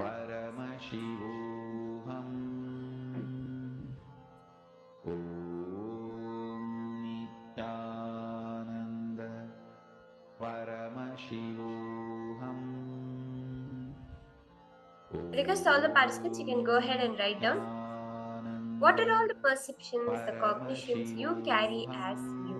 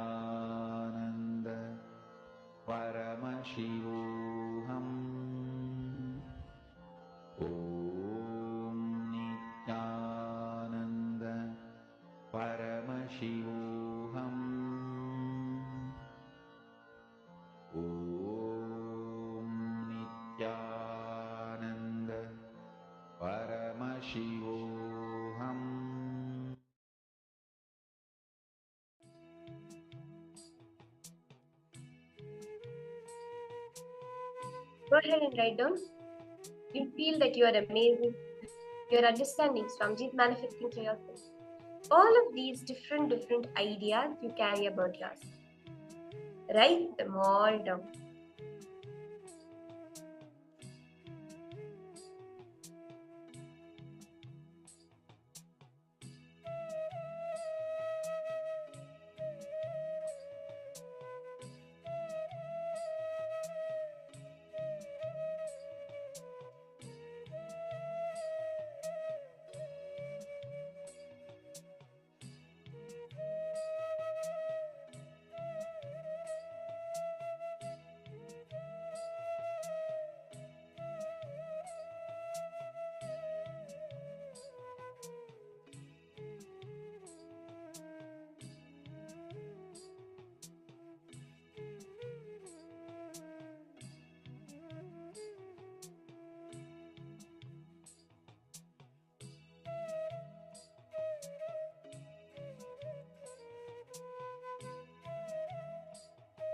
Any of you are having any questions, any doubts as you're doing this exercise, feel free to go ahead and post your questions.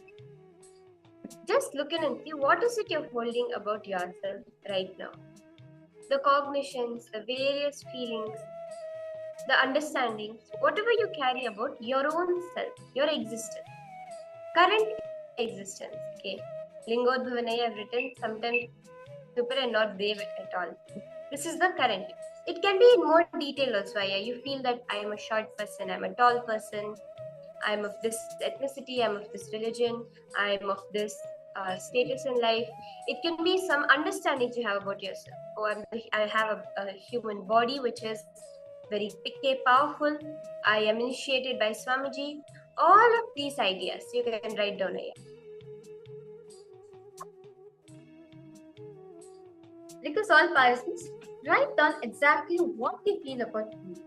The cognitions which you carry about you may not necessarily have to be something good. It can be something like bad about yourself, what you think about yourself, that I'm missing this, I do not have this. Or whatever you cognize as you pen it down.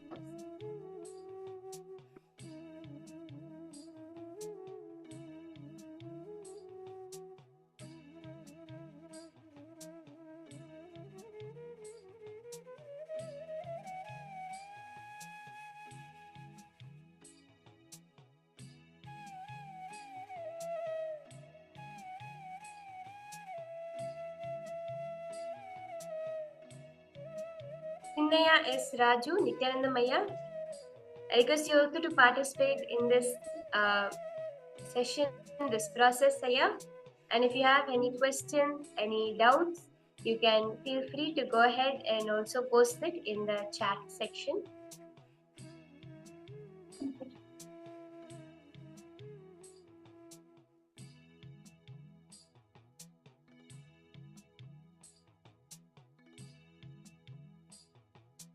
Yes, yeah, Nityanandamaya. If you have any questions or doubts you have here, please feel free post in the chat section.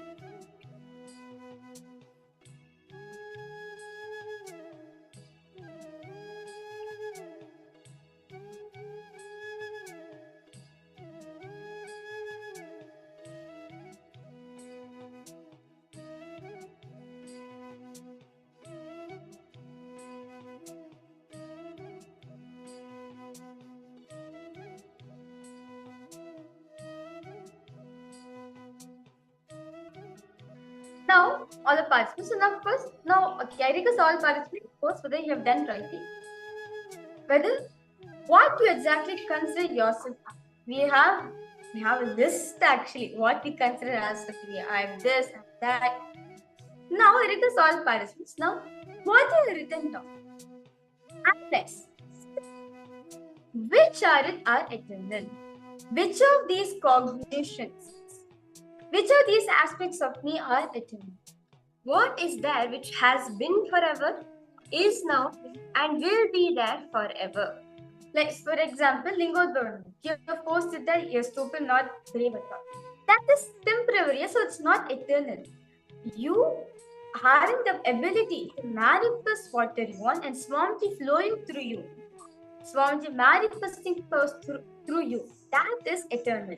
If you hold a cognition about yourself, I am tall, for example. Actually, even that is not eternal, because once this body goes, the next body you take can be in any form. But Swamiji manifesting through me is eternal. Paramashiva, Swamiji, has always been manifesting through me, is manifesting through me, and will always be manifesting. So go ahead and write down, just categorize it as which are eternal and which are not eternal.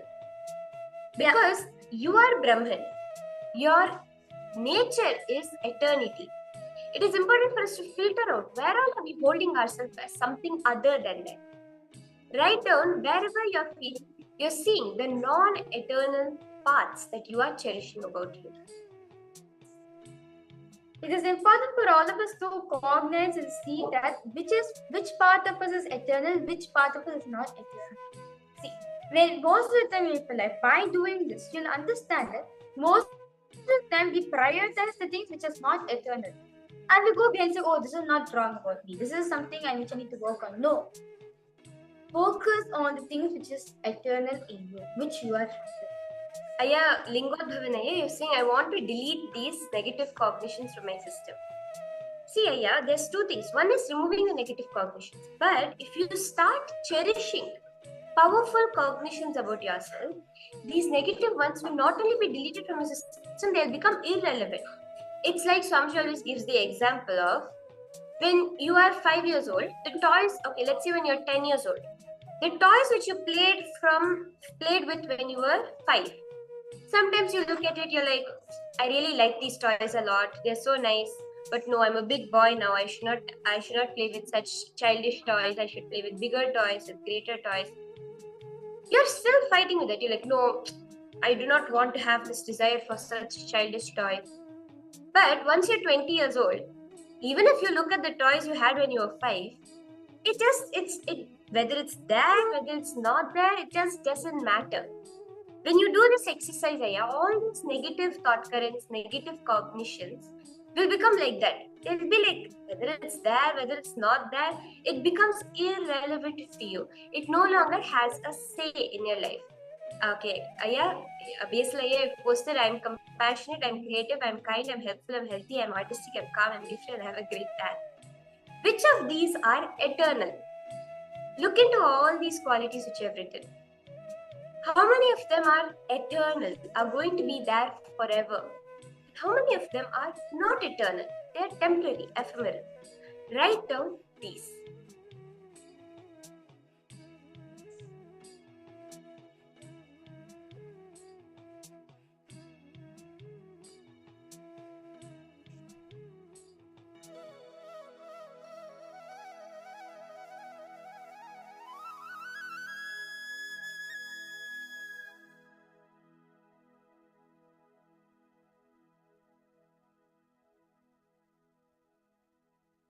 All participants, suppose if you have any questions or doubts you have, please feel free to post in the chat section. Sally Chen, I request you to post whether you want any help you want in writing this exercise.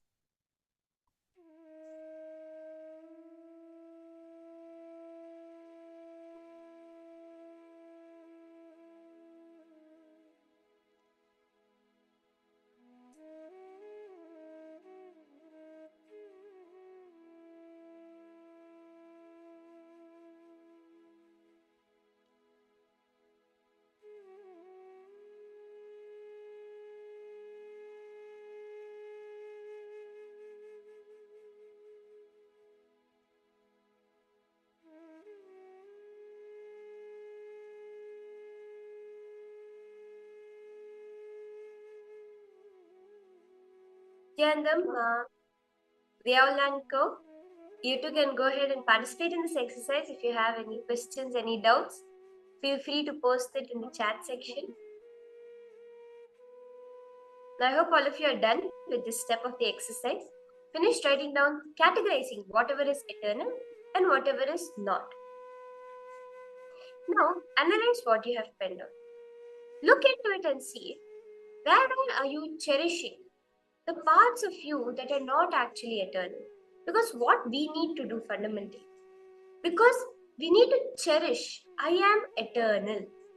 When you cherish all these eternal aspects of you, you will beautifully start manifesting powers. You will no longer feel that you are bound by anything external happening. You will just know what you need to do to manifest your reality. So I request all of you, go ahead and analyze it and see how you can transform the cognitions you cherish as I am eternal. Swamiji says that when you cherish yourself as not eternal, or when you cherish on the things which is not eternal, you're only limiting yourself to this world. You're only limiting yourself to this one body.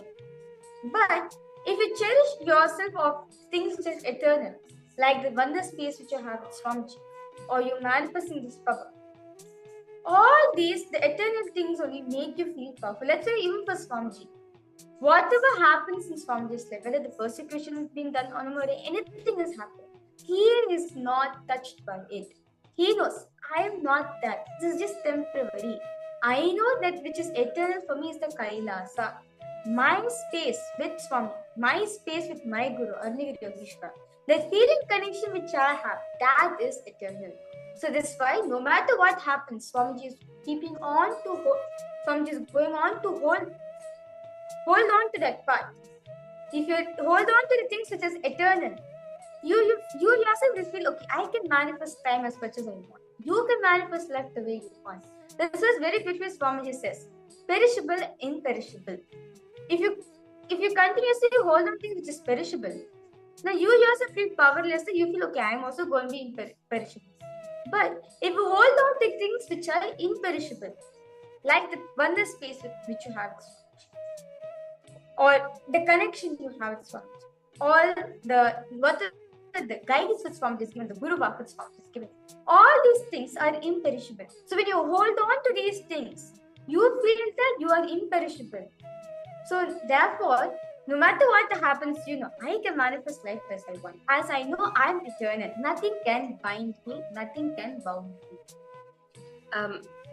Basically, if post that I feel all of them are eternal except the tan that will be determined by whom I show up as in the next life. That is right, Aya. The fundamental qualities, the Akshaya Gunas that we have cherished, as long as we have built it as a powerful cognition about ourselves, they will be eternal. But there may be many parts of our life, maybe not this moment, but we cherish some things about ourselves as in I'm victimized by life. Some people may carry this, or I am struggling in life. Some things like this, whichever we cherish, as long as we are human, there will always be the negative and positive. That is why we are all in Paramashivoham. To move from that, whatever we currently see ourselves as becoming Paramashiva. So those cognitions is what needs to be dropped. All the cognitions you have put are very beautiful cognitions, Aya. Cherish those more and more. These powerful cognitions, the eternal parts of us, when we cherish that, what happens is we realize our nature is Aham Brahmasmi. I am this existence.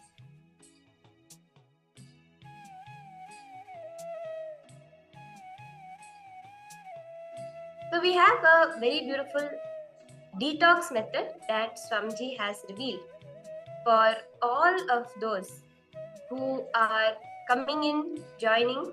For everyone attending the Paramashivoham program, there is a very powerful detox method that Swamiji has revealed. So all of you can also follow along and you can listen carefully, take notes as we explore this method that Swamiji has revealed, because it's very, very powerful. Swamiji says this method has the ability even to clean up a brain which has eaten non-veg. So if there's any of you who knows that you have eaten non-veg in the past, have polluted the body with the non-vegetarian food, this technique that Swamiji has revealed from the ancient Hinduism has the power even to clear up those effects on our body.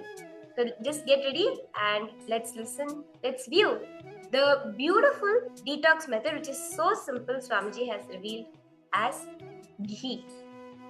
Ghee is nothing but the clarified butter. The butter, once it has been boiled and it's come to the purest state possible, it becomes as ghee. So this ghee Swamiji has revealed, actually ghee in Hinduism has so many medicinal properties. We may think of ghee as actually an oil or a fattening thing, but Swamiji reveals ghee actually has the power to make you lose weight. The pure organic ghee gotten from the cow which has been worshipped, which has been taken care of, the gir cow, that ghee is so medicinal and has so many benefits for us. Ghee, and actually in the Ayurveda, is referred to one of the most important medicinal herbs which needs to be taken every single day. Like usually they say in Ayurveda that it's best to take just one tablespoon of ghee. Just drink it; it will actually does lots of good to your system. So ghee has so many benefits. One of them is Swamiji has revealed it can heal your stomach, not just by ingestion, even by just putting a little of it above on your stomach. Your pain, any stomach pain, can be healed. If you take 1 spoon of ghee and jaggery, which is the organic cane sugar which is got in the raw form, you can live without food or water, Swamiji reveals. Just having ghee and jaggery. If you have 1 teaspoon of ghee every morning before you have any other food, it can cool your whole system. Swamiji has also revealed that by inhaling the smoke of ghee, So you can take organic pure ghee, mix it with rice and burn it. The smoke that comes out of it has the possibility to completely clean out all the parasites that have been built in the system due to a non-vegetarian lifestyle. All of those can leave the system completely. Swamiji also says that by inhaling the smoke when the ghee is used as a fuel for the fire to be enhanced. If you just by inhaling that smell, it does a lots of good things, especially to your lungs. Swamiji says just by inhaling the smoke which is produced by the ghee, your lungs have the capacity to expand itself and get more oxygen. Furthermore, actually, this ghee has so many methods that each of you can use. Take note of them. And Swamiji reveals that if you apply on a banana leaf, the ghee, and eat pure Kaveri organic punni rice. So, in the Kaveri Delta in South India, there's a type of rice which grows called punni rice, which is unique to that region. If you eat that pure organic Kaveri punni rice on the banana leaf which has been smeared by ghee, the ability of your brain to grow subtle brain grooves and ability to hold the higher understandings and visualizations will just shoot up. If you burn the pure rice, pure cow's ghee and the proper mantras, do the Agnihotra, which is the traditional ritual in every Hindu household, with pure cow dung cake, organic cow dung cake, desi cow dung cake. With that, if you do the Agnihotra, that smoke, the air, can keep your hunger free and fully charge all your internal organs for at least 8 hours. And Swamiji says 1 teaspoon of hot melted ghee lifestyle for no diseases. So always Swamiji has repeated again what is repeated in our text, in the sacred Hindu text, that ghee must always be consumed in an absolute liquid form, completely melted in a pure liquid form. That is when you will get the medicinal benefits of ghee. So if any of you have any questions, any doubts, the power of ghee is really very powerful. Okay, Ma Ashini Gujadhur, you have posted, Ma, I have this thought that I'm not intelligent and my memory is not good. How can I change this thinking, Ma? See, Ma, the idea you have of bad memory, of not being intelligent. Ma Ashini Gujadhur, sorry, Ma. Ma Ashini, you have posted that I have the thought that I'm not intelligent and my memory is not good. How can I heal? See, Swamiji reveals that this is not eternal, as we just did in the process.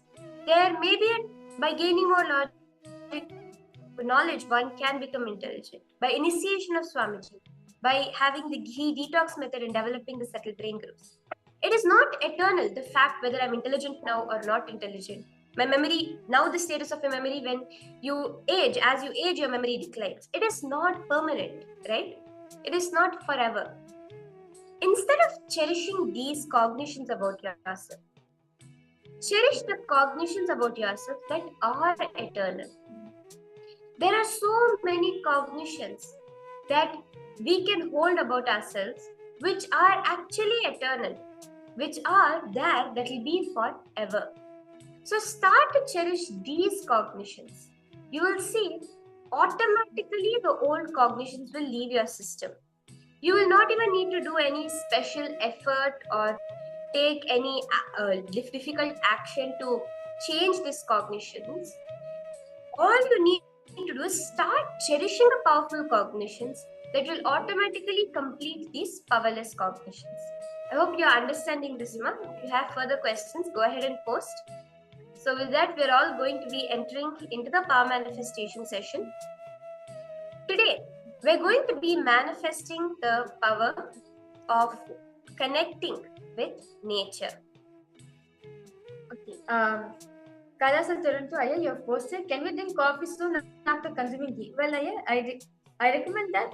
Swamiji also said that first let the ghee, in an empty stomach, you can consume the ghee. Then once you finish your daily routine, your morning routine, then after consuming coffee, it's fine. But immediately right after you taking the ghee, I don't think it's good. Okay, Sindhaya, you have posted that, Ma, is ghee adds cholesterol to our body? Please address. Yes, Swamiji says very beautifully, ghee cures you from diseases. Just by taking ghee, you get no diseases. So you won't get any cholesterol to your body. And Swamiji has also revealed that the ghee has a property. We may think it's a saturated fat. It adds more of the cholesterol in our body. Swamiji has revealed that ghee actually reduces cholesterol from the body. It has a particular enzyme within it that facilitates our digestion and removes cholesterol.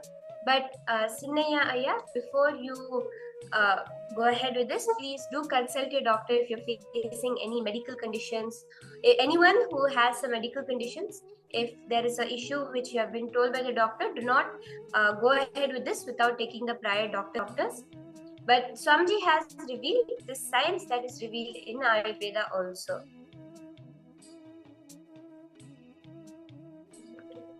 Ayya, you also have some educated knowledge, tall, plump, all voted, not eternal. Only inner qualities are like seeking the Guru, seeking the God. Yes, that is very beautiful. So let's all now enter into a beautiful power manifestation. So today, the whole day, we're going to be manifesting the power of connecting to the nature around us. So this is going to be where you're going to be able to alter the Vatavarana. I'll tell you a simple example of this power. In Gurukul, whenever for example, we have our studying time, we have the time to play. For the time where we do study the 64 arts and have some passion time. So what would happen? We all love playing in the rain. But if it starts raining during our studies time, we can't go. So we would tell Indradeva, the Lord of the one who showers rain, we'll tell Indra Bhagavan, Varuna Bhagavan, we really want to go play in the rain, but you've come little too early. Can you wait for half an hour? Our class time will get over, we'll change and we'll come and we'll be able to play with you, please. That instant it will stop raining. Sharp half an hour later, classes get over, it will start raining. Or else we'll be sitting, it will be hot, it will be sweltering hot, and we'll be doing the puja, the rituals. We'll say, Surya Bhagavan, little bit reduce, no. Vayudeva, come, please help us blow some breeze. Immediately, instantly, the clouds will cover the sun and a cool breeze will start blowing. See, this power of altering the Vatavarana, where Paramashiva reveals Ichha Shakti Ruma Kumari. Our will is powerful enough to manifest anything we want in our reality, just by your will. But to first cognize this, let us connect with the very first piece of nature in front of us. You're going to be moving an object on the floor. So we have been manifesting this power of consciousness over matter throughout the days also. We will start today with manifesting that because we need that few minutes to first connect to something that's immediately in front of us before we can connect to the whole vastness of the atmosphere itself. So I request all the participants, you can get a coconut or any object that you can place on the ground in front of you. So you can make sure the ground is absolutely flat. There's no tilt or incline in the floor. And you will be able to move any object on the floor.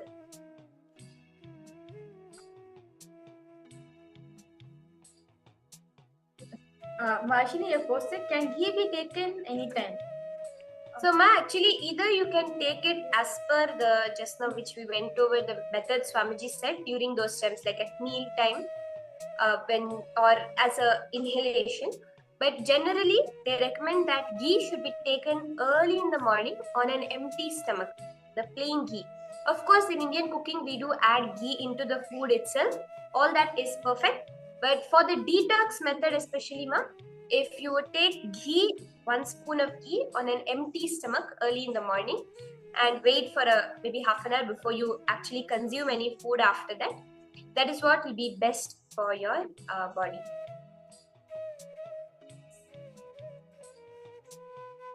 So let's all get ready our objects which we are going to be moving.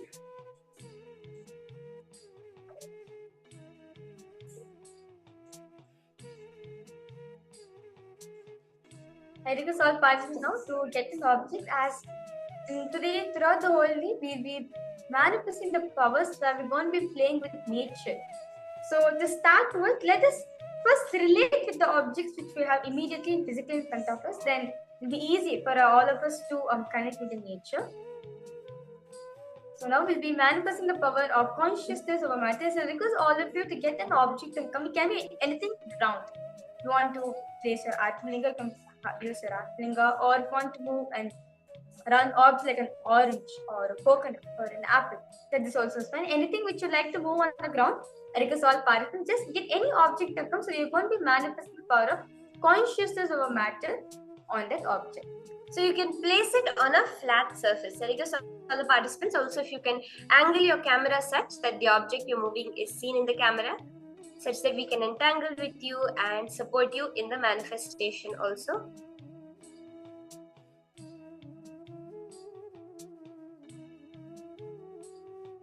Go ahead and position your camera such that it is seen. The object you're moving is also seen in the camera along with you.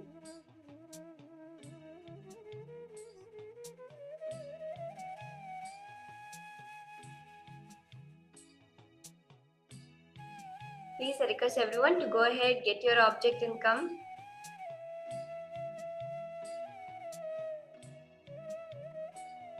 Nitya Naresha, Nityanandama, you too, Ma, you can go ahead, get an object, place it for you to do manifestation.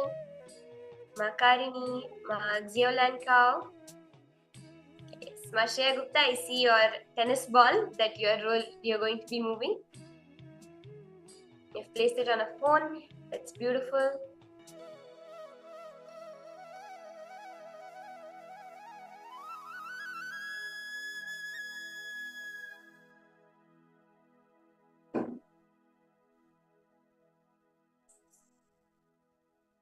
Now, I request all the participants to sit straight. You can close your eyes if you would like to. Preferably close your eyes and start to connect to Swamiji. Connect to the life that is not just present within you, but also within that object.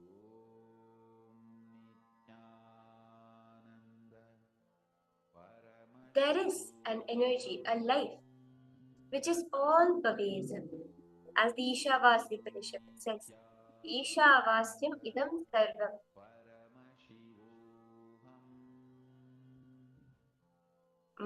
The energy, the cosmic energy is all pervasive. Just connect to that. The same life in your body is present within the object that you are moving.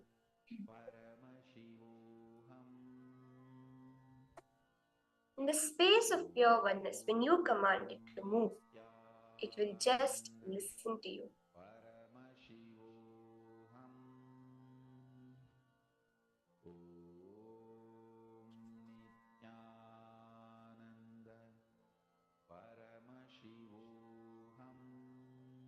You'll just see it happening as a powerful and beautiful manifestation.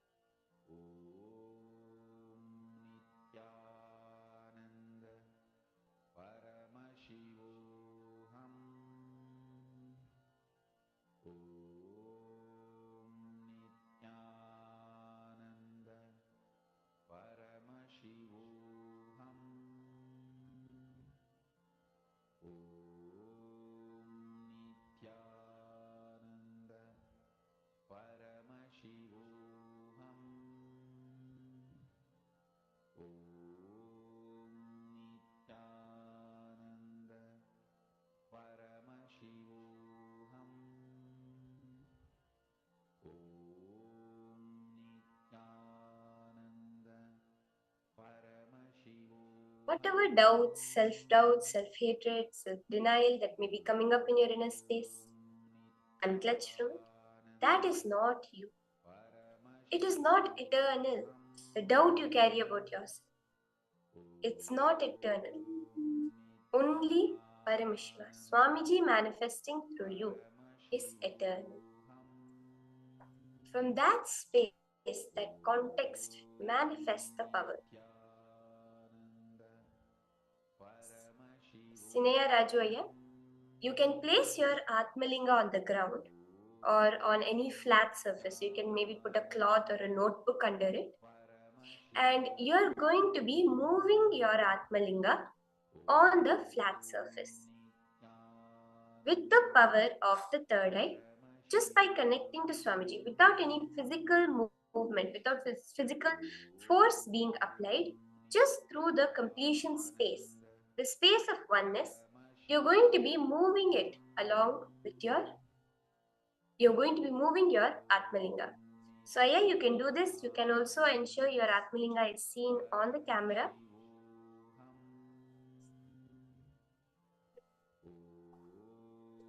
I see Lingodvivanaya's Atmalinga and Yes, yeah. Deslaya's. Yes, yeah. Sneha, yeah. I request, the Atlinga, you can place it on a flat surface. Like you can put like a cloth and you can put your Atlinga on the cloth, and through the third eye, you're going to move the Atlinga. You can place it lying down flat on the cloth.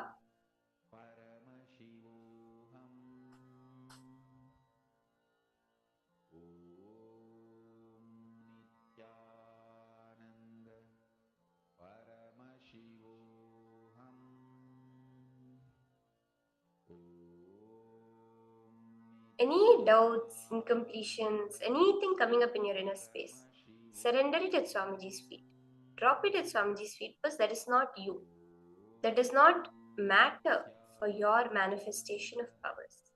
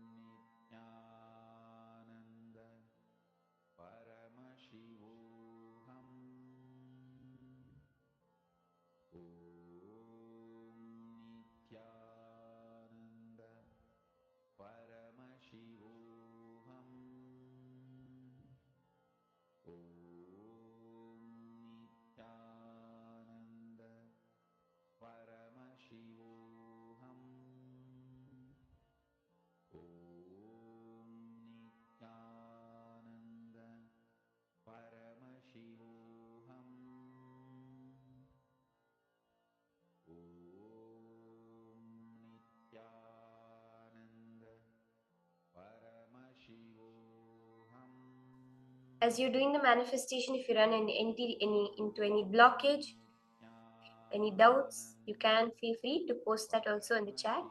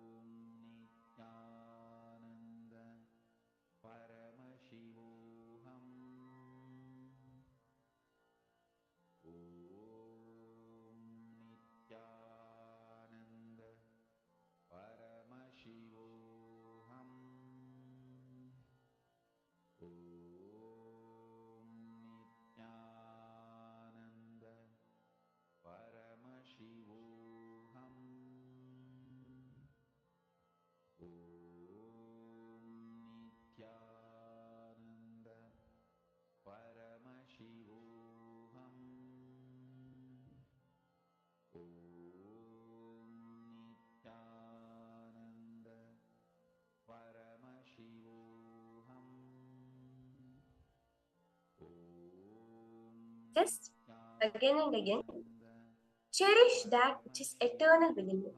Actually, if you look in and see, whatever you're able to see as eternal within you is also eternal within the object that you're moving. That eternity is the same.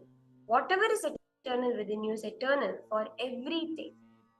Connect, associate, cherish yourself as that eternal part.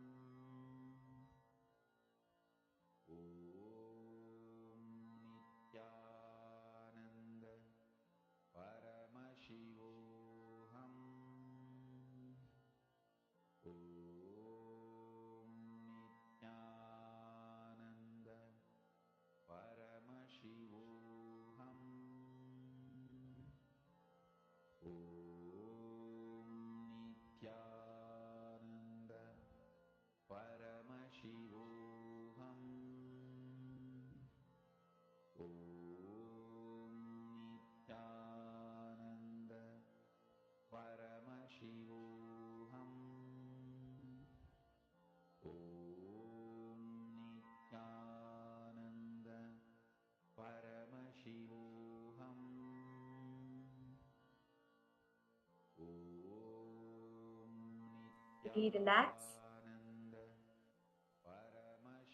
Request all the participants to slowly relax. You can look and see now how your object has moved. Whatever it is you kept, you would have at least noticed a vibration happening. That vibration is the first step for manifestation.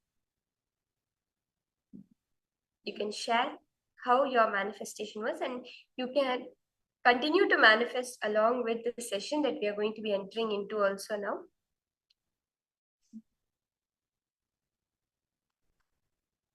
So the next session that we are now going to be entering into is a very powerful and beautiful session on what is the secret for success. In everything you do, what is it that the one quality you need to hold to manifest anything that you want? See, there are many things that we may cherish in our life that we may know of, may not know of. But there is one thing in any field in life, in any aspect of life, if you want to see success, you have to cherish that one thing. That one thing is will persistence. Only with will persistence, Swamiji is going to be beautifully explained to us what will persistence is and what will arrogance is. But understand that will persistence, only when you hold it, the Paramatma Shakti of Paramashiva, can you itself start seeing success in your life. So let us listen to directly from Swamiji now about this greatest power of will persistence.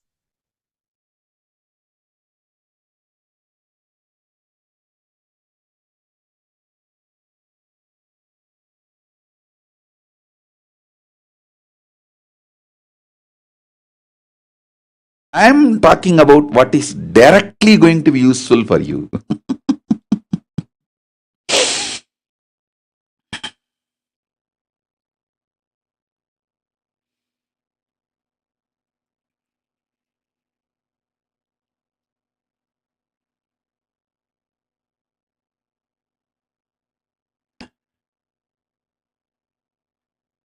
The greatest thing I learned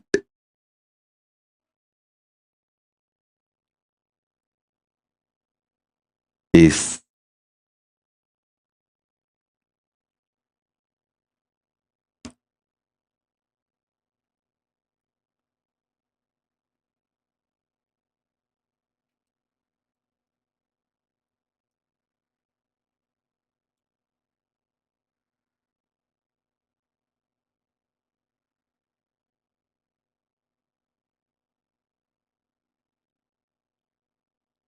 the stamina, power, strength of Parameshwara Sankalpa, the will, persistence, and ready to sacrifice, do tyaga of anything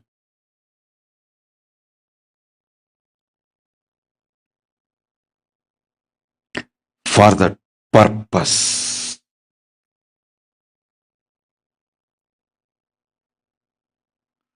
Living enlightenment or the outer world, success, power, money, whatever you want, happens with one master key: will, persistence. Listen. Not willpower. Willpower means you try to make a will few times. My health should be like this. My life should be like this. My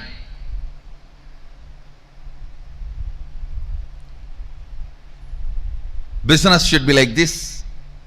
You make few will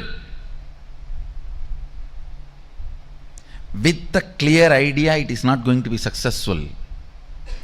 And when that fails, you think, oh, it is not for me, this is not for me, and you collapse. That is what I call willpower. Actually, it is will arrogance. But will persistence means the number of times again and again and again your ability to create the will intensely is will persistence. Your will is made out of the material called persistence. Please understand. Water in the Ganga breaks the Himalayas not because of power but because of persistence. Not because of power but because of persistence. Whether it is the inner world, enlightenment, or outer world success like money, name and fame, power, health, relationships, whatever you want, inner world or outer world, the master key is will persistence, not willpower. Willpower will always make you feel you are a failure. Will persistence manifests the real willpower and it will make you always successful. Understand? Ganga, the water of the Ganga, neither by its power nor by the objects she carries, she opens the Himalayas. It is just by her persistence she opens Himalayas. Just by her persistence she opens Himalayas. Understand? Will persistence, not willpower. Whenever you use willpower, it has to happen. It has to happen immediately. Always you have the shade. No, if it's not, what will I?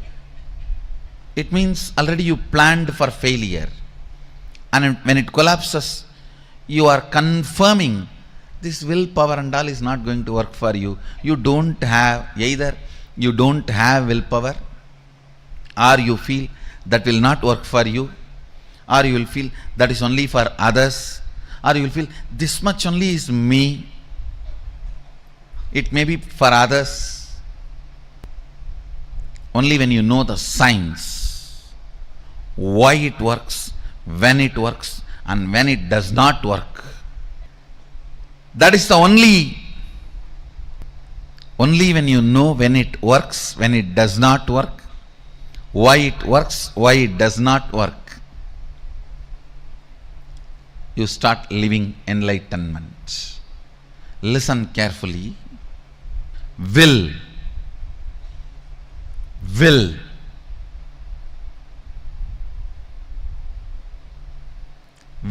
persistence means manifesting enlightenment and powers.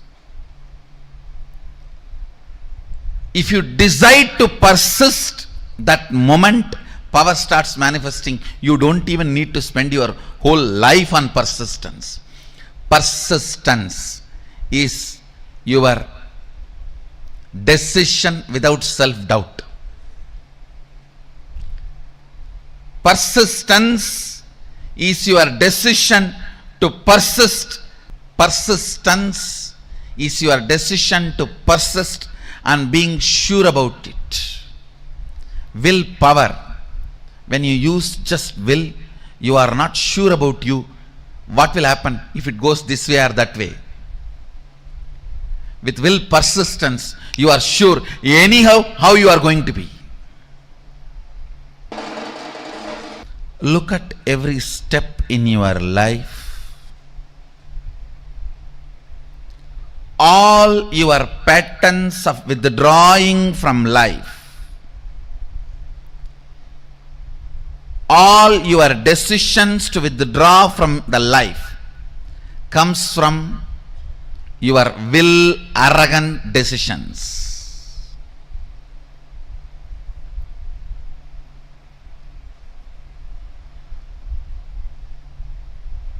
All the life involvement decisions comes from will persistence. I tell you, whether inner world or outer world, life is all about how much you are intensely getting involved. That's all.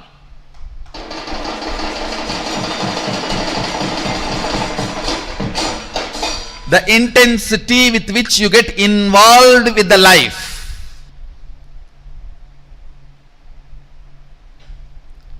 Intensity with which you get involved with the life.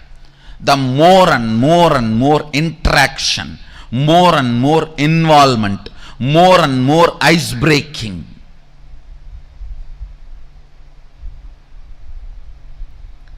Will persistence is all about life.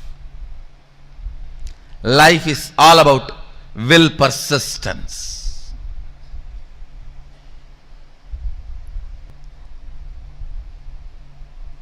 Will arrogance is failure. Will arrogance means I'll try to create a will. If it is successful, then I'll believe this philosophy. If it fails, if it does not click, then I think this philosophy is not for me. This does not work for me. Or I think this does not work for anybody. All this is what I call will arrogance. Let me check out how it looks, how it feels. The one and only way you will build will persistence is through Sangha. Sangha teaches you the science of will persistence.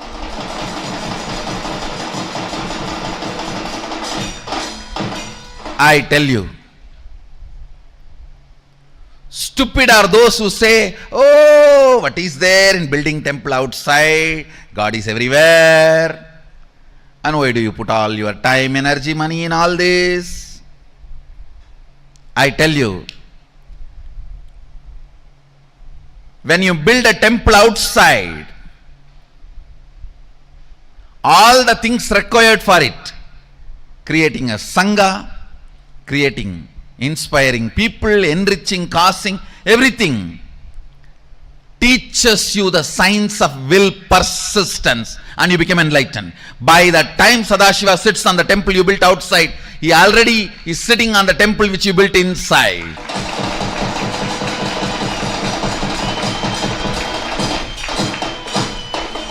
I tell you, anybody wants enlightenment, build a temple, you will have it.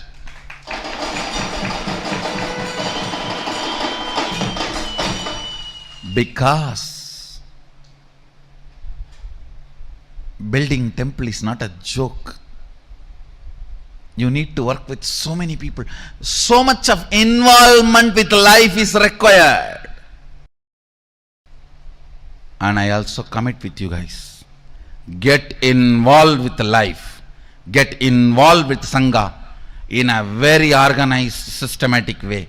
I am responsible for your enlightenment and manifesting powers. When I say, I'll do it. When I say, I'll do it. Will persistence does not take time as you think before practicing will persistence. You always think, oh God, will persistence means I have to persist whole life. Actually, your whole life is nothing but the moment you have in your hand. Persist in that few moments you have in your hand. That's all is required.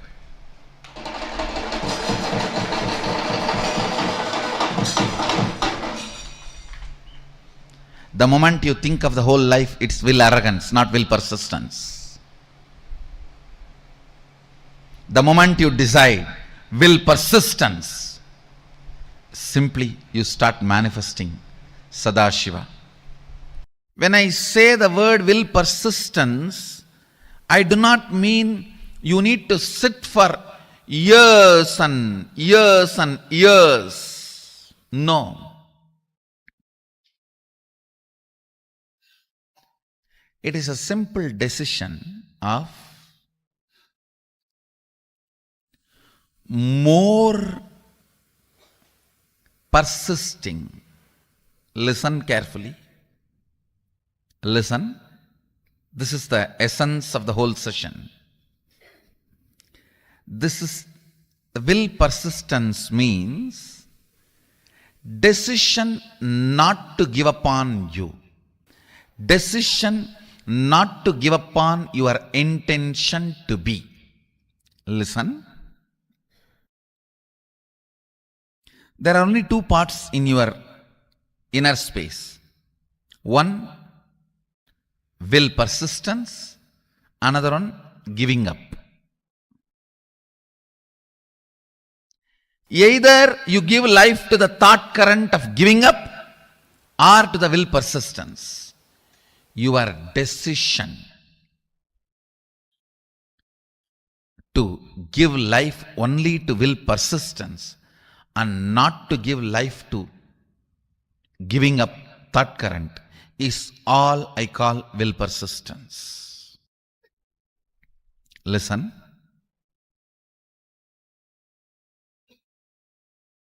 Actually, it's too easy. The truth is, it's too easy. Because you are giving life to giving up thought current, then persistence. Giving up thought current, then persistence. That is when it becomes complicated. It is like you create a terrorist group for some purpose and then you send your army to kill them. You create a terrorist group and then you send your army to kill them. Then world will never have peace. In your inner space, you do the same political game. For right or wrong reasons. For good or bad.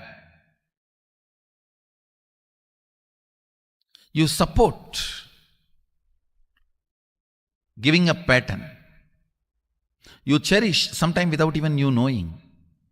Only when you are about to fail, collapse, you wake up, oh, not this, not this.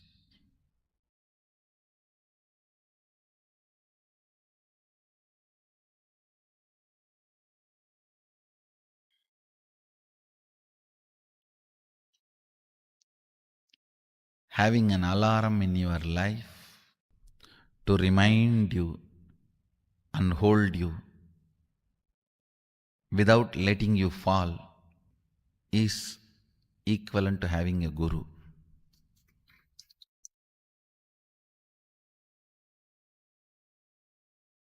Guru is all about that only.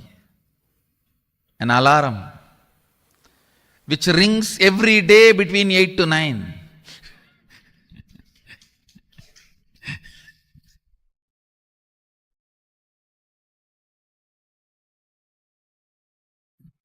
Reminding you constantly not to fall.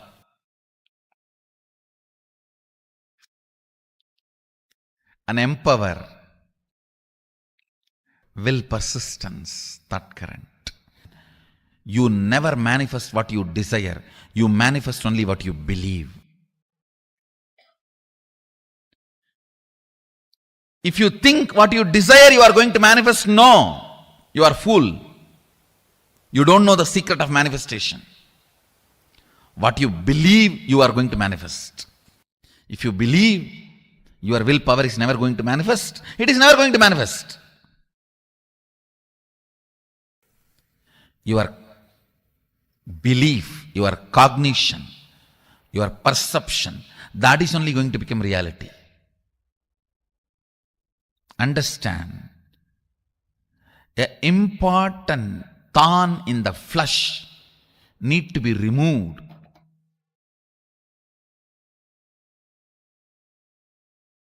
The pain point need to be removed from your inner spaces.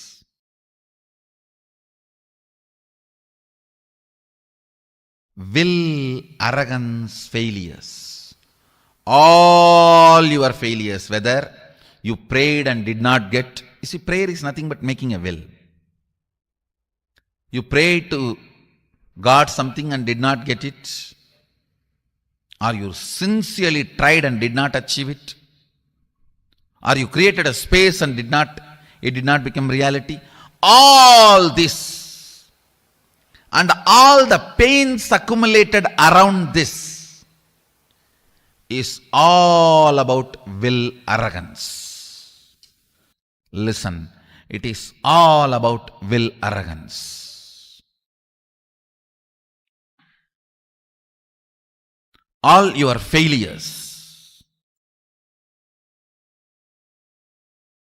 whether you failed in your own sadhana, spiritual practice, or you failed in your prayers, you failed in your efforts, you failed in situations, relationships, life, everything is will arrogance.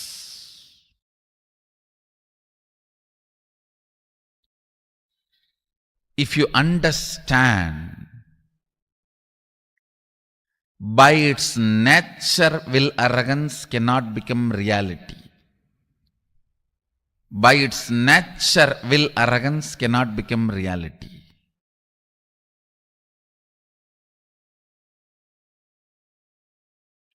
Only will persistence can become reality. So much of healing will happen inside you. Today I wanted all of you to do this as an assignment. All the situations you feel you have failed, frustrated, hopeless, list from the time you remember you.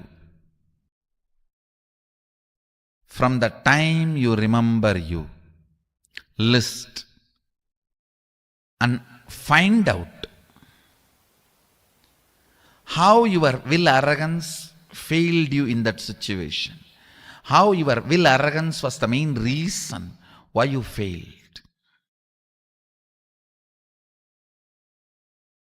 This understanding and then completing with this pattern of struggling with will arrogance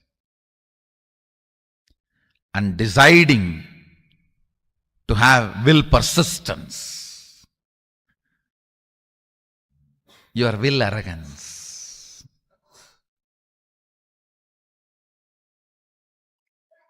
is the source of all the pains.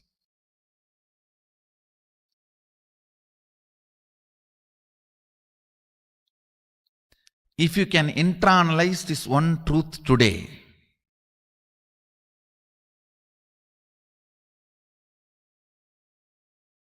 tons of past sufferings will be healed in you. I wanted all of you to do this as an assignment today. From the time you remember, you write down all the failures, frustrations, hopelessness, situations when you collapsed, when you gave up, when you felt you have not achieved what you want, you felt loss, whether it is personal, health, professional, career, life, prayers, spiritual, anywhere.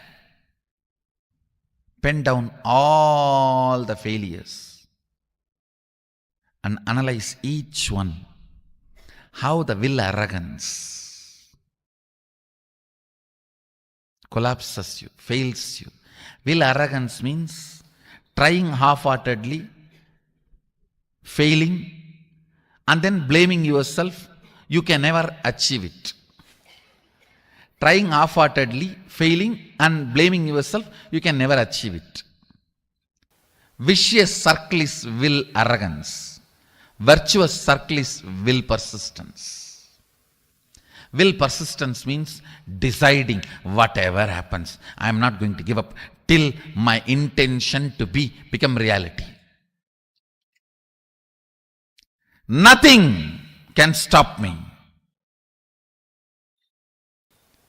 If my intention to be is Shivoham, till that happens, I am not going to give up. I am going to be persisting. The will persistence.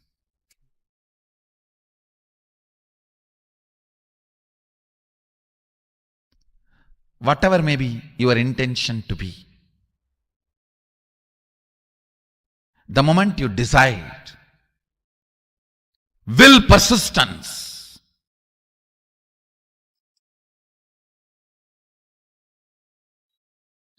you will see so much of healing, healing, healing, powerfulness, powerfulness, powerfulness.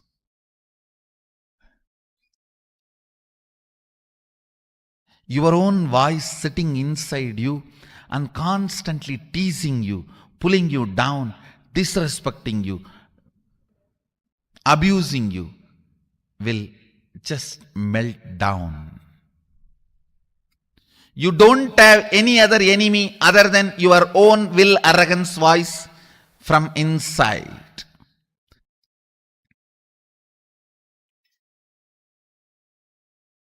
Today do this assignment. This ironing out will heal you so much. You will be ready to manifest all the experiences and powers of Sadashiva. Align here. Start this assignment today. Start this assignment today. To complete with all the pains, ideas, neurological, psychological, physiological, physical, hormonal ups and downs you generated in you, which goes on trying to make you believe falsely that you are not your intention to be. Complete all of that. After finishing the assignment, you will simply understand it is just dash dash dumped on you by your will arrogant lifestyle. Actually, I want you to do the assignment here. Sit here, and after this session, do the assignment.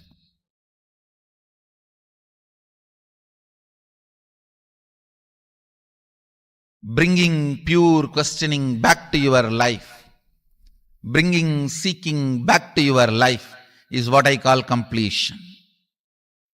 Understand? It happens only by will persistence, not by willpower. Sometimes people come and tell me, oh, 10 years I had persistence. No, you had willpower.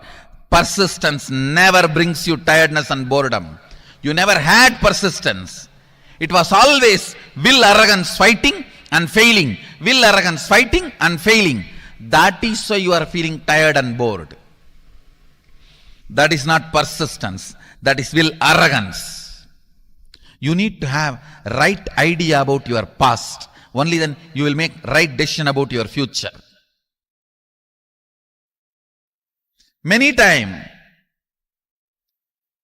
the tug of war which you continue to have with your will arrogance, you call it as will persistence. No. Will persistence is different. Will arrogance is different. In will arrogance, every time you only fall into powerlessness and repeat the same stupid cycle. In will persistence, every time you are one step ahead. You are one step ahead. You are one step ahead. So you will never be bored. You will never be tired. Tiredness and boredom is the quality of will arrogance, not the quality of will persistence. Will persistence never brings powerlessness about you or about others. Will arrogance always brings tiredness, anger towards you and others. Will arrogance is different. Will persistence is different. Will persistence becomes will power, not will arrogance. Will arrogance becomes only will failure. Will persistence becomes will power. Will arrogance becomes only will failure. Will persistence suddenly makes you young and you start from the beginning. Come on, start 1, 2, 3.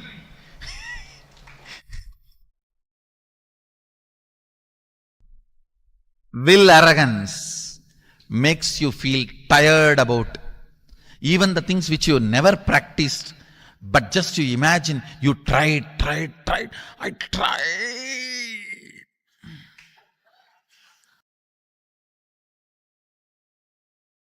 It means you just need kadka pudi. I tried. It is not coming. Will arrogance is different. Will persistence is different. Persist. Persist. Persist. Naham manye suveteti. Nona veteti vetacha. Yonastat veda. Tatveda nona vedeti vedacha. You may know something, you may not know something. Knowing what you know and knowing what you don't know is itself knowledge. Will persistence, will persistence, will persistence.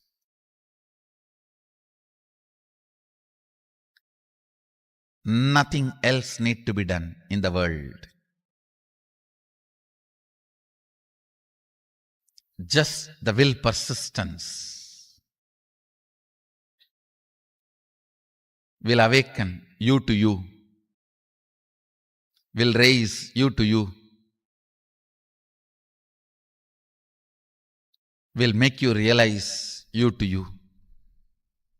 Naham manye suvedeti, nona vedeti vedacha, yonastat vedatat veda, nona vedeti vedacha. More and more things you embody, more and more you will know. More and more will persistence happens. More and more will arrogance gets completed. That's all is the essence of life. That's all is the essence of life.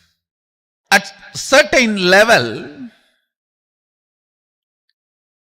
attacked by tiredness, self-inflicted boredom, makes you feel you know it. That's all can be known. You give up on you. And you feel everything is okay. I have seen this during the manifestation of powers. People actually fight with the so-called willpower. It is not willpower, will arrogance. If I make it now, it has to happen now. If it is not happening, then it is not for me. Leave it. Willpower. What do you think as willpower? Is nothing but will arrogance. Real willpower comes by will persistence. When you are bit by the snake called will arrogance, and that poison spreads inside you as tiredness and self-inflicted boredom. I've always seen this. When people first start seeing me, they're all excited, go gaga about all over. If they don't convert that excitement into responsibility and assimilate it as part of them, then slowly, that's the difference between fan and devotee. Fan just fans away all the excitement. Devotee makes the excitement into responsibility. Whoever has converted their excitement and devotion into responsibility, they will never be bitten by tiredness and self-inflicted boredom. Understand? I am using two words. Tiredness can sometime can come even externally, but boredom only from internally it can come. That is why I am using the word self-inflicted boredom. When these two attacks you, you come to a decision, that's all for me, leave me. When you say, that's all for me, leave me, your life has ended. Your life has ended. Even I don't tell that. Even still I sit and work.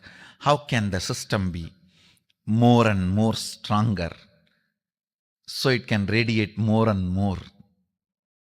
It can manifest more and more. It can support more and more. It can share more and more. One of the most important thing happens to you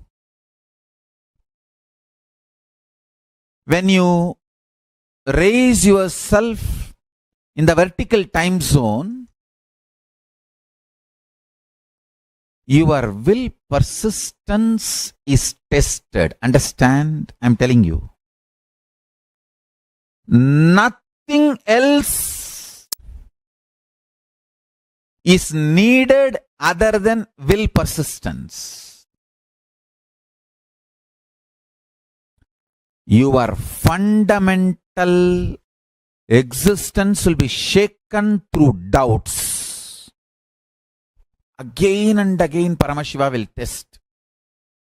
Understand? Not only you are tested, even I am tested.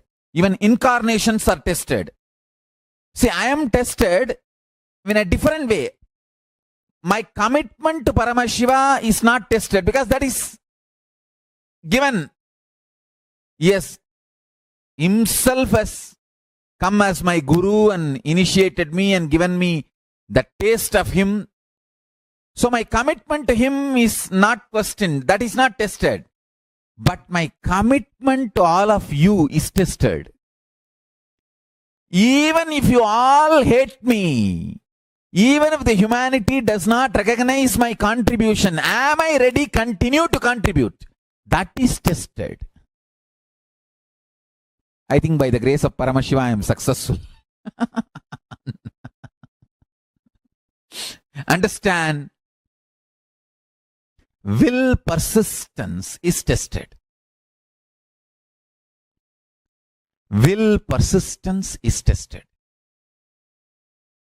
Nothing else is required if you stand with will persistence. Understand? As long as you are treated beautifully and everything goes well, if you have faith in life and higher principles, that is not something great. But when things are not as you expect, and even then you decide to stand with the powerful cognitions,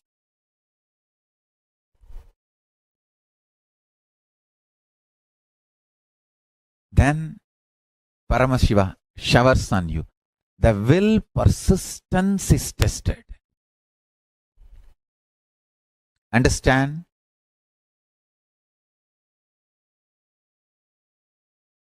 Your bones are drilled with a diamond of pure consciousness.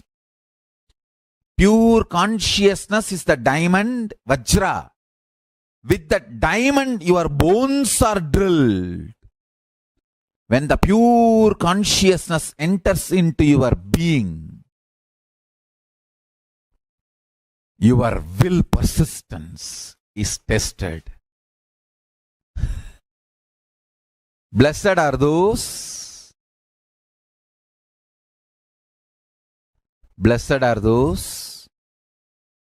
who carry the powerful cognitions as the core of their life. Understand? Stand with powerful cognitions not for any benefit, but because it is truth. I stood with my Guru Arunagiri Yogeshwara not because of any benefits I got from him. End of the day, I stood by him because I know he is truth.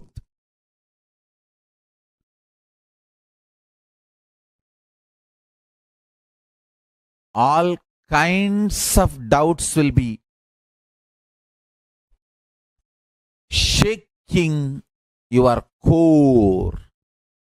What I call GDHT, Guru doubt, Guru hatred, Guru denial.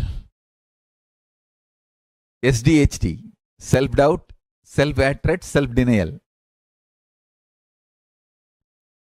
Anyone stands with the will persistence, Paramashiva showers on them. Understand? When the being is raised through the vertical time zones,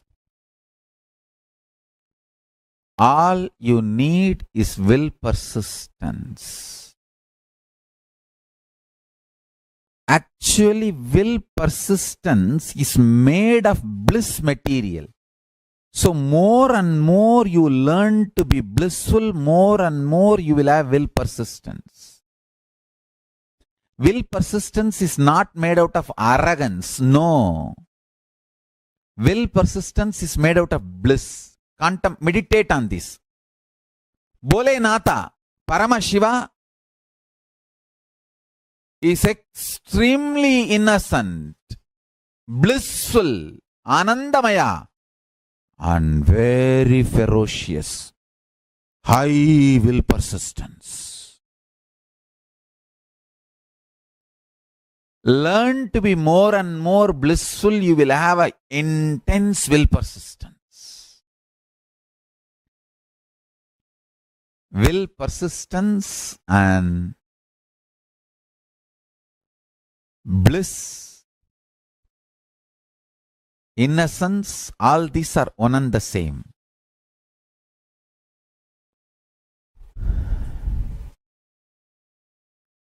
This is the powerful cognition. Today I want all of you to meditate.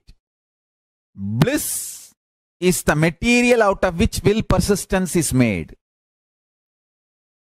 Be more and more blissful, you will have more and more will persistence. Work on your bliss, you will develop will persistence automatically.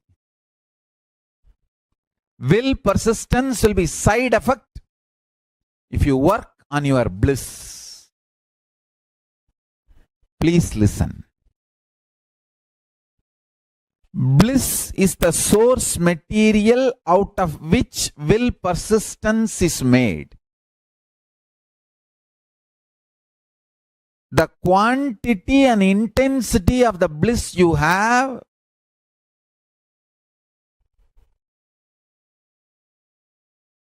forms the foundation for the will persistence to exist. If you want to strengthen your will persistence, work on your bliss. Make yourself more and more blissful, ecstatic, joyful. Work on your bliss. I tell you, best ways to increase the frequency of your bliss is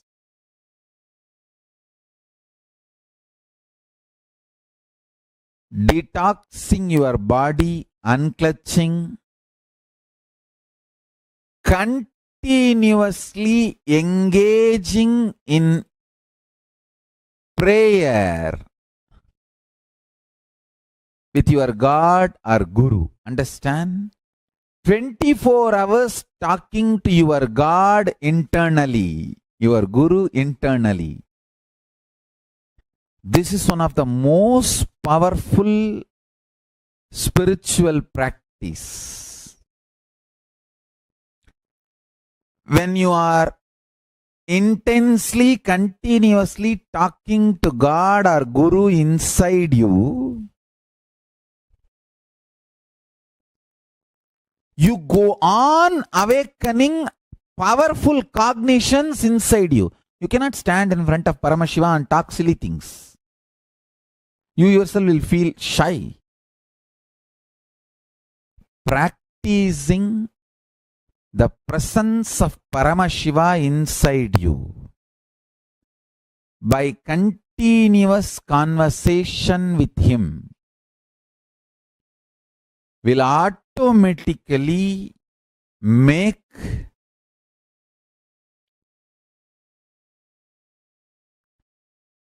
you being stable in very powerful cognitions. I tell you,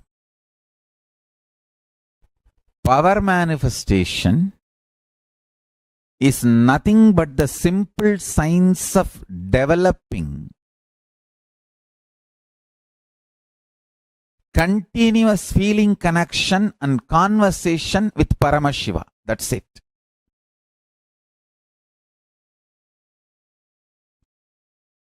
"24 hours continuously having conversation, dialogue with Paramashiva inside you.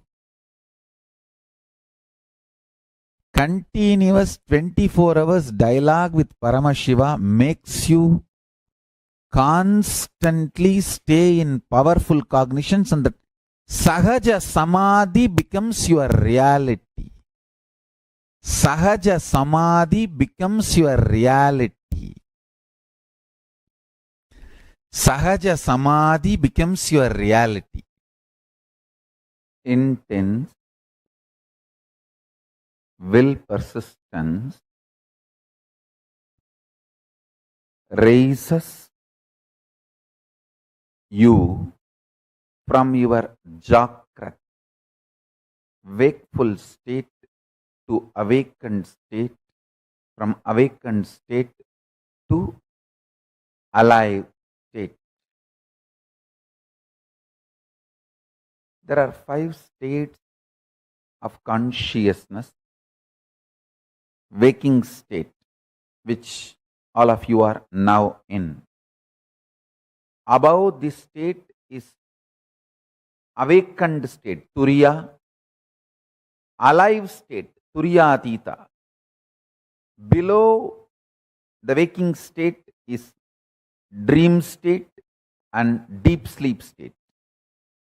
Listen, waking state. Jakrat. In Sanskrit, we call it Jakrat. English, waking state. Below this waking state is dream state, Swapna. Below the Swapna, deep sleep state, Sushupti. Sushupti, deep sleep. Swapna, dream. Jakrat, waking state. Turiya, awakened state. Turiyatita, alive state. These 5 layers are 5 levels of states of your consciousness.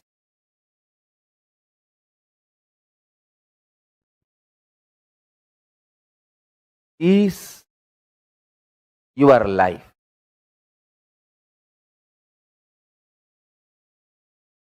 Intensity, intensely awakened state,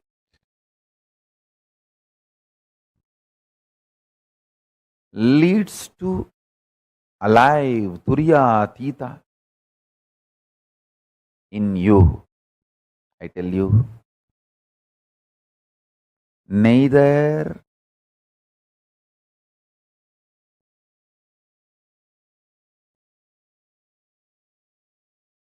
what you consider as external achievements, nor the external capabilities can define you. They can all be one of your glories, like one ornament. But they cannot be the definition of you. Definition of you is in which state you feel cute about you. Do you feel very cute about you sleeping all the time? Or do you feel very cute about your dream state? Do you feel very cute about your waking state? Or do you feel very cute about your awakened state? Or do you feel very cute about your alive, all-powerful state? In which state you feel very cute about you all matters. Stop wasting your energy in making others feel cute about you. Understand, the whole world is stupid, dash, dash, dash, frustrated, beep, beep, beep, beep, beep, beep, beep, beep. Understand? Nobody feels cute even about themselves. Why will they feel cute about you? Just dump the shit of putting your energy and attention, time, treasure, talent in making others feel cute about you. Pooh.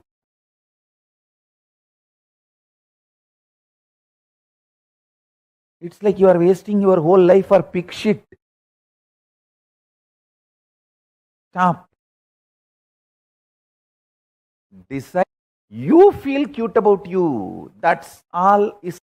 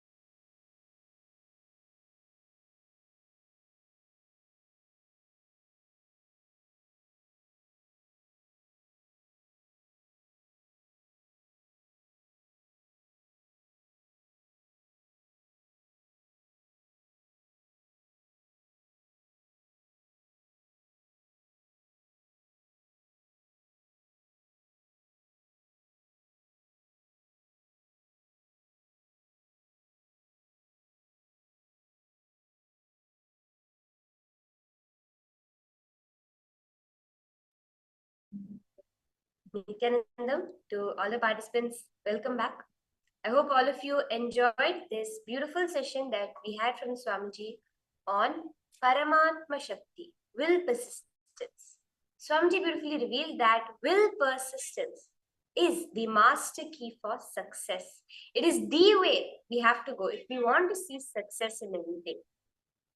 As we get into this session, I request all the participants to come settle down. Marzio Lankau, Makarini, you can share what it is that you understood from this session. Machunyoshi, Mayonana Catherine, can I request all of you to go ahead and share what it is that you have understood? What is it that you have cognized as the powerful cognition from this beautiful session directly from Swamiji himself?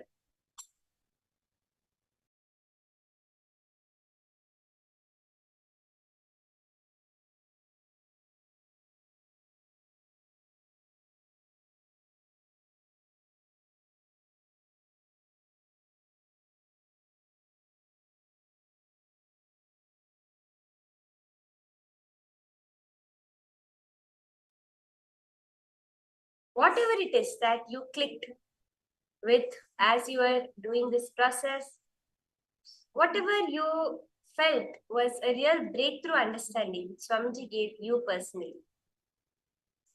Go ahead and post that in the chat section as we enter into this beautiful session. Yes, Sendil Kumaraya, this is Paramashivoham Level 3. We've asked, is this Paramashivoham Level 3? Yes, Aya. We are in Paramashivoham Level 3. You're in the right place. And, okay. Aya, basically, Aya, will persistence is all that is required to engage fully with life.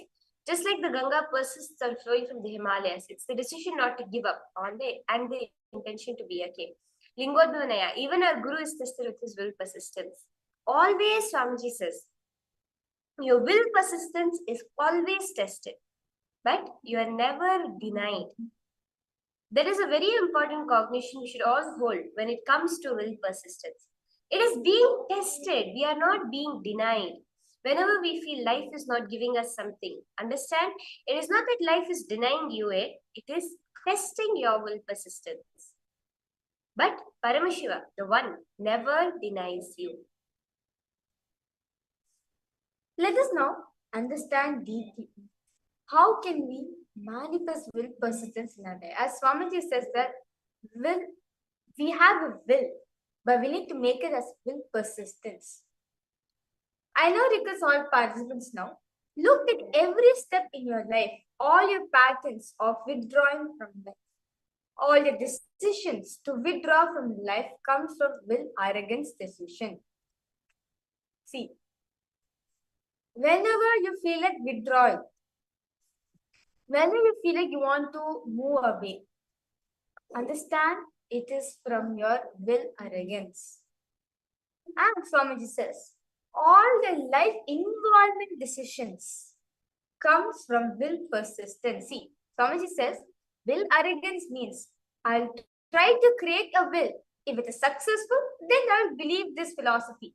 If it fails, then it does not click with me. Then I think this philosophy is not for me. This is not working for me. I think this does not work for anybody. That is will arrogance. See, Swamiji is saying, this because something is not working for you. We come to conclusion that it's not working for me. But Swamiji says it's not about that philosophy. It's not the truth is not working. It is just that the intensity which you have is not there. Like for example, when you're hungry, we be so intense to go all and get food for us. Right? Like for example, you do not have anything in your home and you have less amount of money. You somehow do something, get some food for yourself. Well, literally every single thought can be like, okay, how can I get food for myself? How can I get food for myself? How can I make it happen for me? I'm really hungry right now. That is will persistence. When you're so putting your whole life, when you're involved with every single moment, that is will persistence. When you just feel like, okay, let me just be as I am. Let me not eat the whole day. That's fine. That is okay, I don't think by this method I'm going to achieve anything, so I don't think this is good for me. That is will arrogance. So all participants understand the clear difference between will persistence and will arrogance. Will arrogance is where you do not, all the withdrawal decisions which you have taken, all the patterns where you decided, I do not want to be involved with life, where I'm deciding to remove myself from life, like getting back to your own shell. That is your will arrogance. Your will persistence is, okay, let me get involved. Swamiji says, when you get involved, life shows you many different opportunities for you to manifest what you want. That is will persistence. That will, okay, no. Swamiji said it is that. It is true. That means I have to manifest it. Many times, even during the power manifestation, all of us might have felt like, okay, Swamiji said this means it has to happen. And you will just see it happens. Because at that moment, what you're carrying is will persistence. Only when you carry the will persistence do you start recognizing how life is waiting to support you. So take a few minutes and cognize where all you are living in will arrogance, where all have you been functioning from will persistence. This can be clearly seen in many fields of life, such as even your health aspect, your wealth aspect, or in your career, in your job, or even your relationship. Wherever, from the time you remember you, write down all the failures, frustrations, hopelessness, situation when you collapsed, when you gave up, when you felt you have not achieved what you want, you felt lost, whether it is personal or health, profession, career, life, prayers, spirituality, anywhere, anything. Pen down all the failures and analyze each one of them. How the will arrogance collapses you, fails you. See, understand? Write down all the failures, each and every aspect in your life. It can be in the spiritual aspect, it can be in the health aspect, where all you have felt sincerely, oh, I have failed in this place. All the places where you feel hopelessness in it, you feel, no, this is not possible for me. Like even the truth which Swami is revealing, sometimes we may not understand the truth what Swami is saying. Even if you feel, okay, let me just, I'm not understanding, I'm giving up on myself. That is will arrogance. I think this is not for me. Yeah, I think this is not for me, and then you give up. That is will arrogance. Or even doing power manifestation. Whenever, especially the power of consciousness of a matter, when matter is not moving for us, or we're not able to see through a third eye, we're not able to manifest the power, or you get to manifest, you're only seeing darkness, Swami is not showing me at all. You create a strong self within yourself. Okay, I don't think this power manifestation is for me. Well, it can be for others. Well, not for me, because I'm not able to do it. Well, I'm listening to what Acharya is saying, but I'm still not able to do it. And deciding, okay, that's it. I've tried all techniques. I've tried everything. Nothing is working for me. So I don't think this is for me. This is for me. That is your will arrogance. Write down all the places in your life you've seen this. You first do this. First, forget about will persistence, will arrogance. Where all have you failed in life? Write that down. All the different places you are able to see a source of failure in your life. Or whenever you feel like I'm a failure, I'm collapsing everything, pen down those feelings also. It can be frustrations, powerlessness, all of these, write it down. I request all the participants to sincerely participate. Okay, Mashya Gupta posted, constant inner dialogue with Swamiji will create permanent space for powerful cognitions to manifest. Bliss is the material out of which will persistence is made. That's such a beautiful cognition, ma. Now take that cognition and look at your own life. Write down where all you see, you feel you have failed. Look and see, you will see that each of these failures at that time you would have been cherishing will arrogance. Will persistence, Swamiji says, is always bliss. Somewhere you would not have been enjoying it. Even when you're working towards it, let's say you feel you failed in your health goals.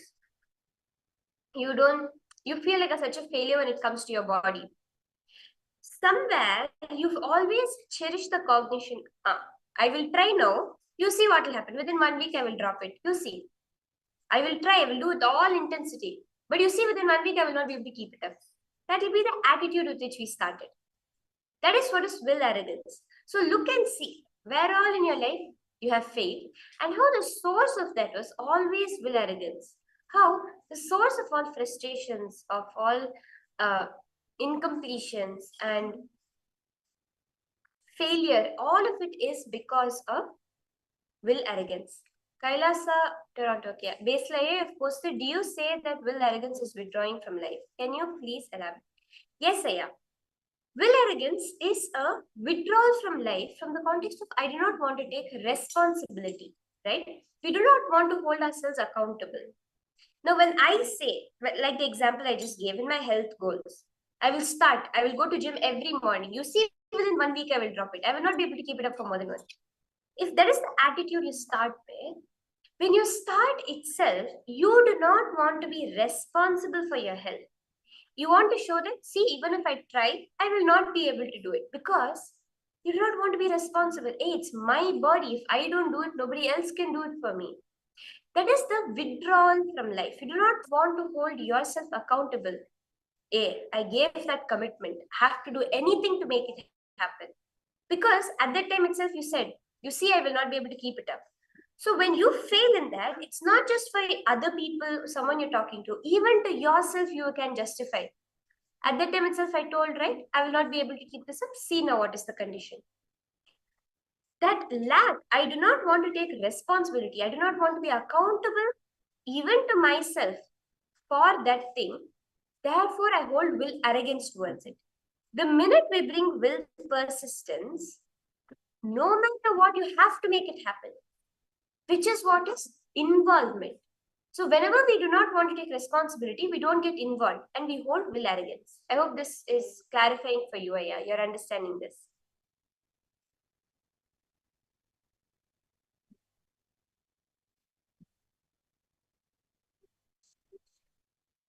Go ahead and write down where all in your life you're able to see failures and see how each of that is because of the will arrogance. Yes, I request all participants, Ma Karini, Ma Julisala, Ma and the captain, because all of you to please come on camera. Maratna Prabha, Machunyushi. I request all of you to participate, come actively and engage in these beautiful sessions that Swamiji is revealing for us.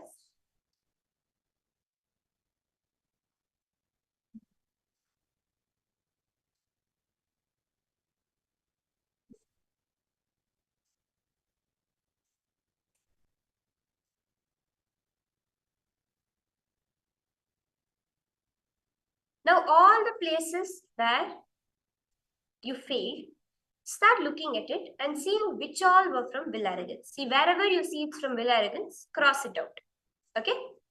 So, like you failed in your exam, cross it out. If you're able to analyze that it's because of will arrogance. Just do this sincerely. So, you're not doing this for anybody else, you're doing this for you. Just by completing this, you can start seeing an immediate success in your life. So, request all the participants do this very sincerely. This you're not doing for anybody else. It's just for you to have a breakthrough. Do it very sincerely and pen down. Where all are you able to see this will arrogance? Every failure that you faced, if it is because of will arrogance, cross it out. You will start seeing all the pain of failures. All of this is nothing but will arrogance. It took away so much of life. You'll identify every failure was because of will arrogance. If you hold will persistence to something, it's impossible for failure to happen. You will see all failures you have faced in life is because of will arrogance.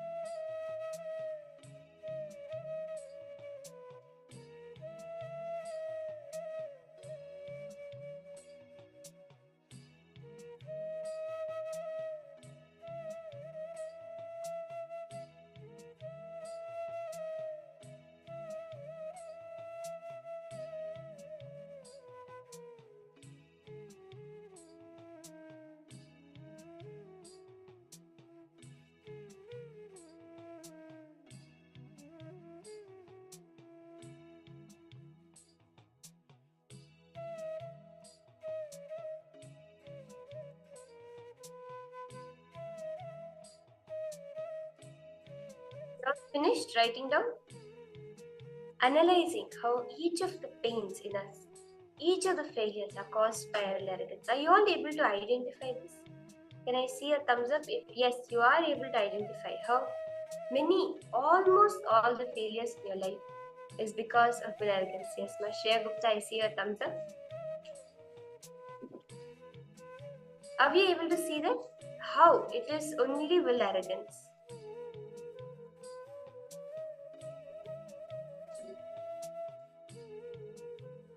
Nithilingodone, your question: how can we manifest more bliss? By detoxing, prayer, and the third one I forgot.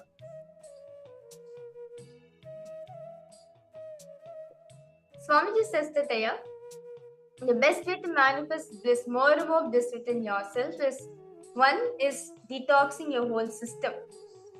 Second is having intense prayer. Third is unclutching. Just doing these three activities, that itself is enough prayer, or just by following the Kailasa's lifestyle itself, as given by Swamiji, that itself will manifest more and more bliss within you, which actually help you to manifest more and more will persistence.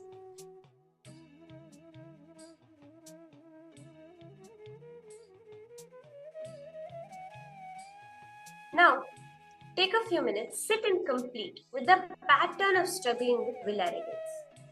Make a conscious decision to only hold will persistent. From now, I decide to practice will persistence. Till I become my intention to be, I am going to practice will persistence. Anybody who takes this decision, you are reborn today. I request all the participants now to take a few minutes and make this as your conscious decision. I will drop this pattern of will arrogance and only function from will persistence hereafter. Once you have made this declaration, I request all of you to also go ahead, type it down and post it in the chat section.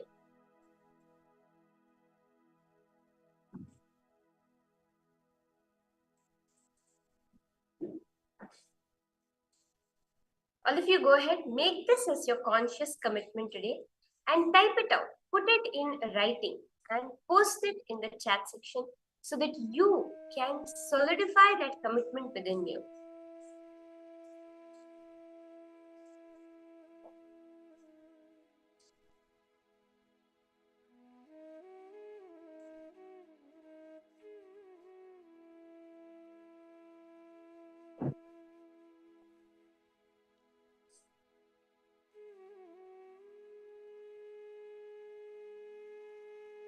Nityanandam Sandil Kumaraya, I request if you can come on camera and also participate in this beautiful session from Swamiji.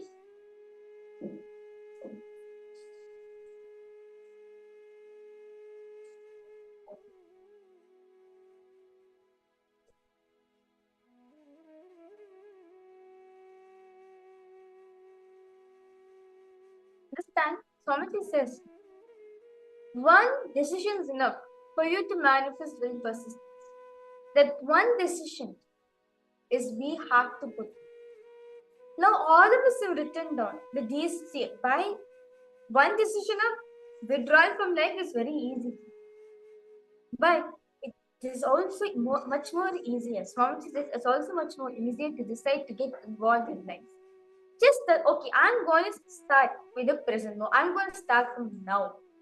That one decision is enough. So now all the participants, now what you've written, Ma, you're in the Catherine, Ma, Karnish Natarajan, Ma, Judy Silla, because all participants, now what have you written down as your failures?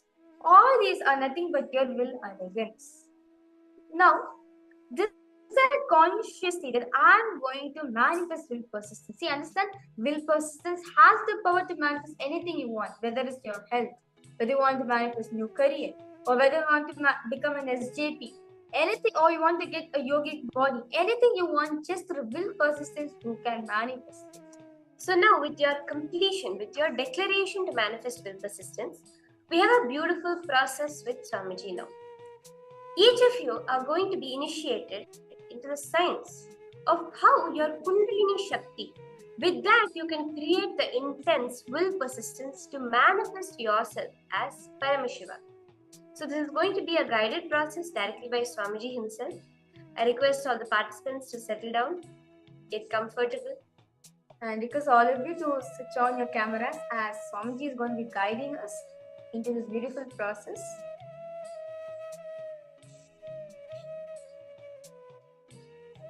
Let's now enter into this powerful process, the powerful meditation, initiation process directly by Swamiji for all of us to manifest will persistence.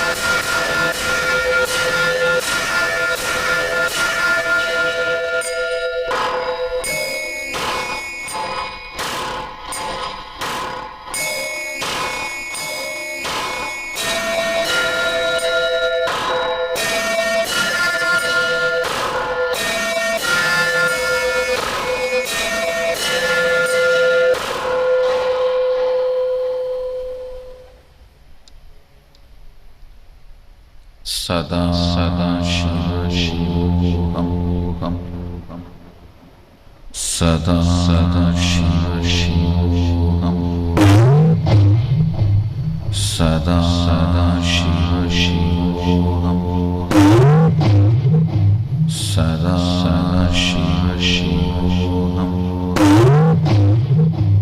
Sadashivoham Sadashivoham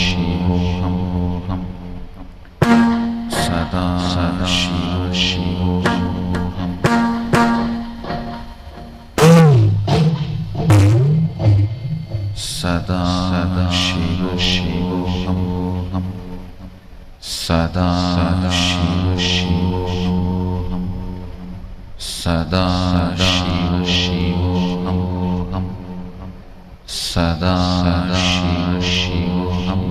Sadashivoham Sadashivoham